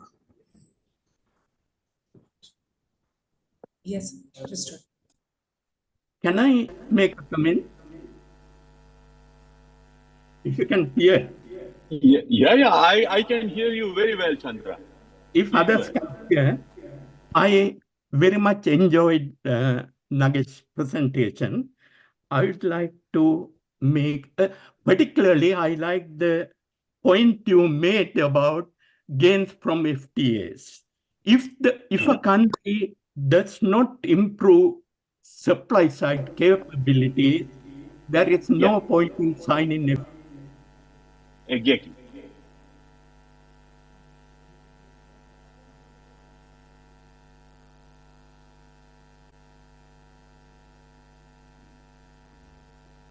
We have been muted by the organizers.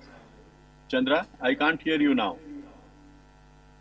Initially, I was able to hear you. Yeah. Now. Hear now? Yeah. Yeah. Then I think Nagesh made a very important point related to FTAs. A country. Again, you have been muted again, Chandra. I don't know what is We going on. could hear you, Dr. Yusuf. Well, I couldn't hear you earlier. Have you invited me to speak now? Am I supposed to speak? Because there's so many people speaking at the same time. I want to make a comment as well, if possible.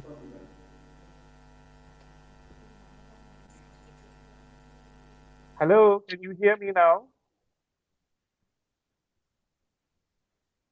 Mm-hmm. Can I share my slide? Dr. Yusuf, yes, you may make your presentation.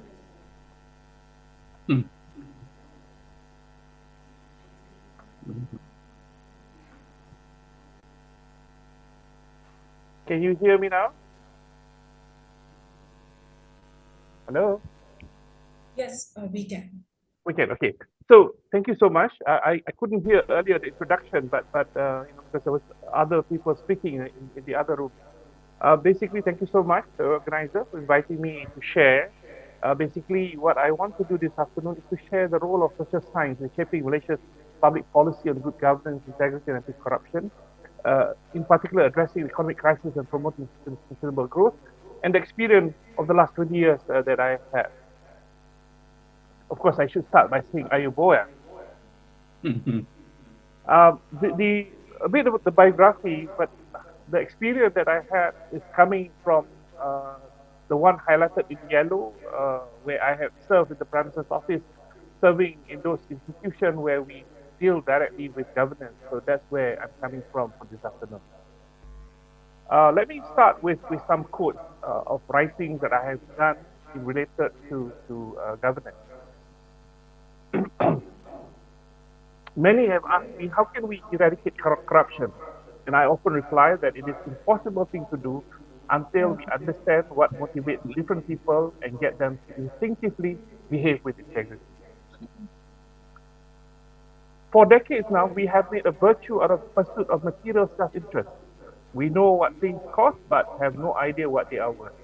We no longer ask of judicial rulings or legislative acts, whether they are good, fair, just, or are they right, or whether it will help bring about a better society or a better world. And this is important because I think different people have different ideals and beliefs. We cannot force everyone to want the same thing, but that should not stop us from working to achieve the greater good. We need to see and understand the big picture, that the rich do not want the same thing as the poor. Those who depend on their jobs for their livelihood do not want the same thing as those who live of investment and dividends. Those who depend on public transportation, education, and protection do not seek the same thing as those who can afford private transport, education, and protection. If we were to assume that everyone wants the same thing, then we are mistaken and misled. And the final quote that I want to share with you this afternoon is that in the article that I wrote to explain the problem of governance, let me conclude this point by making references to the US Senate. There is little point in asking the US Senate to reform its lobbying arrangement. As Upton Sinclair famously observed a century ago, it is difficult to get a man to understand something when his salary depends on him not understanding it. I think this is just some quotes from some of the work that I've done to explain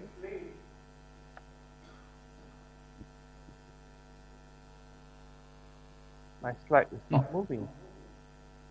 Okay. So, to the agenda for this afternoon, with that as a way of background, I want to talk about her story. I want to tell three stories. So the first story is her story, the second is history, and the third is our story. What is this her story that I want to talk about? I want to talk about this lady by the name of Miss Malaysia.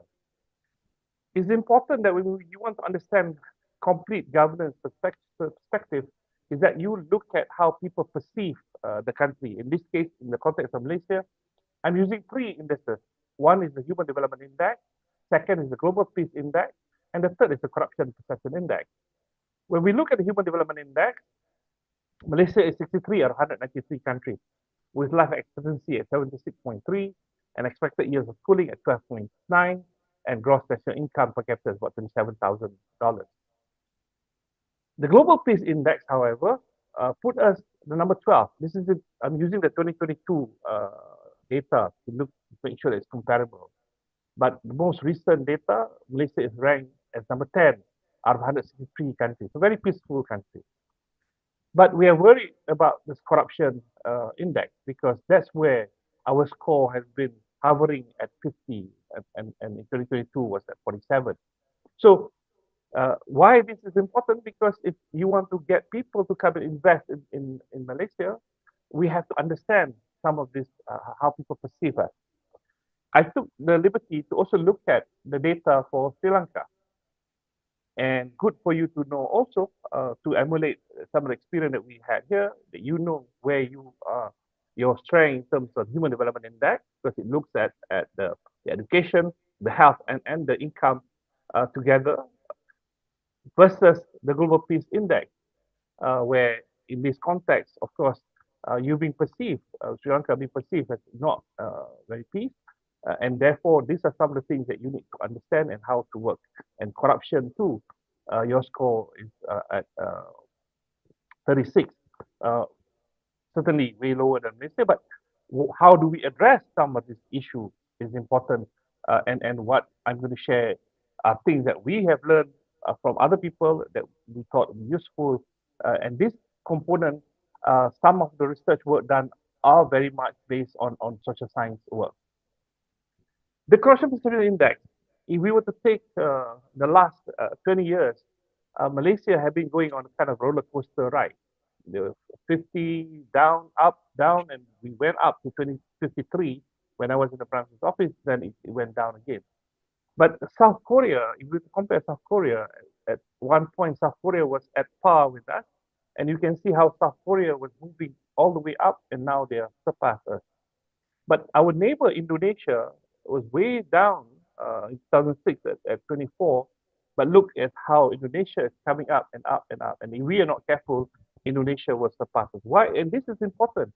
This kind of comparison and understanding of looking at the index can help us look at the region and understand where we stand and what we need to do. Now let me move quickly to the history part. Over the last 20 years, and this is to see how social science has influenced the policy on governance in Malaysia. In 2002, a group of social scientists from the National University Malaysia was engaged to do a study on the perception of corruption among university students. This is to respond to the Transparency International Global Perception Index. So we thought that we had to study and understand what our students' understanding is. And in 2002, the finding was that 30.5% of the students that was surveyed said that if they are given position of power, they would be corrupt. And that was worrying the Prime Minister at that time. So he said, we need to do something about this. The team was then asked to come up with a national integrity plan based on that research. So that research was important. The social science research was key in making sure that we then find a solution. So the National Integrity Plan was launched on 23rd April 2004, and together with the plan, the Malaysian Institute of Integrity was set up. I then joined the institute to help with the program that they were supposed to be implemented. And that time we introduced the National Integrity Perception Survey. This is basically to take on the nationwide study, not just in universities, but we did this survey throughout the country. In January 2009, one of the effort was done that the Malaysian Anti-Corruption Agency at that time was upgraded to become Anti-Corruption Commission, to give it more independence, to give it more power for them to be able to make a difference. In 2009, towards the end, the Government Transformation Programme introduced 7 key result areas where corruption program became one of the important components. The significant milestone after that was that on 15 May 2013, the Prime Minister at that time appointed a technocrat who used to be the President of Transparency International, in this case, Paul Loh, to be made a minister in the Prime Minister's Department responsible for governance and integrity. And Paul Loh later on brought me back to be the President and CEO of the Malaysian Integrity, where we re-established back some of the research work that we have done before, and including a special study on Political Donation Act, which was conducted during my time. So all the study that we did end up to be converted into a policy for the government. The National Perception Survey and National Anti-Corruption Perception Index, which we did earlier, was reintroduced by the Institute. And a number of integrity instruments, which I will then present later, was developed during that period. 2018, I was then appointed to be the first Director General of the National Department for Good Governance and Integrity, where we did more work in terms of ensuring that some of the evidence-based data could be used for policy formulation. And those data, what I will share later in terms of how we have come up with a National Anti-Corruption Plan. So this 5-year plan was not just taken from thin air, but it was based on evidence-based data that we massaged and we analyzed from actual cases. For the effort that we did between 2018 to 2019, Malaysia's CPI went up from 47 to 53. And that's important to understand what happened, how those studies were important to us. And then, of course, in 2020, when COVID-19 came, change of government happened in Malaysia, there was a lockdown, and most recently, with the new government, there's a new national anti-corruption strategy that was launched from the original 5-year plan. So let me then proceed to explain further from those milestones. Now, when I left the Prime Minister's office in 2020, UNDP, the organization that I used to work, engaged me to do a study on the impact of COVID-19 pandemic and governance in Malaysia. But when I was in UNDP in 1998, there was a study done on the impact on the Asian financial crisis. So we used the lesson from the Asian financial crisis as a background to understand the problem with governance in Malaysia, the impact of COVID-19 pandemic and governance in Malaysia.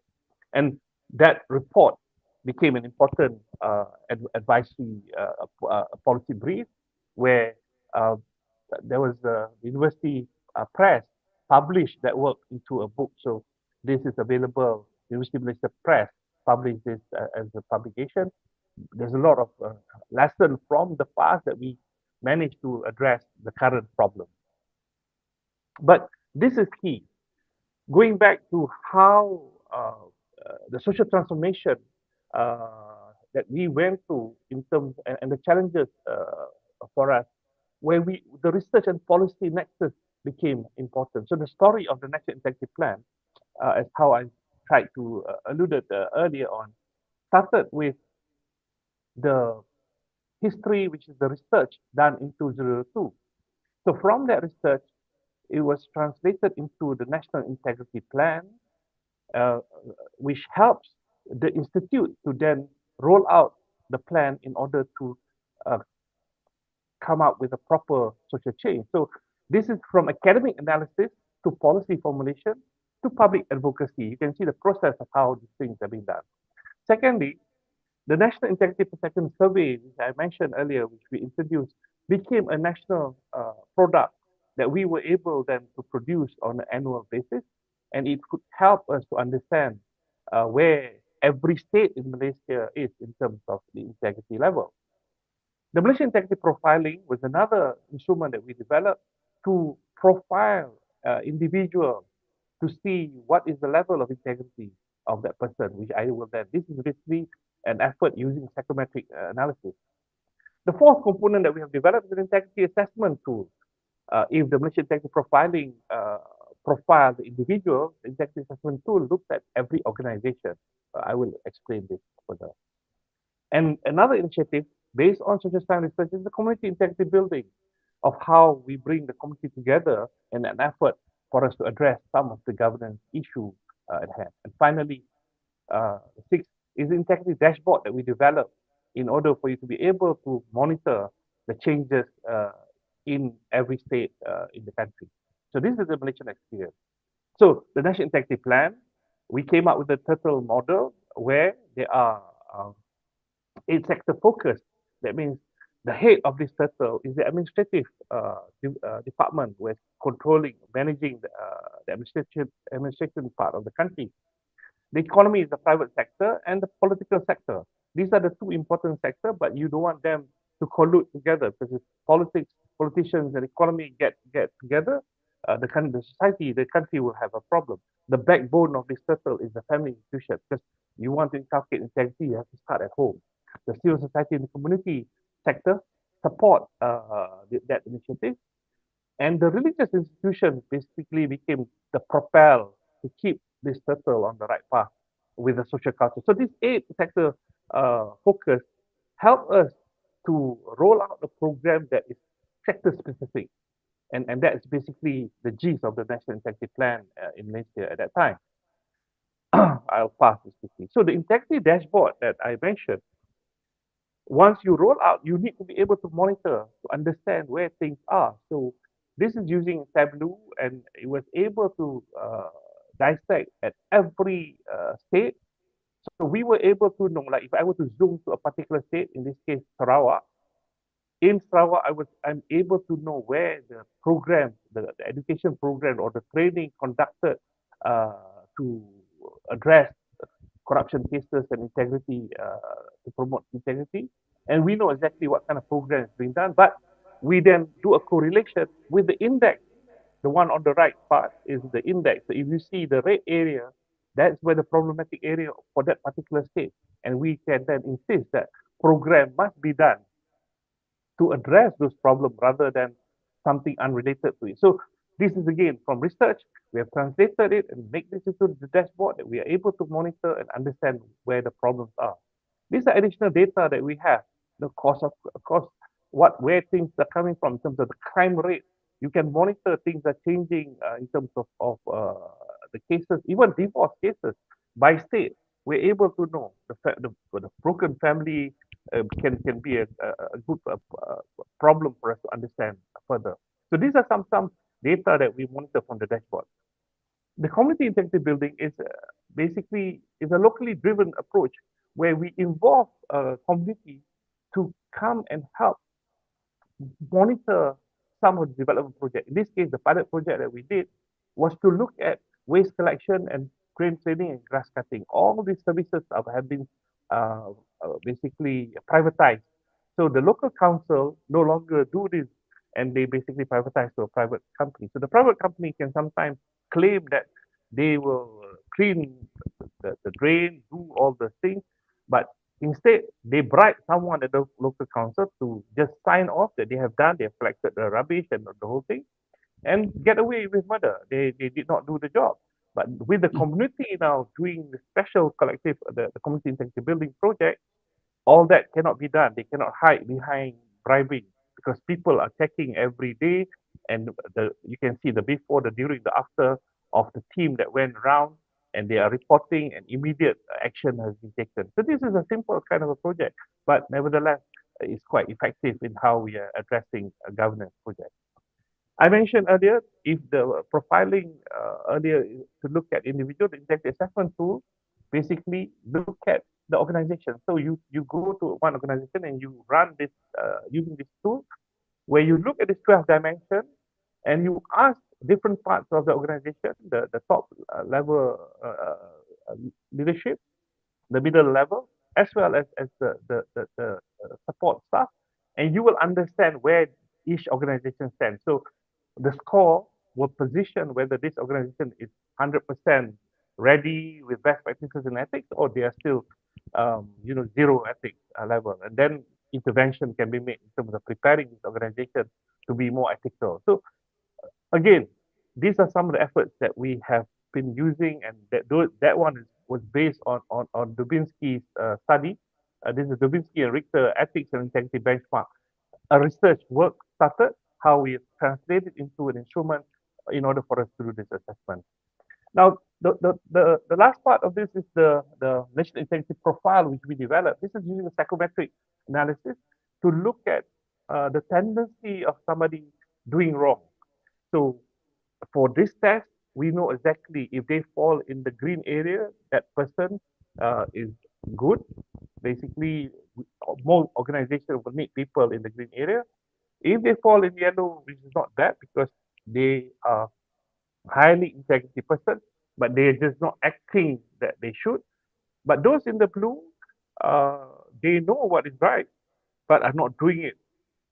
So you need to coerce and really get them to move from blue to green. But those, if they fall in the red area, that's where the problematic area. So imagine if you use the psychometric test to evaluate before you promote any people in your country for key positions. You want to make sure that how to avoid Dracula from becoming the CEO of the blood bank. This is one method that we can use. And in addition to what I mentioned earlier, when I was the president of integrity, I decided that we need to develop preschool module. And this is basically just creating special stories to tell to kids and using puppet. And you look at how the kids reacted to the mascot when we bring it to the school. But the important part of this, when we piloted it, there's some parents who came to school to ask what our teachers were teaching.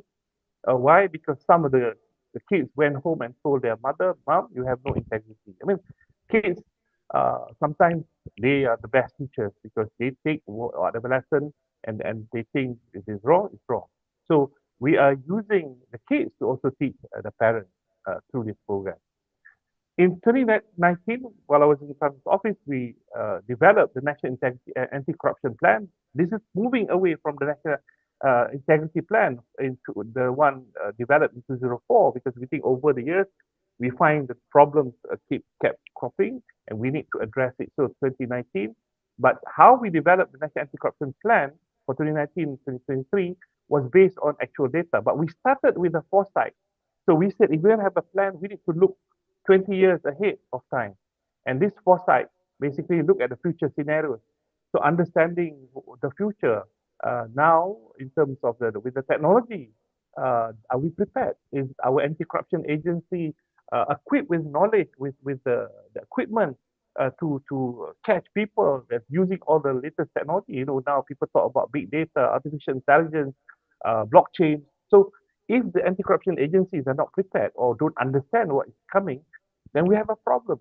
So some of these studies and the foresight help us to understand better whether the situation, the different scenarios, and what needs to be done. In order to help us understand better of the work, we got data from the anti-corruption agency, 20,000 records of actual cases, where we then analyzed it, and from that data, we found that actually 42% of the problems come from the public procurement. So meaning to say, most of the cases where they started to be corrupt is when they start to work in the corrupt procurement. So procurement, public procurement, of course, is being stated the easiest, the most vulnerable sector focus. So this data shows us what is the actual problem. The same data we use, we want to understand the population prone to corruption, and from this data we found 63.3% are public officials. So again, we know the sector focus, the population prone, and where the problems are. And that's how we develop this. And in the case of public procurement, as I mentioned earlier, public procurement has been identified, and according to OECD, is the most vulnerable government activity. The framework for the plan then have focus based on the data, the actual data that we have researched on. The political governance, the public sector, the public procurement, the legal judicial, the law enforcement, the corporate governance. So these 6 priority areas became the important component for us to come up with the actual plan in addressing the problem. So the plan is not just any plan, but it's based on research. It's very much, detailed work that we go with evidence-based, that where we then develop, where we need to address based on the root cause in the society. People ask me, why do we need new plans? As what Mr. Fuller said, you never change things by fighting the existing reality. To change something, build a new model that makes the existing model obsolete. We even developed a special book of how a guide to develop an anti-corruption plan, because we wanted that not just at the national level, but every state, every government agency must have their own plan. Unless that everybody take action and addressing the root cause of their problem, then we are still just talking at the top level. There's some other books that we wrote to understand the Malaysian government indicators, where I coined this term 3, that if you want to make sure that every effort it has to be transparent, it has to restore accountability, it has to make sure that it's efficient and effectiveness. This is a sample of how the work plan in terms of making sure that the result will be achieved, that we will achieve the transparency, accountability, and efficiency and effectiveness. The current trend, because we cannot just rely on research done in the past, but we continuously conduct research to find out what are the current trend. So we look at, based on the 2002 data, we asked students in more recent time in 4 public universities, are the following statements an act of corruption? And you can see the kind of answer they gave. Question asked, using office funds, money for personal interest, 20% says it's not wrong, 9% says they don't know. Another example, submitting claims for outstation accommodation when accommodation is provided by the organizer, 37% says it's not wrong, 22% says they don't know. So all these statements were taken from the Malaysian Anti-Corruption Commission Act. So these are statements of corruption, but yet the general public, in this case, the students in university, are not aware that those things are wrong. And so therefore, we need to do more. Despite all the effort we have done, this is still the trend, and therefore, we need to continue to put together a plan. So the strategic plan that they came up was looking at some of these issues, still using the 3 that I created, but for the National Anti-Corruption Strategy 2024-2028, I hope that Malaysia will achieve greater heights in terms of pushing. But all the work that I have mentioned are based on, and this is, I capture this in this little book, how to recentering governance, integrity, and corruption in Malaysia, the new institutions, new policies, and the will to change. And that's where we capture all this experience that I've shared with you, because I know it's 15 minutes and I've taken the time. But last, I'm not somebody who don't know your country, In fact, in 2017 or even earlier, I've been to Sri Lanka many times, but in 2017, I was invited by the Commission to investigate allegations of bribery or corruption to a formal invitation under the funding of USAID to come and give 4 different lectures in 4 different places. Even invited to a special luncheon where I met the secretary to the president, spoke to a few different programs. I don't know whether you know the people in the photograph, but I've been to your country and helped to advise that center, and I hope they are doing well. And I'm happy to come back and continue the work that I did before in 2017 if there is a need to do that. Last 2 slides. Problem with us is that when the baby is still in the mother's womb, God put the heart first. The brain came much later. But every parent in the world, the moment the baby is out, they are concentrating on the brain, making the children smart, go to school, get. So by the time they get to the university, they are big-headed people, and nobody touches the heart. So when they become big-headed, they don't listen to you anymore. But the heart becomes small, they become heartless people. And without heart, these are the problems. Because people who do all the problems in the country, any countries in the world, are done by people without heart. And that's important. So for leaders, for everyone, my last slide is the word listen in the Chinese character. I think this is important, talking about heart, because in the Chinese character, listen is not just with your ears, but listen also with your eyes. And most important, listen with your heart. Only when you listen with your ears, with your eyes, with your heart, and undivided it, that day, the last component, you become a fair king in that context. So I wish all the best. This is just some experience from Malaysia, and I hope that it will be useful in achieving and addressing the crisis that you're feeling and ensuring, capturing that sustainable growth that Sri Lanka should get. Thank you. Thank you, Dr. Yusuf. Ladies and gentlemen, the next item on the agenda is the policy dialogue on sustainable recovery and inclusive development. The objective of this policy dialogue is to facilitate the exchange of ideas and perspectives among policymakers, experts and stakeholders to address key challenges and opportunities. It aims to build consensus on actionable recommendations and strategies for effective policy implementation. The forum will generate a set of evidence-based policy recommendations under the 5 themes identified to be forwarded to policy formulating and practicing entities for implementation. Additionally, the dialogue seeks to enhance collaboration and ensure that policies are evidence-based and responsive to public needs. The panel members for the dialogue are Dr. Sepalika Sudasinghe, Professor Siri Hettige, Professor Dhananjay Singh joining online from India, Professor Sirimewan Kolambage, Dr. Nisha Arunatilaka, Professor Saroj Jayasinghe, Professor Mari Pereira, Dr. Herath Gunatilaka, Mr. Nalaka Kaluwewa, and Dr. Chang Li Wu joining from Taiwan, and all the other panel members. I will briefly introduce the panel members who were not introduced previously. Mr. Nalaka Kaluwewa is the Director General of the Sri Lanka Institute of Development Administration. He was also the Director General of the Department of Government Information. He has Masters in Public Administration and Management from the University of Canberra, as well as an MBA and a PG Diploma in Business Management from the University of Colombo. His areas of specialization includes business administration, public administration, management, and interdisciplinary management. Professor Chang Li Wu is a distinguished research fellow at the Institute of Political Science, Academia Sinica, and an adjunct professor of political science at National Chung Cheng University, specializing in political economy and comparative politics with a focus on East Asian countries.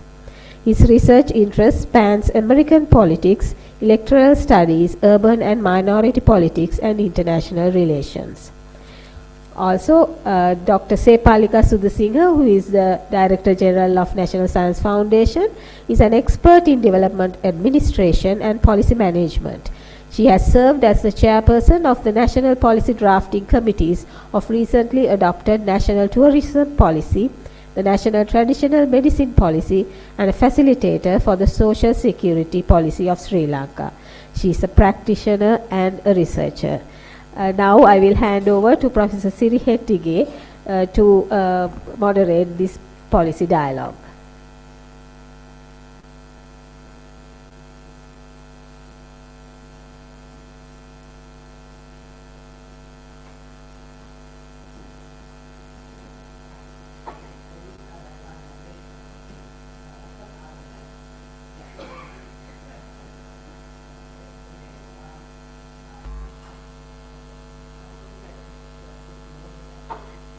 I took it longer than I expected actually, especially the two presentations from our colleagues from other countries. I think, certainly they bring their experience in their own countries, of course reflecting on not just their country but also thinking about Sri Lanka. So obviously we can reflect on what they presented as we move forward. But I think I have to promise you that we are not going to prolong this session beyond the time that we have already set aside. Maybe we might, it may not necessarily come to an end at 4:10, but certainly before 4:30 we will bring this session to a close. I feel that the panelists, if you look at the panelists, most of them already presented their policy papers, but then there are a few others who really did not speak at this forum. So maybe we give more, give them a bit of time at the beginning to say a few words.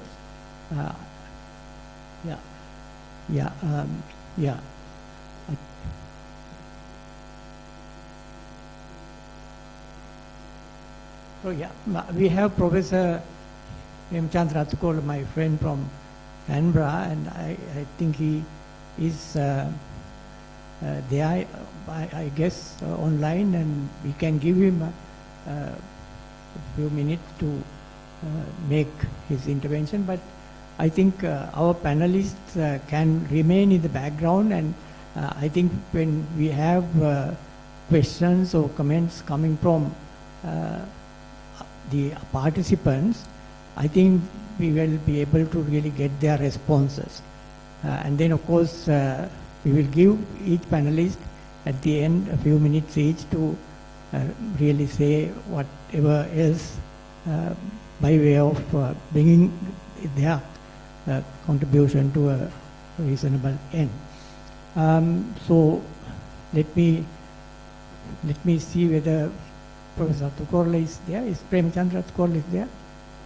Yeah, I'm here, Siri, but I don't. While waiting for him to get himself organized, let me invite Mr. Nalaga Kalueva. You see around, Mr. Oh, you're already here. Sorry, I'm sorry, I didn't. I didn't. Okay, why don't you make your very brief intervention.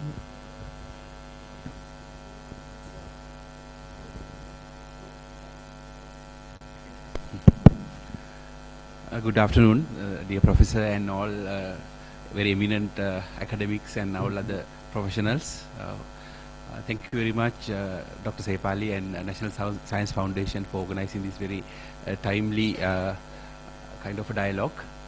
And unfortunately, I was not able to attend the morning session due to my other official commitment. But I'm very much sure you had very knowledge-provoking session with this, especially with the very attractive topic and very, relevant topic that is, and I think with regard to this sustainable policy on this topic, I think all the panelists have mentioned you have covered a lot during the panel sessions, and I am very much sure that you have mostly touched the existing policies and the whatever the new kind of initiatives you propose by considering the new challenges Sri Lanka faces at this moment. So all we must appreciate that the situation where the country is at present, and when we consider the challenges what we really face as a country, I think first of all we have to understand what are the existing policies of all these areas where we are having a discussions, because like at this moment in a way we are overflow with different policies, but sometimes we are not appreciating already existing policies. These are the kind of issues when we are considering the sustainability of these issues. So my as a public official, my experience is we as a country we are having enough and more policies, but only thing is most of the relevant people who are not that much aware about even the existing policies or the policy requirement. So and on top of that, all the time we are trying to create new policies that create a kind of a very complicated situation where no one can understand what is really going on. And so at the initial comment I must mention, as the public official, we must, this is a responsibility of us. I am representing SLEDA. SLEDA is a public sector civil service college in Sri Lanka. So we are responsible for dealing with all the executive level public officials, mostly who are the frontline operational level staff, which comprise frontline operational level staff as well as the policy level officials. So this must be our new approach to make this jungle little clear. The policy kind of a jargon little clear. Policy, I must say it's like a jungle now. So we have to make it little clear. And when we consider about this thing, we have to take the new approaches also. For example, and now in the coming years, to sustain all this and this recovery pace, we have to very much concentrate on economic diversification and green economy. These are the buzzwords actually we are talking about, because like green economy with all these alternative energy sources and ecotourism as such, and infrastructure development and digital transformation. These are the main kind of philosophies or pillars of all this transformation and recovery. So during the two discussions, the eminent personalities from India and Malaysia, they have given very good examples with regard to, especially we are having very good examples with regard to digital transformation which has happened in India. So now it's a good example how if we are not in position to concentrate more on these pillars, there is a kind of a secret behind of these recoveries. So as a country, Sri Lanka also must concentrate on these pillars, and as an institute which is responsible for public sector skill, attitude and capacity development, we also need to concentrate more on these pillars and need to concentrate, we have to make sure that our officials, our public sector officials are ready or aware about all these concepts and skills. So that is my kind of initial comment. So thank you very much for opportunity, and I'm not very much sure whether I'm in line with the initial dialogue, but I'm very much sure that I'm contributing in a way. Thank you very much. Okay, I think we have no other person except Professor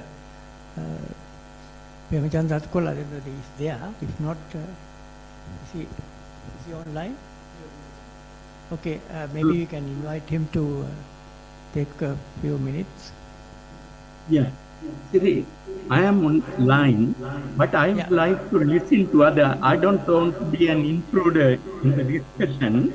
Can I wait until others make their views, and at the end I will come up with few comments? Oh, that would be ideal. That would be ideal, Premchandra. I think we'll wait. Okay, I think the process would be, for other members, other participants to direct, whatever questions or comments to any one of the panelists. We have had 5 presentations, and you can direct your comments and questions to them, and then maybe afterwards we will get the panelists back, and they can actually respond to those questions. Now I think up to now we have listened to 5 very comprehensive presentations, and they have done their best. And they have basically operated within the framework that we have set for themselves. And of course, there can always be issues, there can always be comments to make, there always be new ideas that people want to present, because we can't have the final word. Even if you have people working for not just 2 months, but even 6 months, because there will always be additional information, additional material that can be brought in. The idea, of course, is not to have the final word on anything. It is to have a reasonable policy framework that can be taken up for implementation. Until then, of course, we have quite a few things to do. First thing is to really come to some consensus in this country across various divisions that we have, that we need to really take up our issues seriously, and we have to address those issues within policy frameworks that exist based on in evidence that we have at our disposal. So I think the overall framework is quite clear. But then we need to really take this dialogue, rather if you like, the discourse to a much wider audience, and I think that is where we have to reach out to, as she already mentioned, the practitioners, people who are really in the field doing whatever they do in their own areas, whether it is health, education, and so on. And one other point that I want to make, before I, open it up, is that we have not covered all the relevant areas. There are so many other areas that need policy interventions. I mean, just to give a couple of examples, we know that industrial policy is so critical. Industrial policy, what is our industrial policy? I don't think that we have an industrial policy as such. But industrial policy is so critical for economic development. And I think we cannot have a country without an industrial sector, vibrant industrial sector.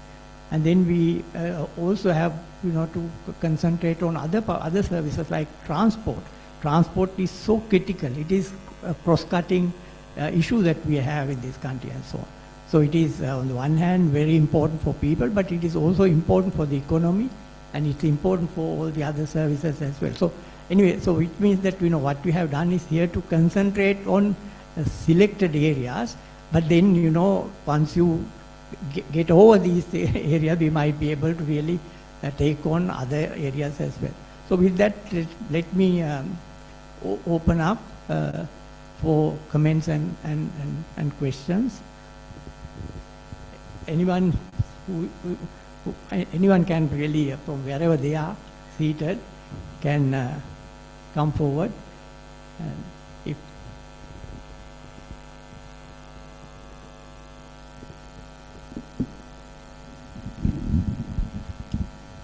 I am Dineth from Nasdaq. I would like to say some idea on that, because of we have to focus on utilize our human capital. It's one thing, because of we have to educate, attract for some jobs and retain them. Retain is another critical problem in Sri Lanka, because of we focus on the brain drain. Most of people migrate from Sri Lanka not because on the economic case, not because of the societal thing. It's a multifaceted thing. We have to focus on that. Utilization of the human capital I am not satisfied in Sri Lanka. And other thing is, think about, we are high literate people. 92% of people are literate. But 21.7% of them are in the knowledge intensive works. Literate but not utilized. Other thing is the human capital index is 60%. 60% of the people in the 15 years to 60 years are 60%. Right? Whole our population 60% in that age limit. But unfortunately 34% are utilized. That's a problem. Another thing is we are in the 99 out of 133 economies in the ease of doing business because of various facets. In my personal observation, I don't know you agree or not, Mr. Anugya also say about the corruption is one thing. Other thing is law and order and administrative policies take much time to get some answer for something. It takes much time. We have to consider that gaps in legal gaps and the administrative gaps to minimize the time. Because of time and the money, both are we wasting. We are wasting that. Please consider, it's my personal opinion. Thank you for the time. Yeah, I think very valuable, comments and such. Okay, who is, please, Professor Indra.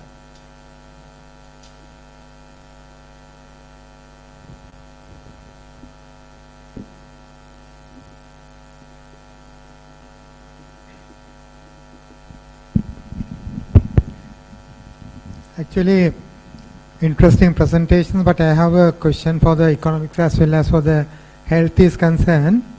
Now, definitely, inclusive development is concerned, healthy population is very much required. Now, Sri Lanka, we are having very significant proportion of the population is having NCDs. And then, if you look at there are prevention policies on NCD, but actually not functioning well on the society level. Another point what I am saying is that that's an important one. If you take the outpatients in Sri Lankan hospitals, 50% is basically covered by the state hospitals, another 50% by the private hospitals. Now if you take the general, what you call the state hospitals, as I remember numbers, if Saroj can correct me if I am wrong, 40 million visits per year for the state hospitals. Population is about 22 million, but 40 million visits to the state hospitals per year. That's a very significant, large number. That means clearly indicates our population is not that healthy. If they are not healthy, definitely they can't contribute for the economic prosperity. That's a very true factor. Developed countries, even people age 70, 75, they work and contribute to the economy. Now come to the question about, in fact it has discussed about number of times. Now we know that state sector hospitals are bombarded. But can't we go for the digital health?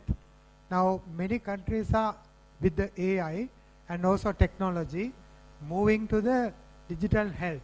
But Sri Lanka, every time people have some sort of social issue that they want to meet a doctor personally. That's some sort of, I don't know if the sociological person is here, but as far as I know, most of the people want to meet the doctor personally. But if you introduce something digital health, cost cutting is quite possible. And also expert viewpoint can be obtained very easily. Now even surgeries, we know that a lot of surgeries are done in Western world that with the technology. And professors and very senior surgeons are advising junior ones. But Sri Lankan culture also need to be changed along with the modernization and technology. But people are using technology, but their minds are different. That's a difficult question, I believe. Before you respond, actually, to the same, and I actually discussed this matter with my colleague. You see, the point is that we did not have large private hospitals in this country in that, let's say, in the past. Like, it's only after, liberalization that we have had these big hospitals coming up, and also small ones also, and the various clinics and so on, private.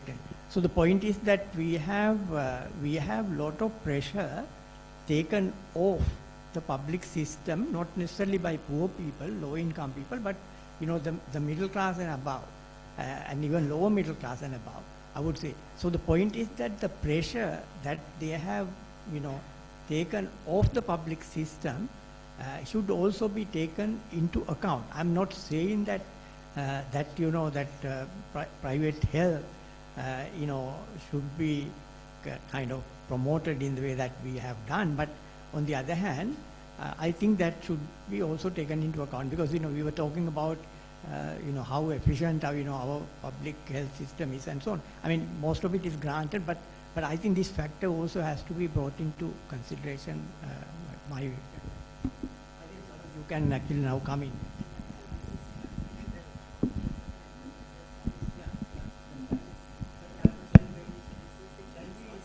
Shall we collect few more questions? Okay. And because we can remember, no? So no, I think that way we can be a bit more efficient. Yeah. So maybe we can take a few more and then we can start. And even if we run out of time later on, it's okay. Are there any others who want to comment or? Yeah.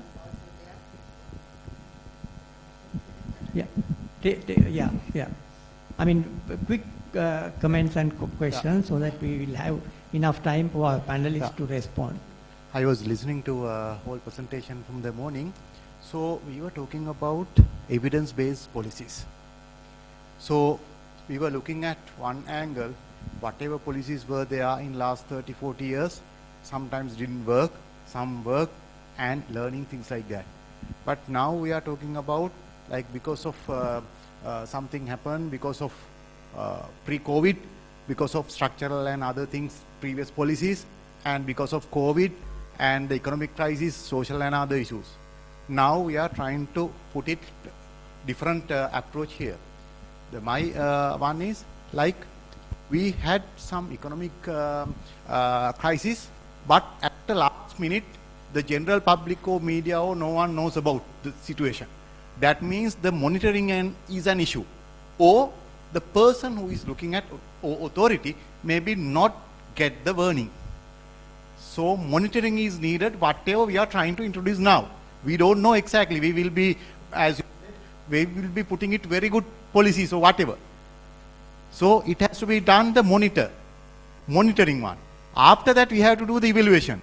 So when I look at the presentation, last presentation that the Malaysia expert has been done, that presentation has lot of evidence. Even the monitoring is happening. What the people think about it, perception, corruption and other things. Things were continuously monitoring. He was talking about really the research with the fact and figures. But because of financial and other limitation, we do lot of experience-based, consultancy-based things. Whatever policy that we are like discuss here are not really research and evidence-based. Those are experience-based. When I look at it last few years in newspapers, whatever we are discussing here were discussed by the average persons also. So think about it. The monitoring is needed and it should be evidence and research-based. Evidence has to be come from research, more scientific. That's a basic one, not taking more time here. Thanks. Okay, are there any one more and then, yeah, okay, please.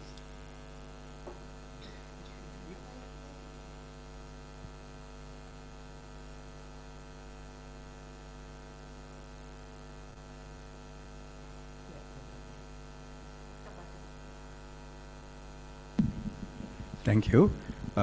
Hats off to all the teams for very useful output.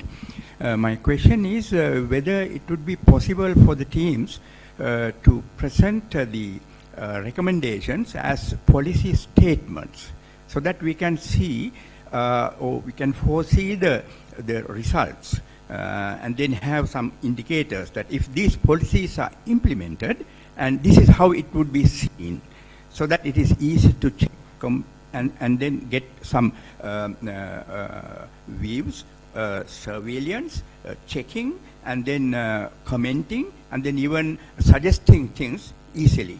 Thank you. Okay, I think we will start now the panelists to come forward, and maybe we start with Professor Rojja Singh.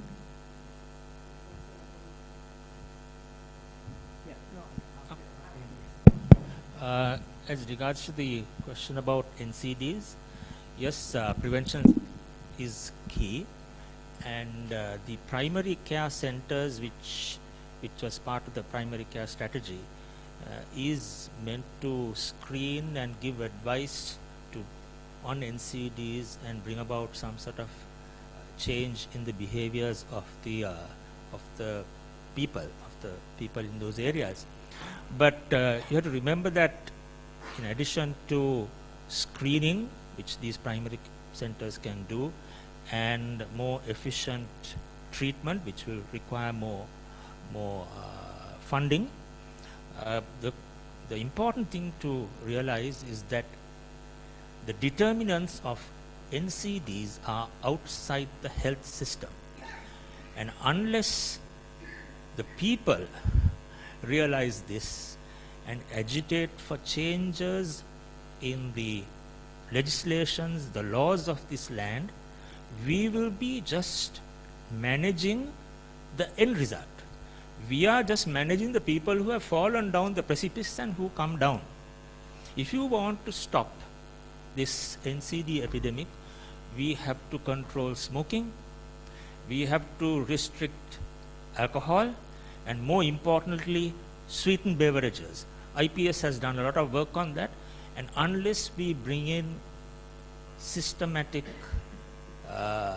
policies which will reduce the consumption of sugary products, we are going to have problems. If you look at the advertisements now, Milo is organizing sports meets, Nestlé's Nescafe, not Nescafe, Nesta Malt is doing the Aurdu, and there are so many other institutions and organizations which are infiltrating through the state machinery. You see, they are using the schools, and we should not allow that. So if you want to prevent the epidemic, the solutions have to be outside. Then as for digitization, it is happening, digitalization is happening. And there are several hospitals which are paperless now.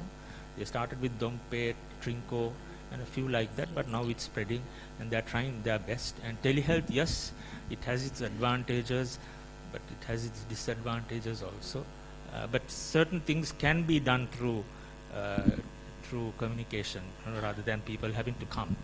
Appointment systems, send in the reports, results, and so on. So you're right, yeah. Thank you. Ravi, yes. Yeah, just three quick comments. Just on the NCDs, and this sort of gets into the biomedical, so not social science. Just to add to that, yes, we can do more to better control, prevent what the problem is. It does require more money. So that is the problem, right? I mean, right now, the management problem I discussed with Saraj in our group, we have people who are diagnosed with diabetes, they're being treated. The Ministry of Health does not pay for the basic standard test for monitoring diabetes control because it's too expensive. Can't blame the Health Ministry. They're rationalized based on their budget. So we can't get out of this fact. We have a great system, but if we only want to spend sub-Saharan African levels of public money on this, well, you know, they have that thing about if you give people peanuts, what do you get? You know, so that's the situation. So we have to be realistic. Now, just on NCDs, there is a very specific issue, though. Even if we did the best we can, and this is the biomedical point, we are likely to face, I think, for the next 30, 40 years, a very substantial NCD burden for for reasons that are beyond our control. And in fact, Malaysia has the same problem. We have very high levels of diabetes, metabolic syndrome, hypertension, ischemic heart disease. This appears to be related to our recent evolutionary history. I mean, the best explanation is one of the unfortunate things that Sri Lankans, people in South India, people in Malaysia, Indonesia, Philippines were amongst the most undernourished people if you go back over the past 1,000 years. So physiologically, we're just not used to dealing with this intake of calories. It doesn't even have to be beverages. And so we are likely to face a higher burden of metabolic, we call metabolic NCDs, for at least the next generation. And I don't think there's any way out of it, but we can do better. Now, one other thing, some of the things about prevention is not necessarily cheap. Speaking as a health economist, I often read countries saying, oh, we're going to invest in prevention and it'll reduce healthcare costs. Never happens. The NHS in the UK was set up to reduce healthcare costs. Costs went from 3% to 10% of GDP. Hasn't worked. And so the other point I would make is about healthcare use. Yes, we go to the doctors a lot, 6 or 7 times. That's a good thing because it means we get diagnosed, treated earlier, we get better health outcomes. But it would be wrong to think that a healthier population uses less health services. If you look around the world, the relationship is the exact opposite. The healthiest populations of the world go to the doctors the most often. The Japanese, the Hong Kongers, Taiwanese, they go to the doctor 12, 15 times a year. So there is an inverse relationship. Yes, I know sicker people go more often, but actually for a healthy population, we want people to go to the doctor more. So for Sri Lanka, I would say, yeah, we should be aiming at 12. But the problem is we don't have the money. And so that's my basic. Even the digitalization, it's a financial problem, right? Things are happening, right? I just want to just add one general comment. I mean, this workshop is about sustainable, or this process about sustainable recovery and inclusive development. I want to just focus on those two words. I really wonder, and I didn't sit here the whole day, so I apologize if I misheard and I didn't hear my colleagues pretty high on speak earlier today. If we're talking about sustainable recovery, we should be thinking about how did we get here? How do we dig the hole before we dig our way out? What I heard a bit in some of the sessions was just wish lists of things we want to do, and the same things have been said repeatedly in events for the past 20 years. My whole professional life, I've heard these things at different events repeatedly, but not enough attention to why did we get into this hole? Because we have to figure that out, as a doctor would say, diagnose the problem before we can find the solution. The second issue is about inclusive development. Can't really have inclusive development without public financing. Now, why are these two topics listed? My view is, Ayana is sitting here opposite me. I don't know what you said, but you know, we are in this mess because we haven't collected enough taxes. And unless we confront that issue, we cannot address the two topics in the title of the workshop. That's my view. Now, on the taxes issue, I know the colleague raised it, it's very difficult. I think one of the things that we lack, and this is more about a science, social science agenda, there are two specific problems. Let's be honest, everybody hates taxes. Politicians definitely hate taxes for obvious reasons, right? It's a political social problem about how you raise taxes. What Sri Lanka currently has to do is almost unheard of. We've agreed to raise taxes from 7% of GDP the year before to 15%. That's the IMF agreement. I suggested probably we need to go to 20% our peer level. Nobody's done that. It's a political economic problem about how do you persuade people to do it. It's not just a technical problem of how do you do it better. I think that we need a lot more social science work on trying to help policymakers figure out the politics, the social science. How do we find solutions to persuade our voters, to persuade our politicians? That's number one. The second thing about the tax, and I think you have also commented, some of our tax increases recently are done in desperation. They're not optimal. So is it VAT? The VAT things, the VAT system was supposed to help exporters, but the recent VAT proposals will damage exporters. I understand that. In an emergency, we just have to do whatever we can to raise the money. But there hasn't been enough analysis in our country about how do we make the process of collecting more taxes more efficient, more pro-growth, and more pro-equity. That goes back to inclusive development. And I think there is a need for substantial social science, economics research on those issues, and that's what I would plead for. So plead for going back to the diagnosis of the problem. How do we persuade people to pay taxes, but also how can we do it better? Because I think this is the elephant in the room, as I said earlier. I think policy coherence, I think we'll discuss that immediately afterwards. I think someone wanted to, one other, actually there's another person online wanting to participate, maybe by question or comment, I don't know. Dr. Tilina Vanigasekara. Maybe we give the chance. Yeah, please. The opportunity to talk. I'm far back in Colombo at Putlam. So when I was listening to this conversation, I feel like putting my views on this. I heard that one expert is telling twice the population is entering the hospital sector. Yes, maybe that is true. Right, in one way, we are like, and at the same time about the policy practice. So this is another issue. So policies are being practiced or not. So I think that answer is there in the second question, because now we are having under each policy, we are having strategies, actions and activities. So in that case, this NCD prevention, there are a lot of policies, and also all the health policies, all in one policies. So that is one thing that we are recently practicing. So in that case, we create awareness among the public to improve their knowledge on health, like increasing their literacy on health. Right, so that is one reason. Not only the treatment basis, they are coming to the hospital because of the screening purpose. So as Prof. Saroj correctly said, we diagnose at our earliest to minimize the complications and the tertiary stage. So we recently, not very recently, like within 10 years time, we are improving our primary healthcare activities around the country, and also digital transformation of healthcare.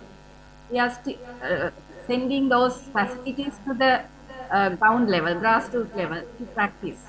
So with the minimal health GDP converted to the health expenditure, so we are maximally utilizing that to establish digital healthcare systems in the country. So at the same time, about the out-of-pocket expenditure, everywhere you find these general practices and all these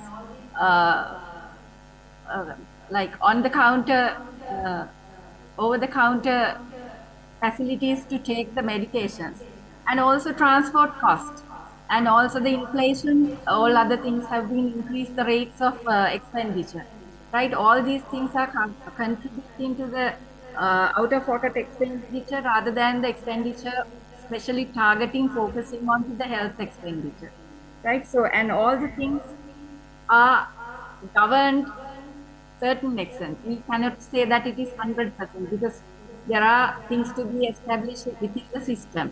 So I think these policies is being implementing phase by phase to covering entire the population or the service providers as well as the service providing centers. So I think we are in the middle of everything, but yet to develop. As the developing countries, as you said, help in all policies.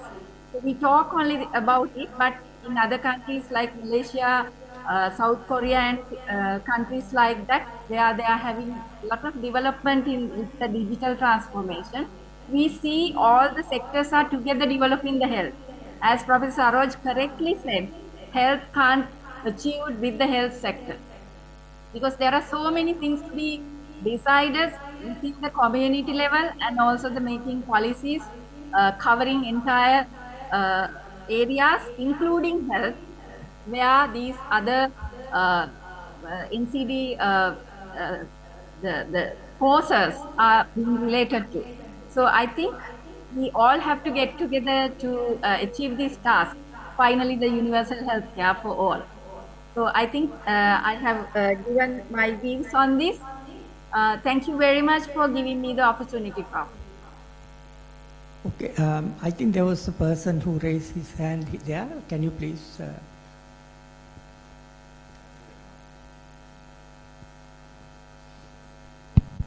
Right, thank you. I have few things to raise and discuss, but I will limit it. Actually, we have been talking about several policies. And in Sri Lanka, we can see in various other corners, as Mr. Kalava correctly pointed out, so many overwhelming policies. But up to now, in Sri Lanka, we have failed, or in a way, we did not consider formulating a policy body. That means long-term policy body should be established and it should be independent. In Sri Lanka, what happens is political regime to regime, we will have tons of policies. So what we can do is in this forum, if we can discuss, it should be a high-level policy body, and there should not be any kind of political influence due to any reason. If you look at most of the newly developed countries, we can see that very well. And this policy body should be established or formulate within the constitution. Then politically no one can influence and change what they do. So in this forum, if you can consider this one and how to set up this, and even the appointments can be included there. So therefore it's a part and parcel of the constitution. So that is one reason, and I think I miss morning session. So there, especially economics session, I think now we are facing a big issue in relation to debt sustainability. So I don't know whether these attempts are, attempts will be kind of sustainable. So anyway, I think we have forgotten as a nation. We have an element we have not used it, that is the capital market. So in Sri Lanka, the capital market, utilization of capital market is totally forgotten. And we even though we have a stock market, it is not a stock market. And our debt market is a dead market. So what we can do is, came with the growth issue. So you can't gain any kind of growth without investment. So when the financing is only through debt, so you can't do that. So it is very easy if you really know what is the capital market and how to formulate capital, then we can do something. So we have entities here. So we have to discuss about how to formulate capital within the country. Then the cost of capital will also come down. So if the cost of capital is low, that means lot of inflationary and cyclical issues can be reduced. So I think in our discussion that should be considered in a serious manner, and we must stimulate the capital market arms in this country. And this is the last one. This is relating to education. I think tuition matter. Tuition matter is a disaster in Sri Lanka. And we normally what we do is we just directly identify tuition as one element. It is not that. Professor, wrong, correct me if I am wrong. When the tuition matter here is connected with, it's a package of issues. It's a societal issue, it's an economic issue, and there are so many other issues. So I think we have to, rather than taking education as separate policy, we must have a tuition policy very specifically, because this is an unnecessary race. So thank you very much. If you can really think into think about these matters, I think these are three major areas we have to really consider. Thank you. Okay, there are three persons lined up. One is online, whom we have invited actually from Taiwan. But I'll give you a chance. 1 minute. He's 1 minute. He's good. Hi. So can you hear me? Okay. Okay, during the past few days, I've read a lot of materials about Sri Lanka, and I also just spent whole day listening to all of the presentations in this forum. Frankly speaking, I'm not the expert in Sri Lanka's politics, but I'm just trying to say I know the situation in Sri Lanka is pretty serious. Although I'm not in your shoes, but I would say this situation is not exceptional. Taiwan has the same experience. So what I'm trying to say is, actually in Taiwan we have through the whole process. So they have several things. I can agree. I know somebody is talking about the taxation. You should raise the taxation rate. I disagree, frankly speaking. I would say the land reform might be the most important thing, and try to do some redistribution of the land and try to make everybody, especially the farmers and peasants, they can put their energy and their capability to do some agricultural production. That is for one thing. I'm trying to share in my personal experiences, especially some reforms in Taiwan. And then, probably in 1950 and 1960, Taiwan have economic development. And then they built up the whole pretty solid economic basement for Taiwan's development. So I'm just sharing that kinds of experience with you, in this room. So I would say to pay more attention to agriculture and light industries will be more important than to put more, to heavy industry or something. Of course, education is pretty important. You should let your children have the opportunity to have the basic education. And this for one thing. And the last thing I have to remind, I know I read a lot of books and articles.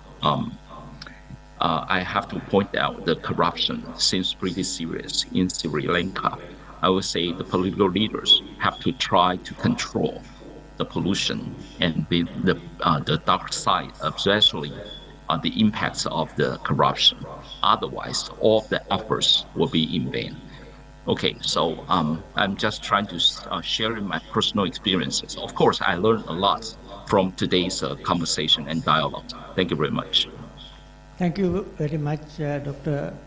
Dr. Chumya. Thank you. Thank you. Okay, let me come back to Saroja. Thank you, sir. I want to respond to the first point made about the lack of process for science to get into policy. I think that was really demonstrated during the COVID epidemic, because there were so many experts and so many ad hoc arrangements. And if you really reflect, you find that Sri Lanka lacks a structured approach to get the science into policy. Now this is different from science policy, that's policy on science. It is different from scientists writing policy, that's also different. But if you want to get science into policy, you're talking of synthesizing and brokering the knowledge which is out there into the system. We don't have that. We don't have science advisors. We don't have science advisors in government positions. We don't have a structure. So the National Academy of Science, in fact, we conducted a regional workshop last year, and we are working on this in relation to a roadmap, because you will have to bring in certain legislation which will ensure this structure is there. So then, even if there is a government change, there will be policies which are relatively independent coming through. NASDAQ is probably mandated, but it's a very weak mandate that we have got of all the other science institutions. So that's my response to the first question. Thanks. Yeah. Okay. Yeah, very briefly, I want to echo what Dr. Chung said, right, about land. Because right now, the government does not have the finances, and land use is also reaching there, but we can redistribute land, or look at what's there in the hill country, right, in terms of the performance of plantations and so on. And because in my research in the rural economy, if people have 2 acres of land, even with this severe economic crisis, they are, in terms of their food and nutrition, they are somewhat secure, right? So this is something that the state can do now, immediately, even if we don't have the fiscal space, as many of you have been saying. The second point I want to make is that, yeah, policies are important, but in Sri Lanka we always work in silos, right? But I think this forum is useful, but we have to find a way for much greater interaction, say, between the people working on education, health, the economy, and so on, because we inevitably end up in these silos, right?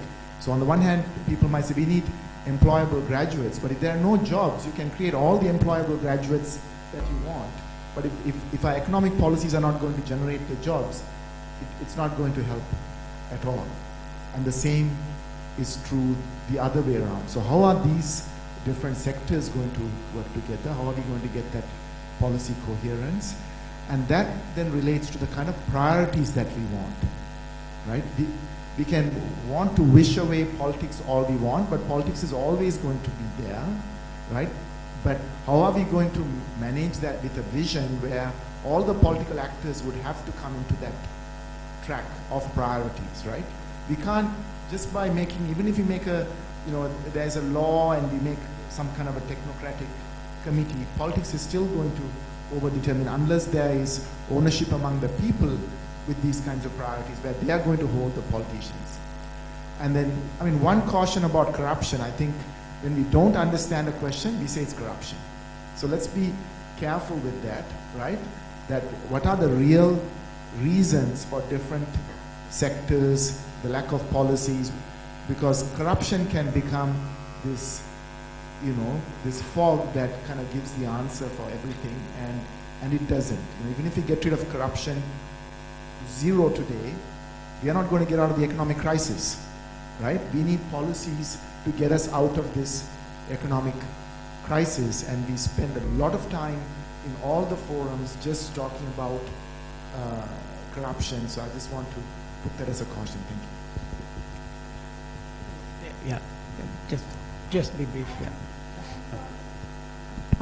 I am from okay, please. Yeah, in the back, without complete. Oh. Okay, Yeah. I am from Dr. Malkanti from Sabarkama University of Sri Lanka. I also have a few points to mention regarding health sector. Can't we apply this cost covering approach because some patients, they can pay the cost of medicine when they get medicine from government, these hospitals. So different type of category of patients are there. Some people, they can give part of the cost, some people total recovery. Because this recently, one of my these friends, mother got medicine, so they are ready to pay the cost. Because it is even not the total treatment cost, the medical or the certain cost of the service they got. That likewise, the totally poor people free of charge. From some community 25%, and from some group of people 50%. Likewise, some this system we can apply, then we can reduce the cost of medicine for these public hospitals. That is one idea to check whether it is implementable.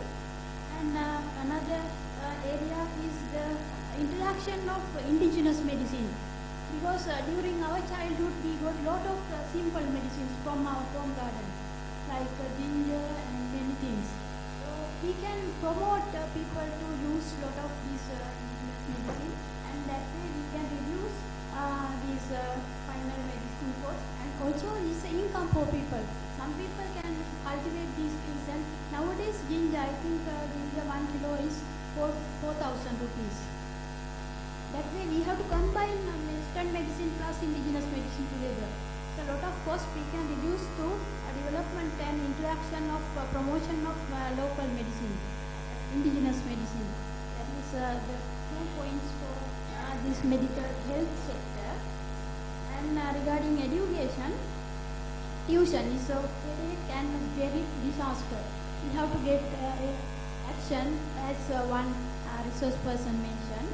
And another area is students' this protection.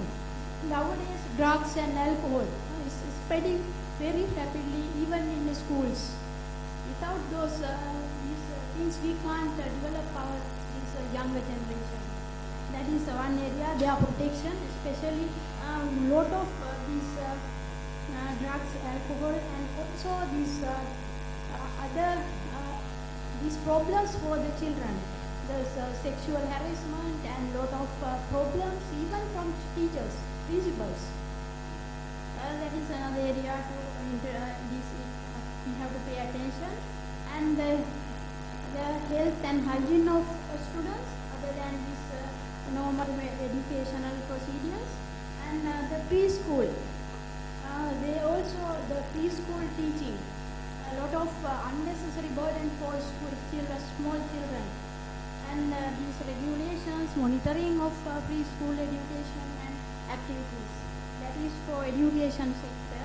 And in agriculture sector, the wildlife is a very problematic problem in almost all the rural areas in the country. Because during the past, there were a lot of self-sufficient with their home garden. But now, these home ladies and these women farmers, they can't do any cultivation due to these monkeys and wild boars, like these wild animals. And also our these import policies is very, I don't agree with import policies. Lot of things import, even though the things we can cultivate and market at our local level, most of the things are importing, and finally our farmers can't produce those things, and marketing problems there. And also marketing problems to handle, to develop or enhance agriculture sector of the country. These are some of the points I Okay, thank you very much. I think we are now fast running out of time, but I think, Ravi, please. Just a very quick comment, just to thank Dr. Chung.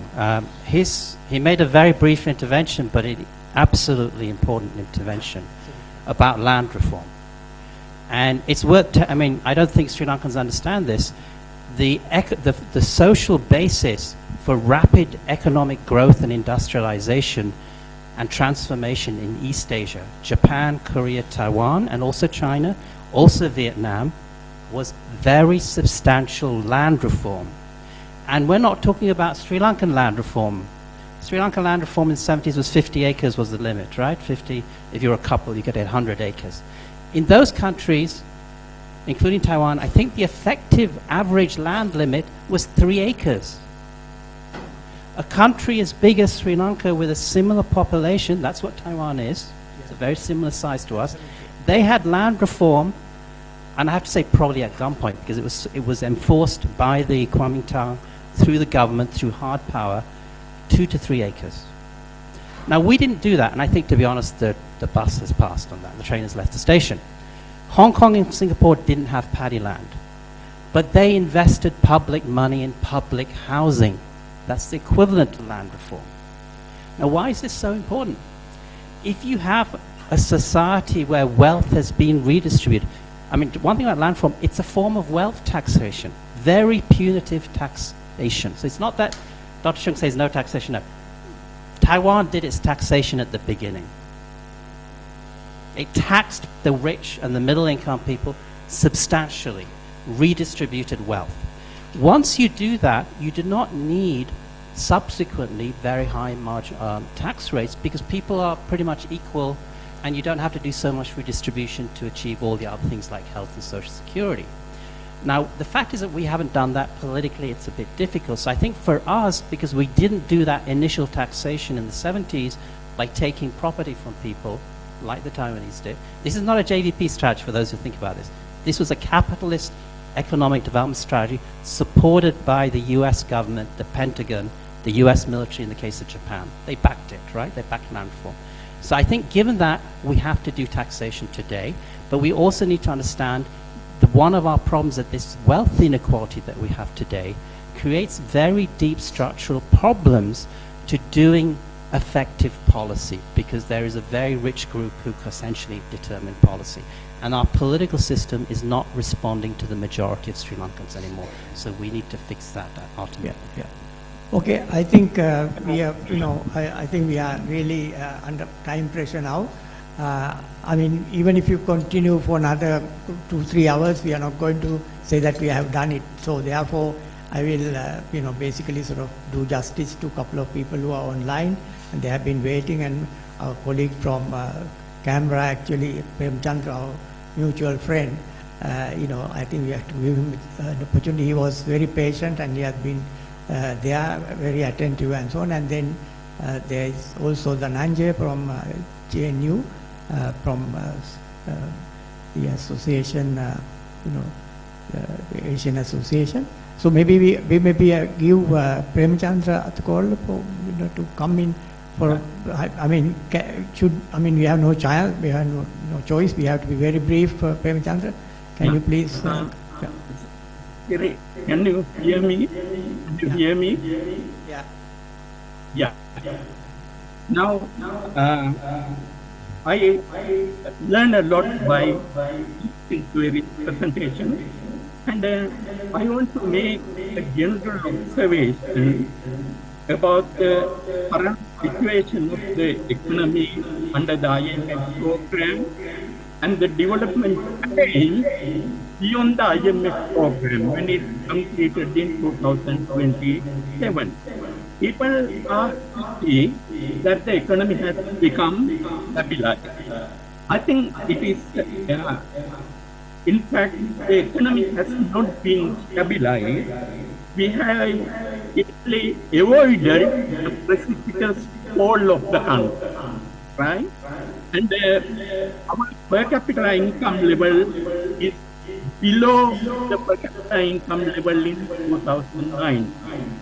According to the IMF projection, we will remain a low middle income country without gaining upper middle income status even by 2027. Right? Now, our debt burden would be more than 100% of GDP. According to my simple calculation, debt servicing would take more than 5% of GDP for the next 10 years. Then, in this context, the government's ability to implement development program is going to be very, very limited. Even if you increase tax rate to 15%, I don't think it is very easy to do.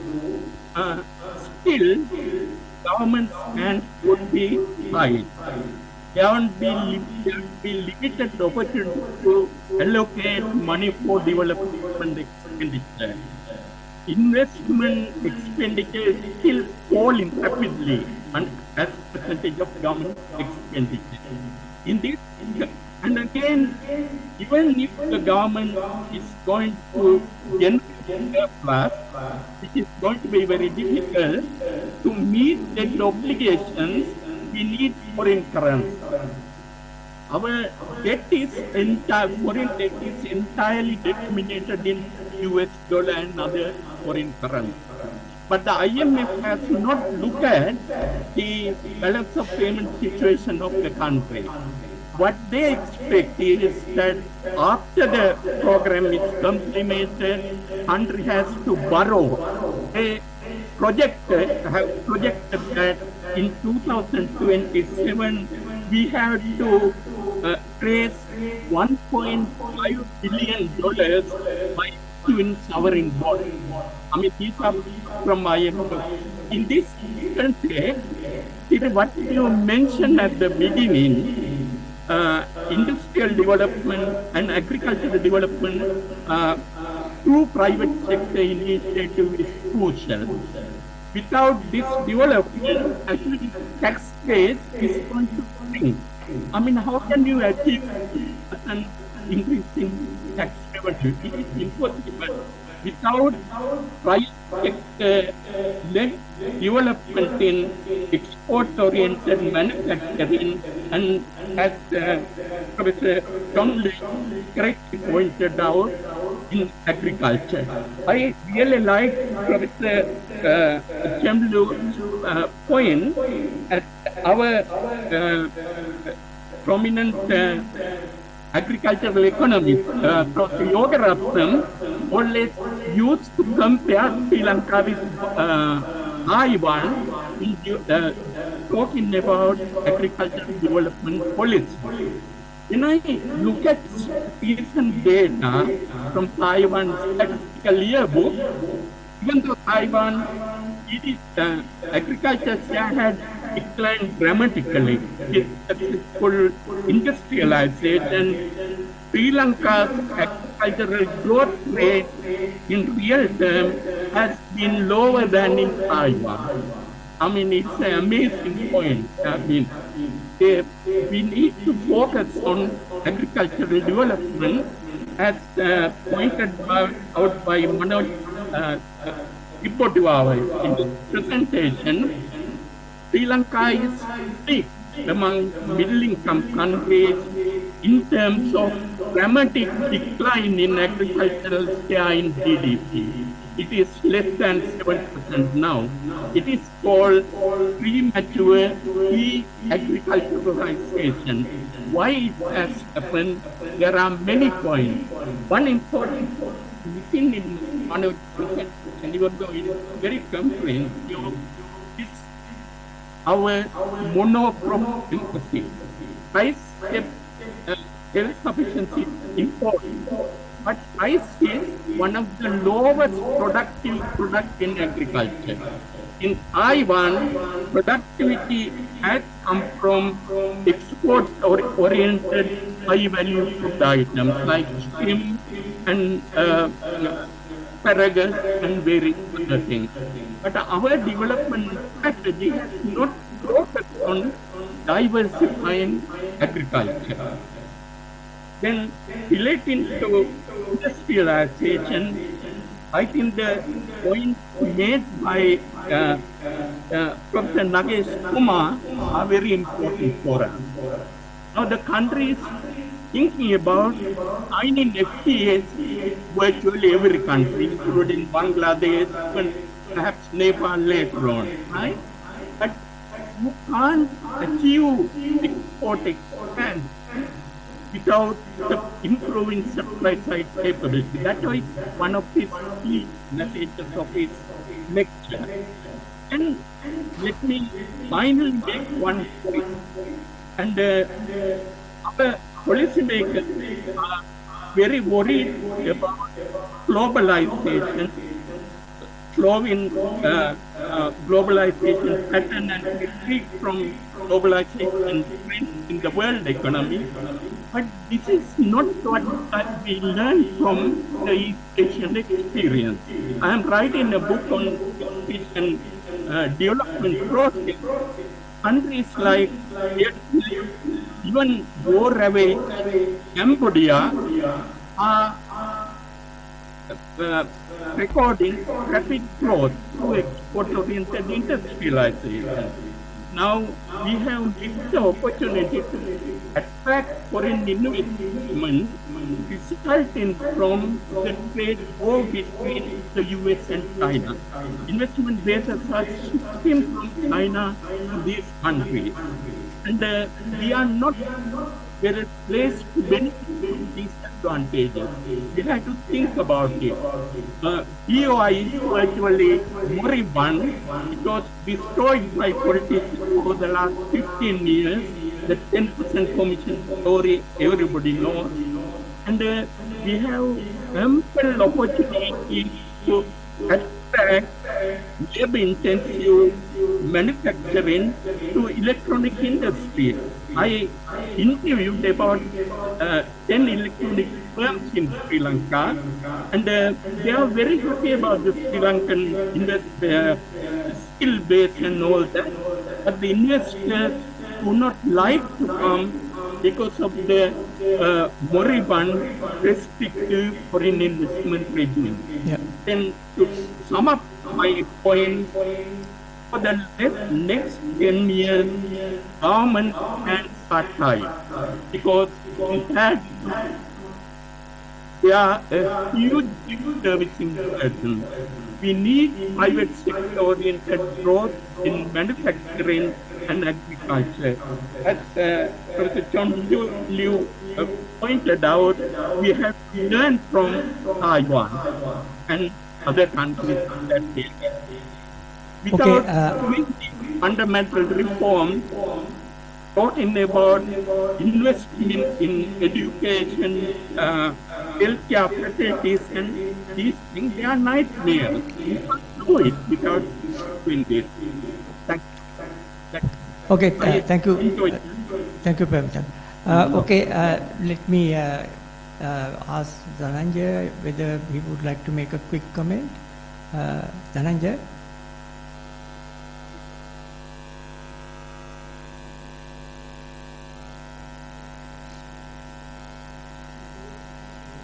No, he's We are unable to hear you. Can you hear me? Yeah. We have very quick response, Dhananjay. All right. I'll be asking all these issues, agriculture,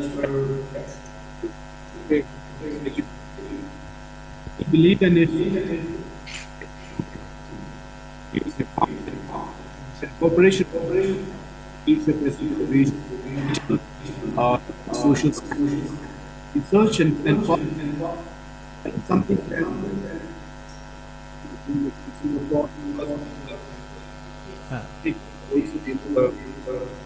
summit that we Dhananjay, we can't hear you. All right. I can hear it. Yeah. Can you hear me, please? Yes. Now it is. Yes. Yeah. So what was saying is issues that we have upon. I was trying to link this to the important stress on regional cooperation among the countries in the Asia Pacific, and that becomes evident with Professor Liu remarks about land redistribution. That we should be exchanging in our experience or sharing data on some of the fundamental problems that are responsible for the crisis that Sri Lanka is facing. And one issue that we also talked about in the background was that how to strengthen the social science research systems in the country, involving young researchers, mid-career researchers, that connects with the issue of education and scaling the new generation from new job opportunities and requirements in agriculture, forms of agriculture technology, and all forms of equality. If you remember, then the major themes that we had discussed, of course, in the Bangkok Regional Summit, sustainability and all-round development, of course, alleviating poverty reduction. But all this could be possible in Asia Pacific for specific countries if we come together and share data and share experience and also support the research systems. Only when their research systems are robust, social science research systems are robust, that we can come with policies. Now, there was an opinion that there are enough policies in Sri Lanka, no doubt about it, fair enough. But how impactful have been these policies? Impact assessment of these policies, what are the gaps as such? So from SUSREC's perspective and also from Indian Council of Social Science Research, I think there's a great deal of importance to kind of come together and share experiences from other partners in the Asia Pacific region and give great value and emphasis on agriculture, which is an issue In South Asia, in general, even in India, we have concern where agriculture is responsible for more than 50% of the workforce in India, but contributes, let's say, 30%, 13% of GDP. It's a matter of concern. So I think it will all be important, and SUSREC has, of course, has announced, programs, of course, and schemes where there are possibilities of research cooperation, especially involving young and mid-career researchers from the social and human sciences. So it's important for us to also kind of, from Sri Lanka's perspective, it's important to kind of build collaboration, of course, with our different partners in the Asia-Pacific regions on issues that are common to us, obviously, and take this forward. So it was quite wonderful, in fact, participating this with my colleague, the Secretary General Michel Bros and Neha, and from ICSSR Mahesh Madhukar, and we look forward to more kind of concentrated and coordinated discussion on the fundamental problems on health, education, agriculture, industry, digital transformation. Somebody was telling digital transformation, so intersectoral. The use of technology in agriculture, for instance, reduces the cost, increases productivity. So there are a lot of issues that I think we need to bring to the social scientists for them to study and inform the policymakers and the stakeholders. And the community engagement, again, is something which is very, very important. That should become part of policies, whether it's the impact assessment of the policies or the formulation of new policies. Thank you so much. Thank you, Dhananjay.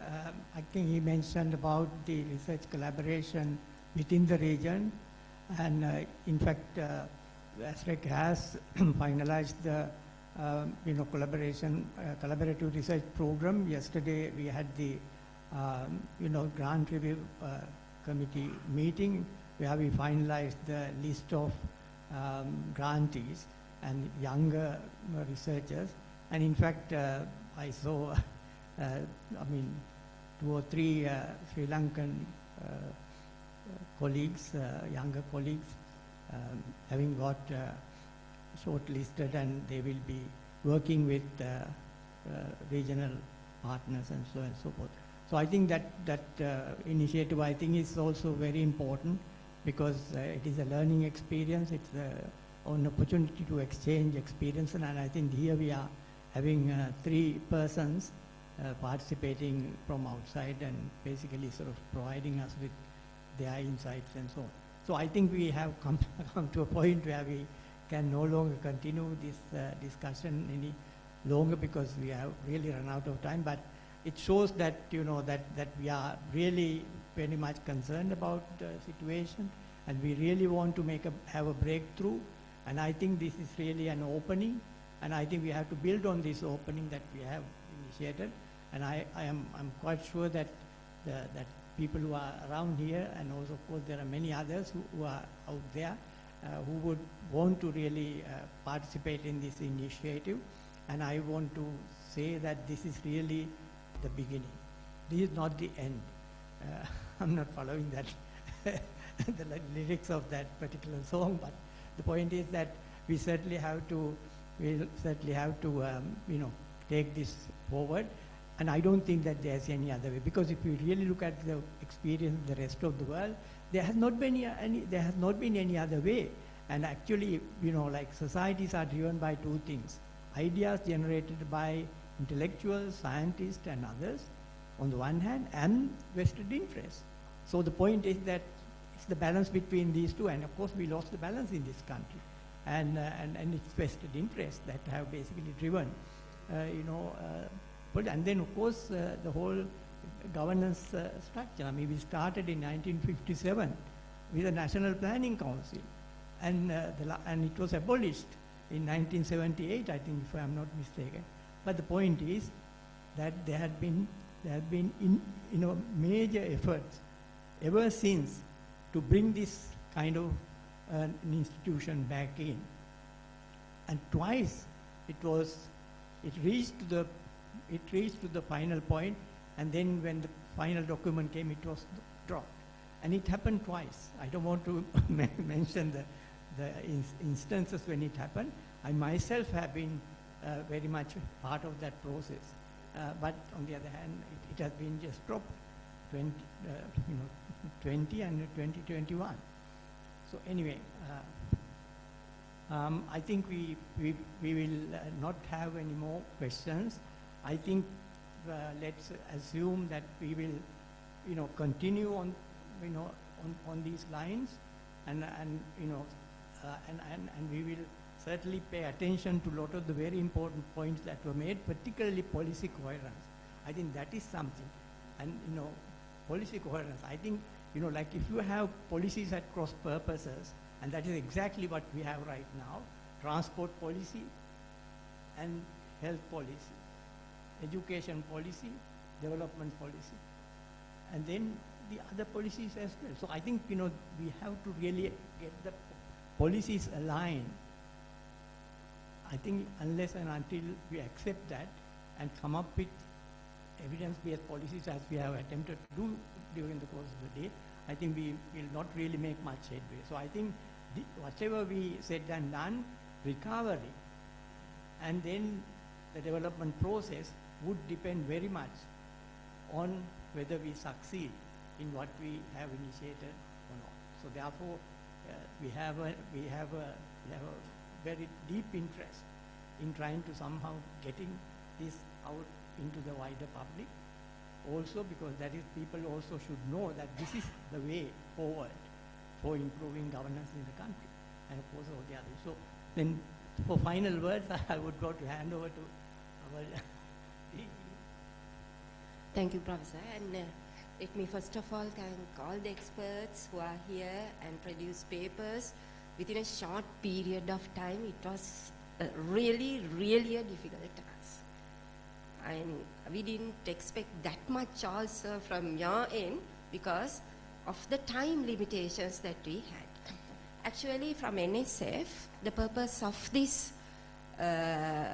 forum is to identify some of the specific areas where we can specifically identifying the gaps in the policies or the system, and to make recommendations. And this is a kind of a policy analysis. So that's why some might say that we have heard of these recommendations again and again. Yes, we have to, because in developing countries, so we have good policies. Policies are decisions. So that can be macro level decisions, organizational level, and even I have personal policies, decisions. And so therefore some of the decisions might be weak. So we need kind of incremental interventions for these decisions to make them, the stronger, and to strengthen, to make the implementation successful, or to meet the targets of the policy decisions. So that is the idea. So with that idea we started this. We value all the comments, and since these decisions, the policies are theories, that's why this much of practitioners and the academics involved. These are all theories. So to make it a doable, a workable intervention, we need to have, beyond the policies, strategic directives and even the specific actions to be identified. And also, there are several factors a policy to be successful. It's not only the policy itself, but it's the implementers and the other stakeholders involved in this process, and specifically, as the chairperson of the Evaluation Association highlighted, reviewing, monitoring and evaluation, it is another technical intervention. I think we have to be technically strong enough in evaluating policies. So with that brief note, let me thanking all the experts and also the stakeholder group for this the supporting NSF to this national intervention to introduce specific tasks. We will be continuing this effort, as Professor Hettige said. So thank you so much. So there will be a formal thanking note, but I just wanted to highlight your effort, time, it's valued. So it's really appreciated. So, yes, over to how do we disseminate what we have deliberated over here to the policymakers' attention? Otherwise, it's going to be academic exercise. Actually, I didn't open it actually. So that's what we have in the way forward part. So this is the basic session. So we have recorded all your comments to the basic papers that we have developed. So there has to be we'll be having another second round of discussions with the specific focus groups to what extent they accept our recommendations and whether we have given these recommendations in a way that they can implement it. So with that deliberations, we have to revisit and look into the ways that we can produce the doable, workable, feasible recommendations to them. Because that's why meeting the practitioners is very important. So you know that, sir, and that's my primary, the expectation. So therefore, I didn't want to open it. So I said, no, way forward. So there'll be, this is the first preliminary discussion where we are going to have another about 2-3 forums. At the same time, this information will be available in the NSF web, and all the abstracts and the full papers, these are available, and the outsiders can comment on this. So I think Dr. Inoka will explain more on this. Over to you, Dr. Inoka. Thank you, Madam, and thank you to all who contributed to the policy dialogue. Ladies and gentlemen, as Madam said, you can visit our NSF website and comment on the theme papers there. There's a feedback form given there, so you can make your comments on the feedback form. As the last item in the agenda, may I now invite Mr. Vasantha Anuruddha, Head of the Science and Technology Policy Research Division, to propose the vote of thanks.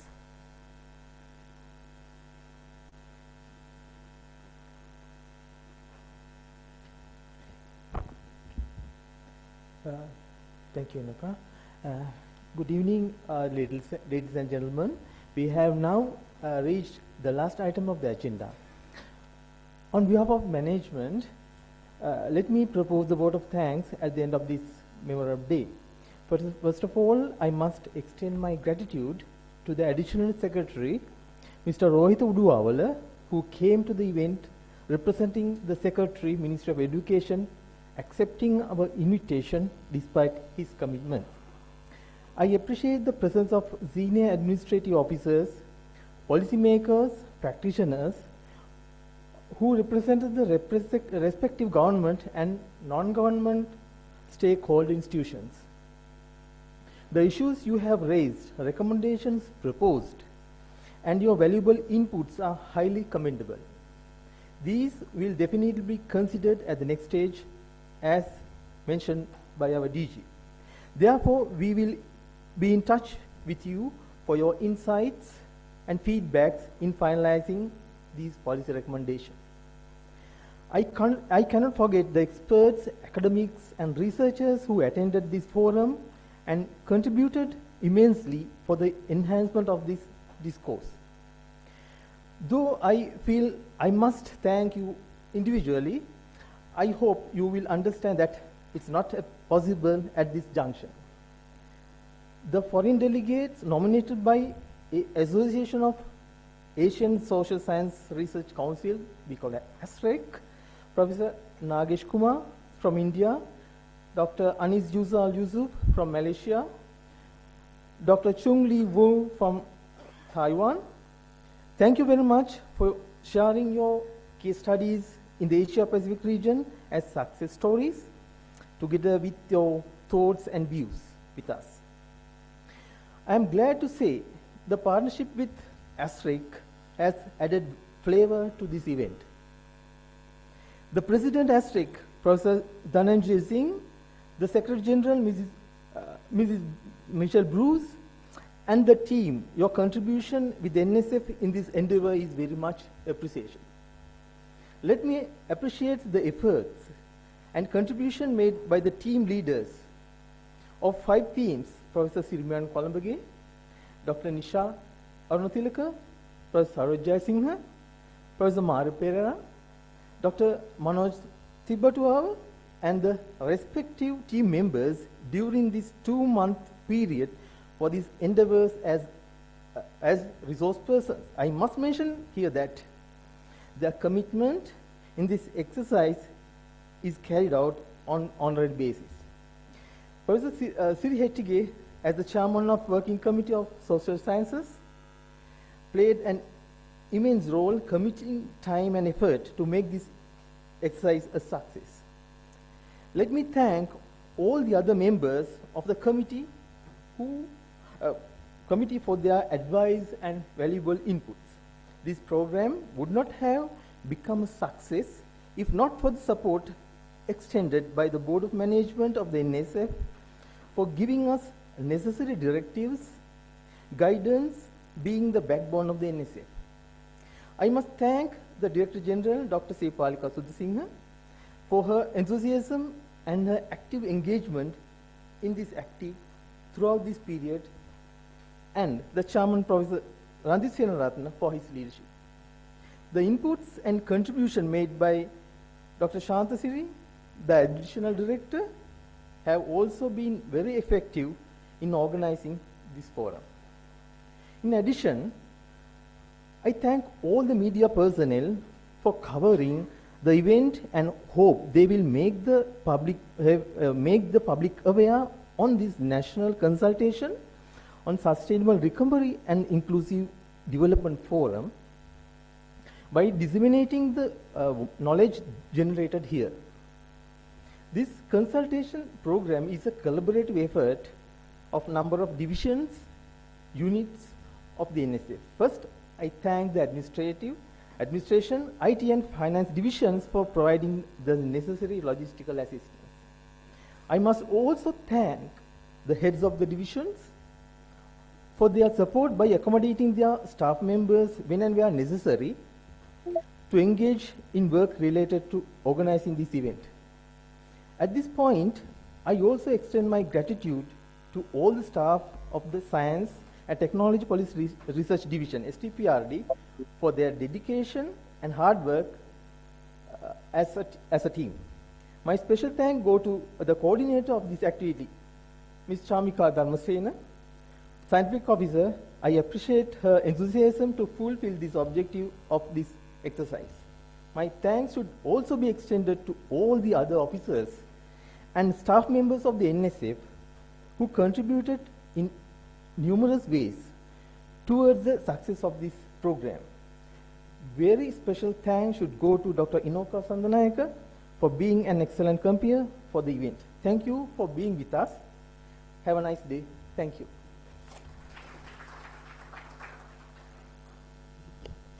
Thank you, Mr. Anuruddha.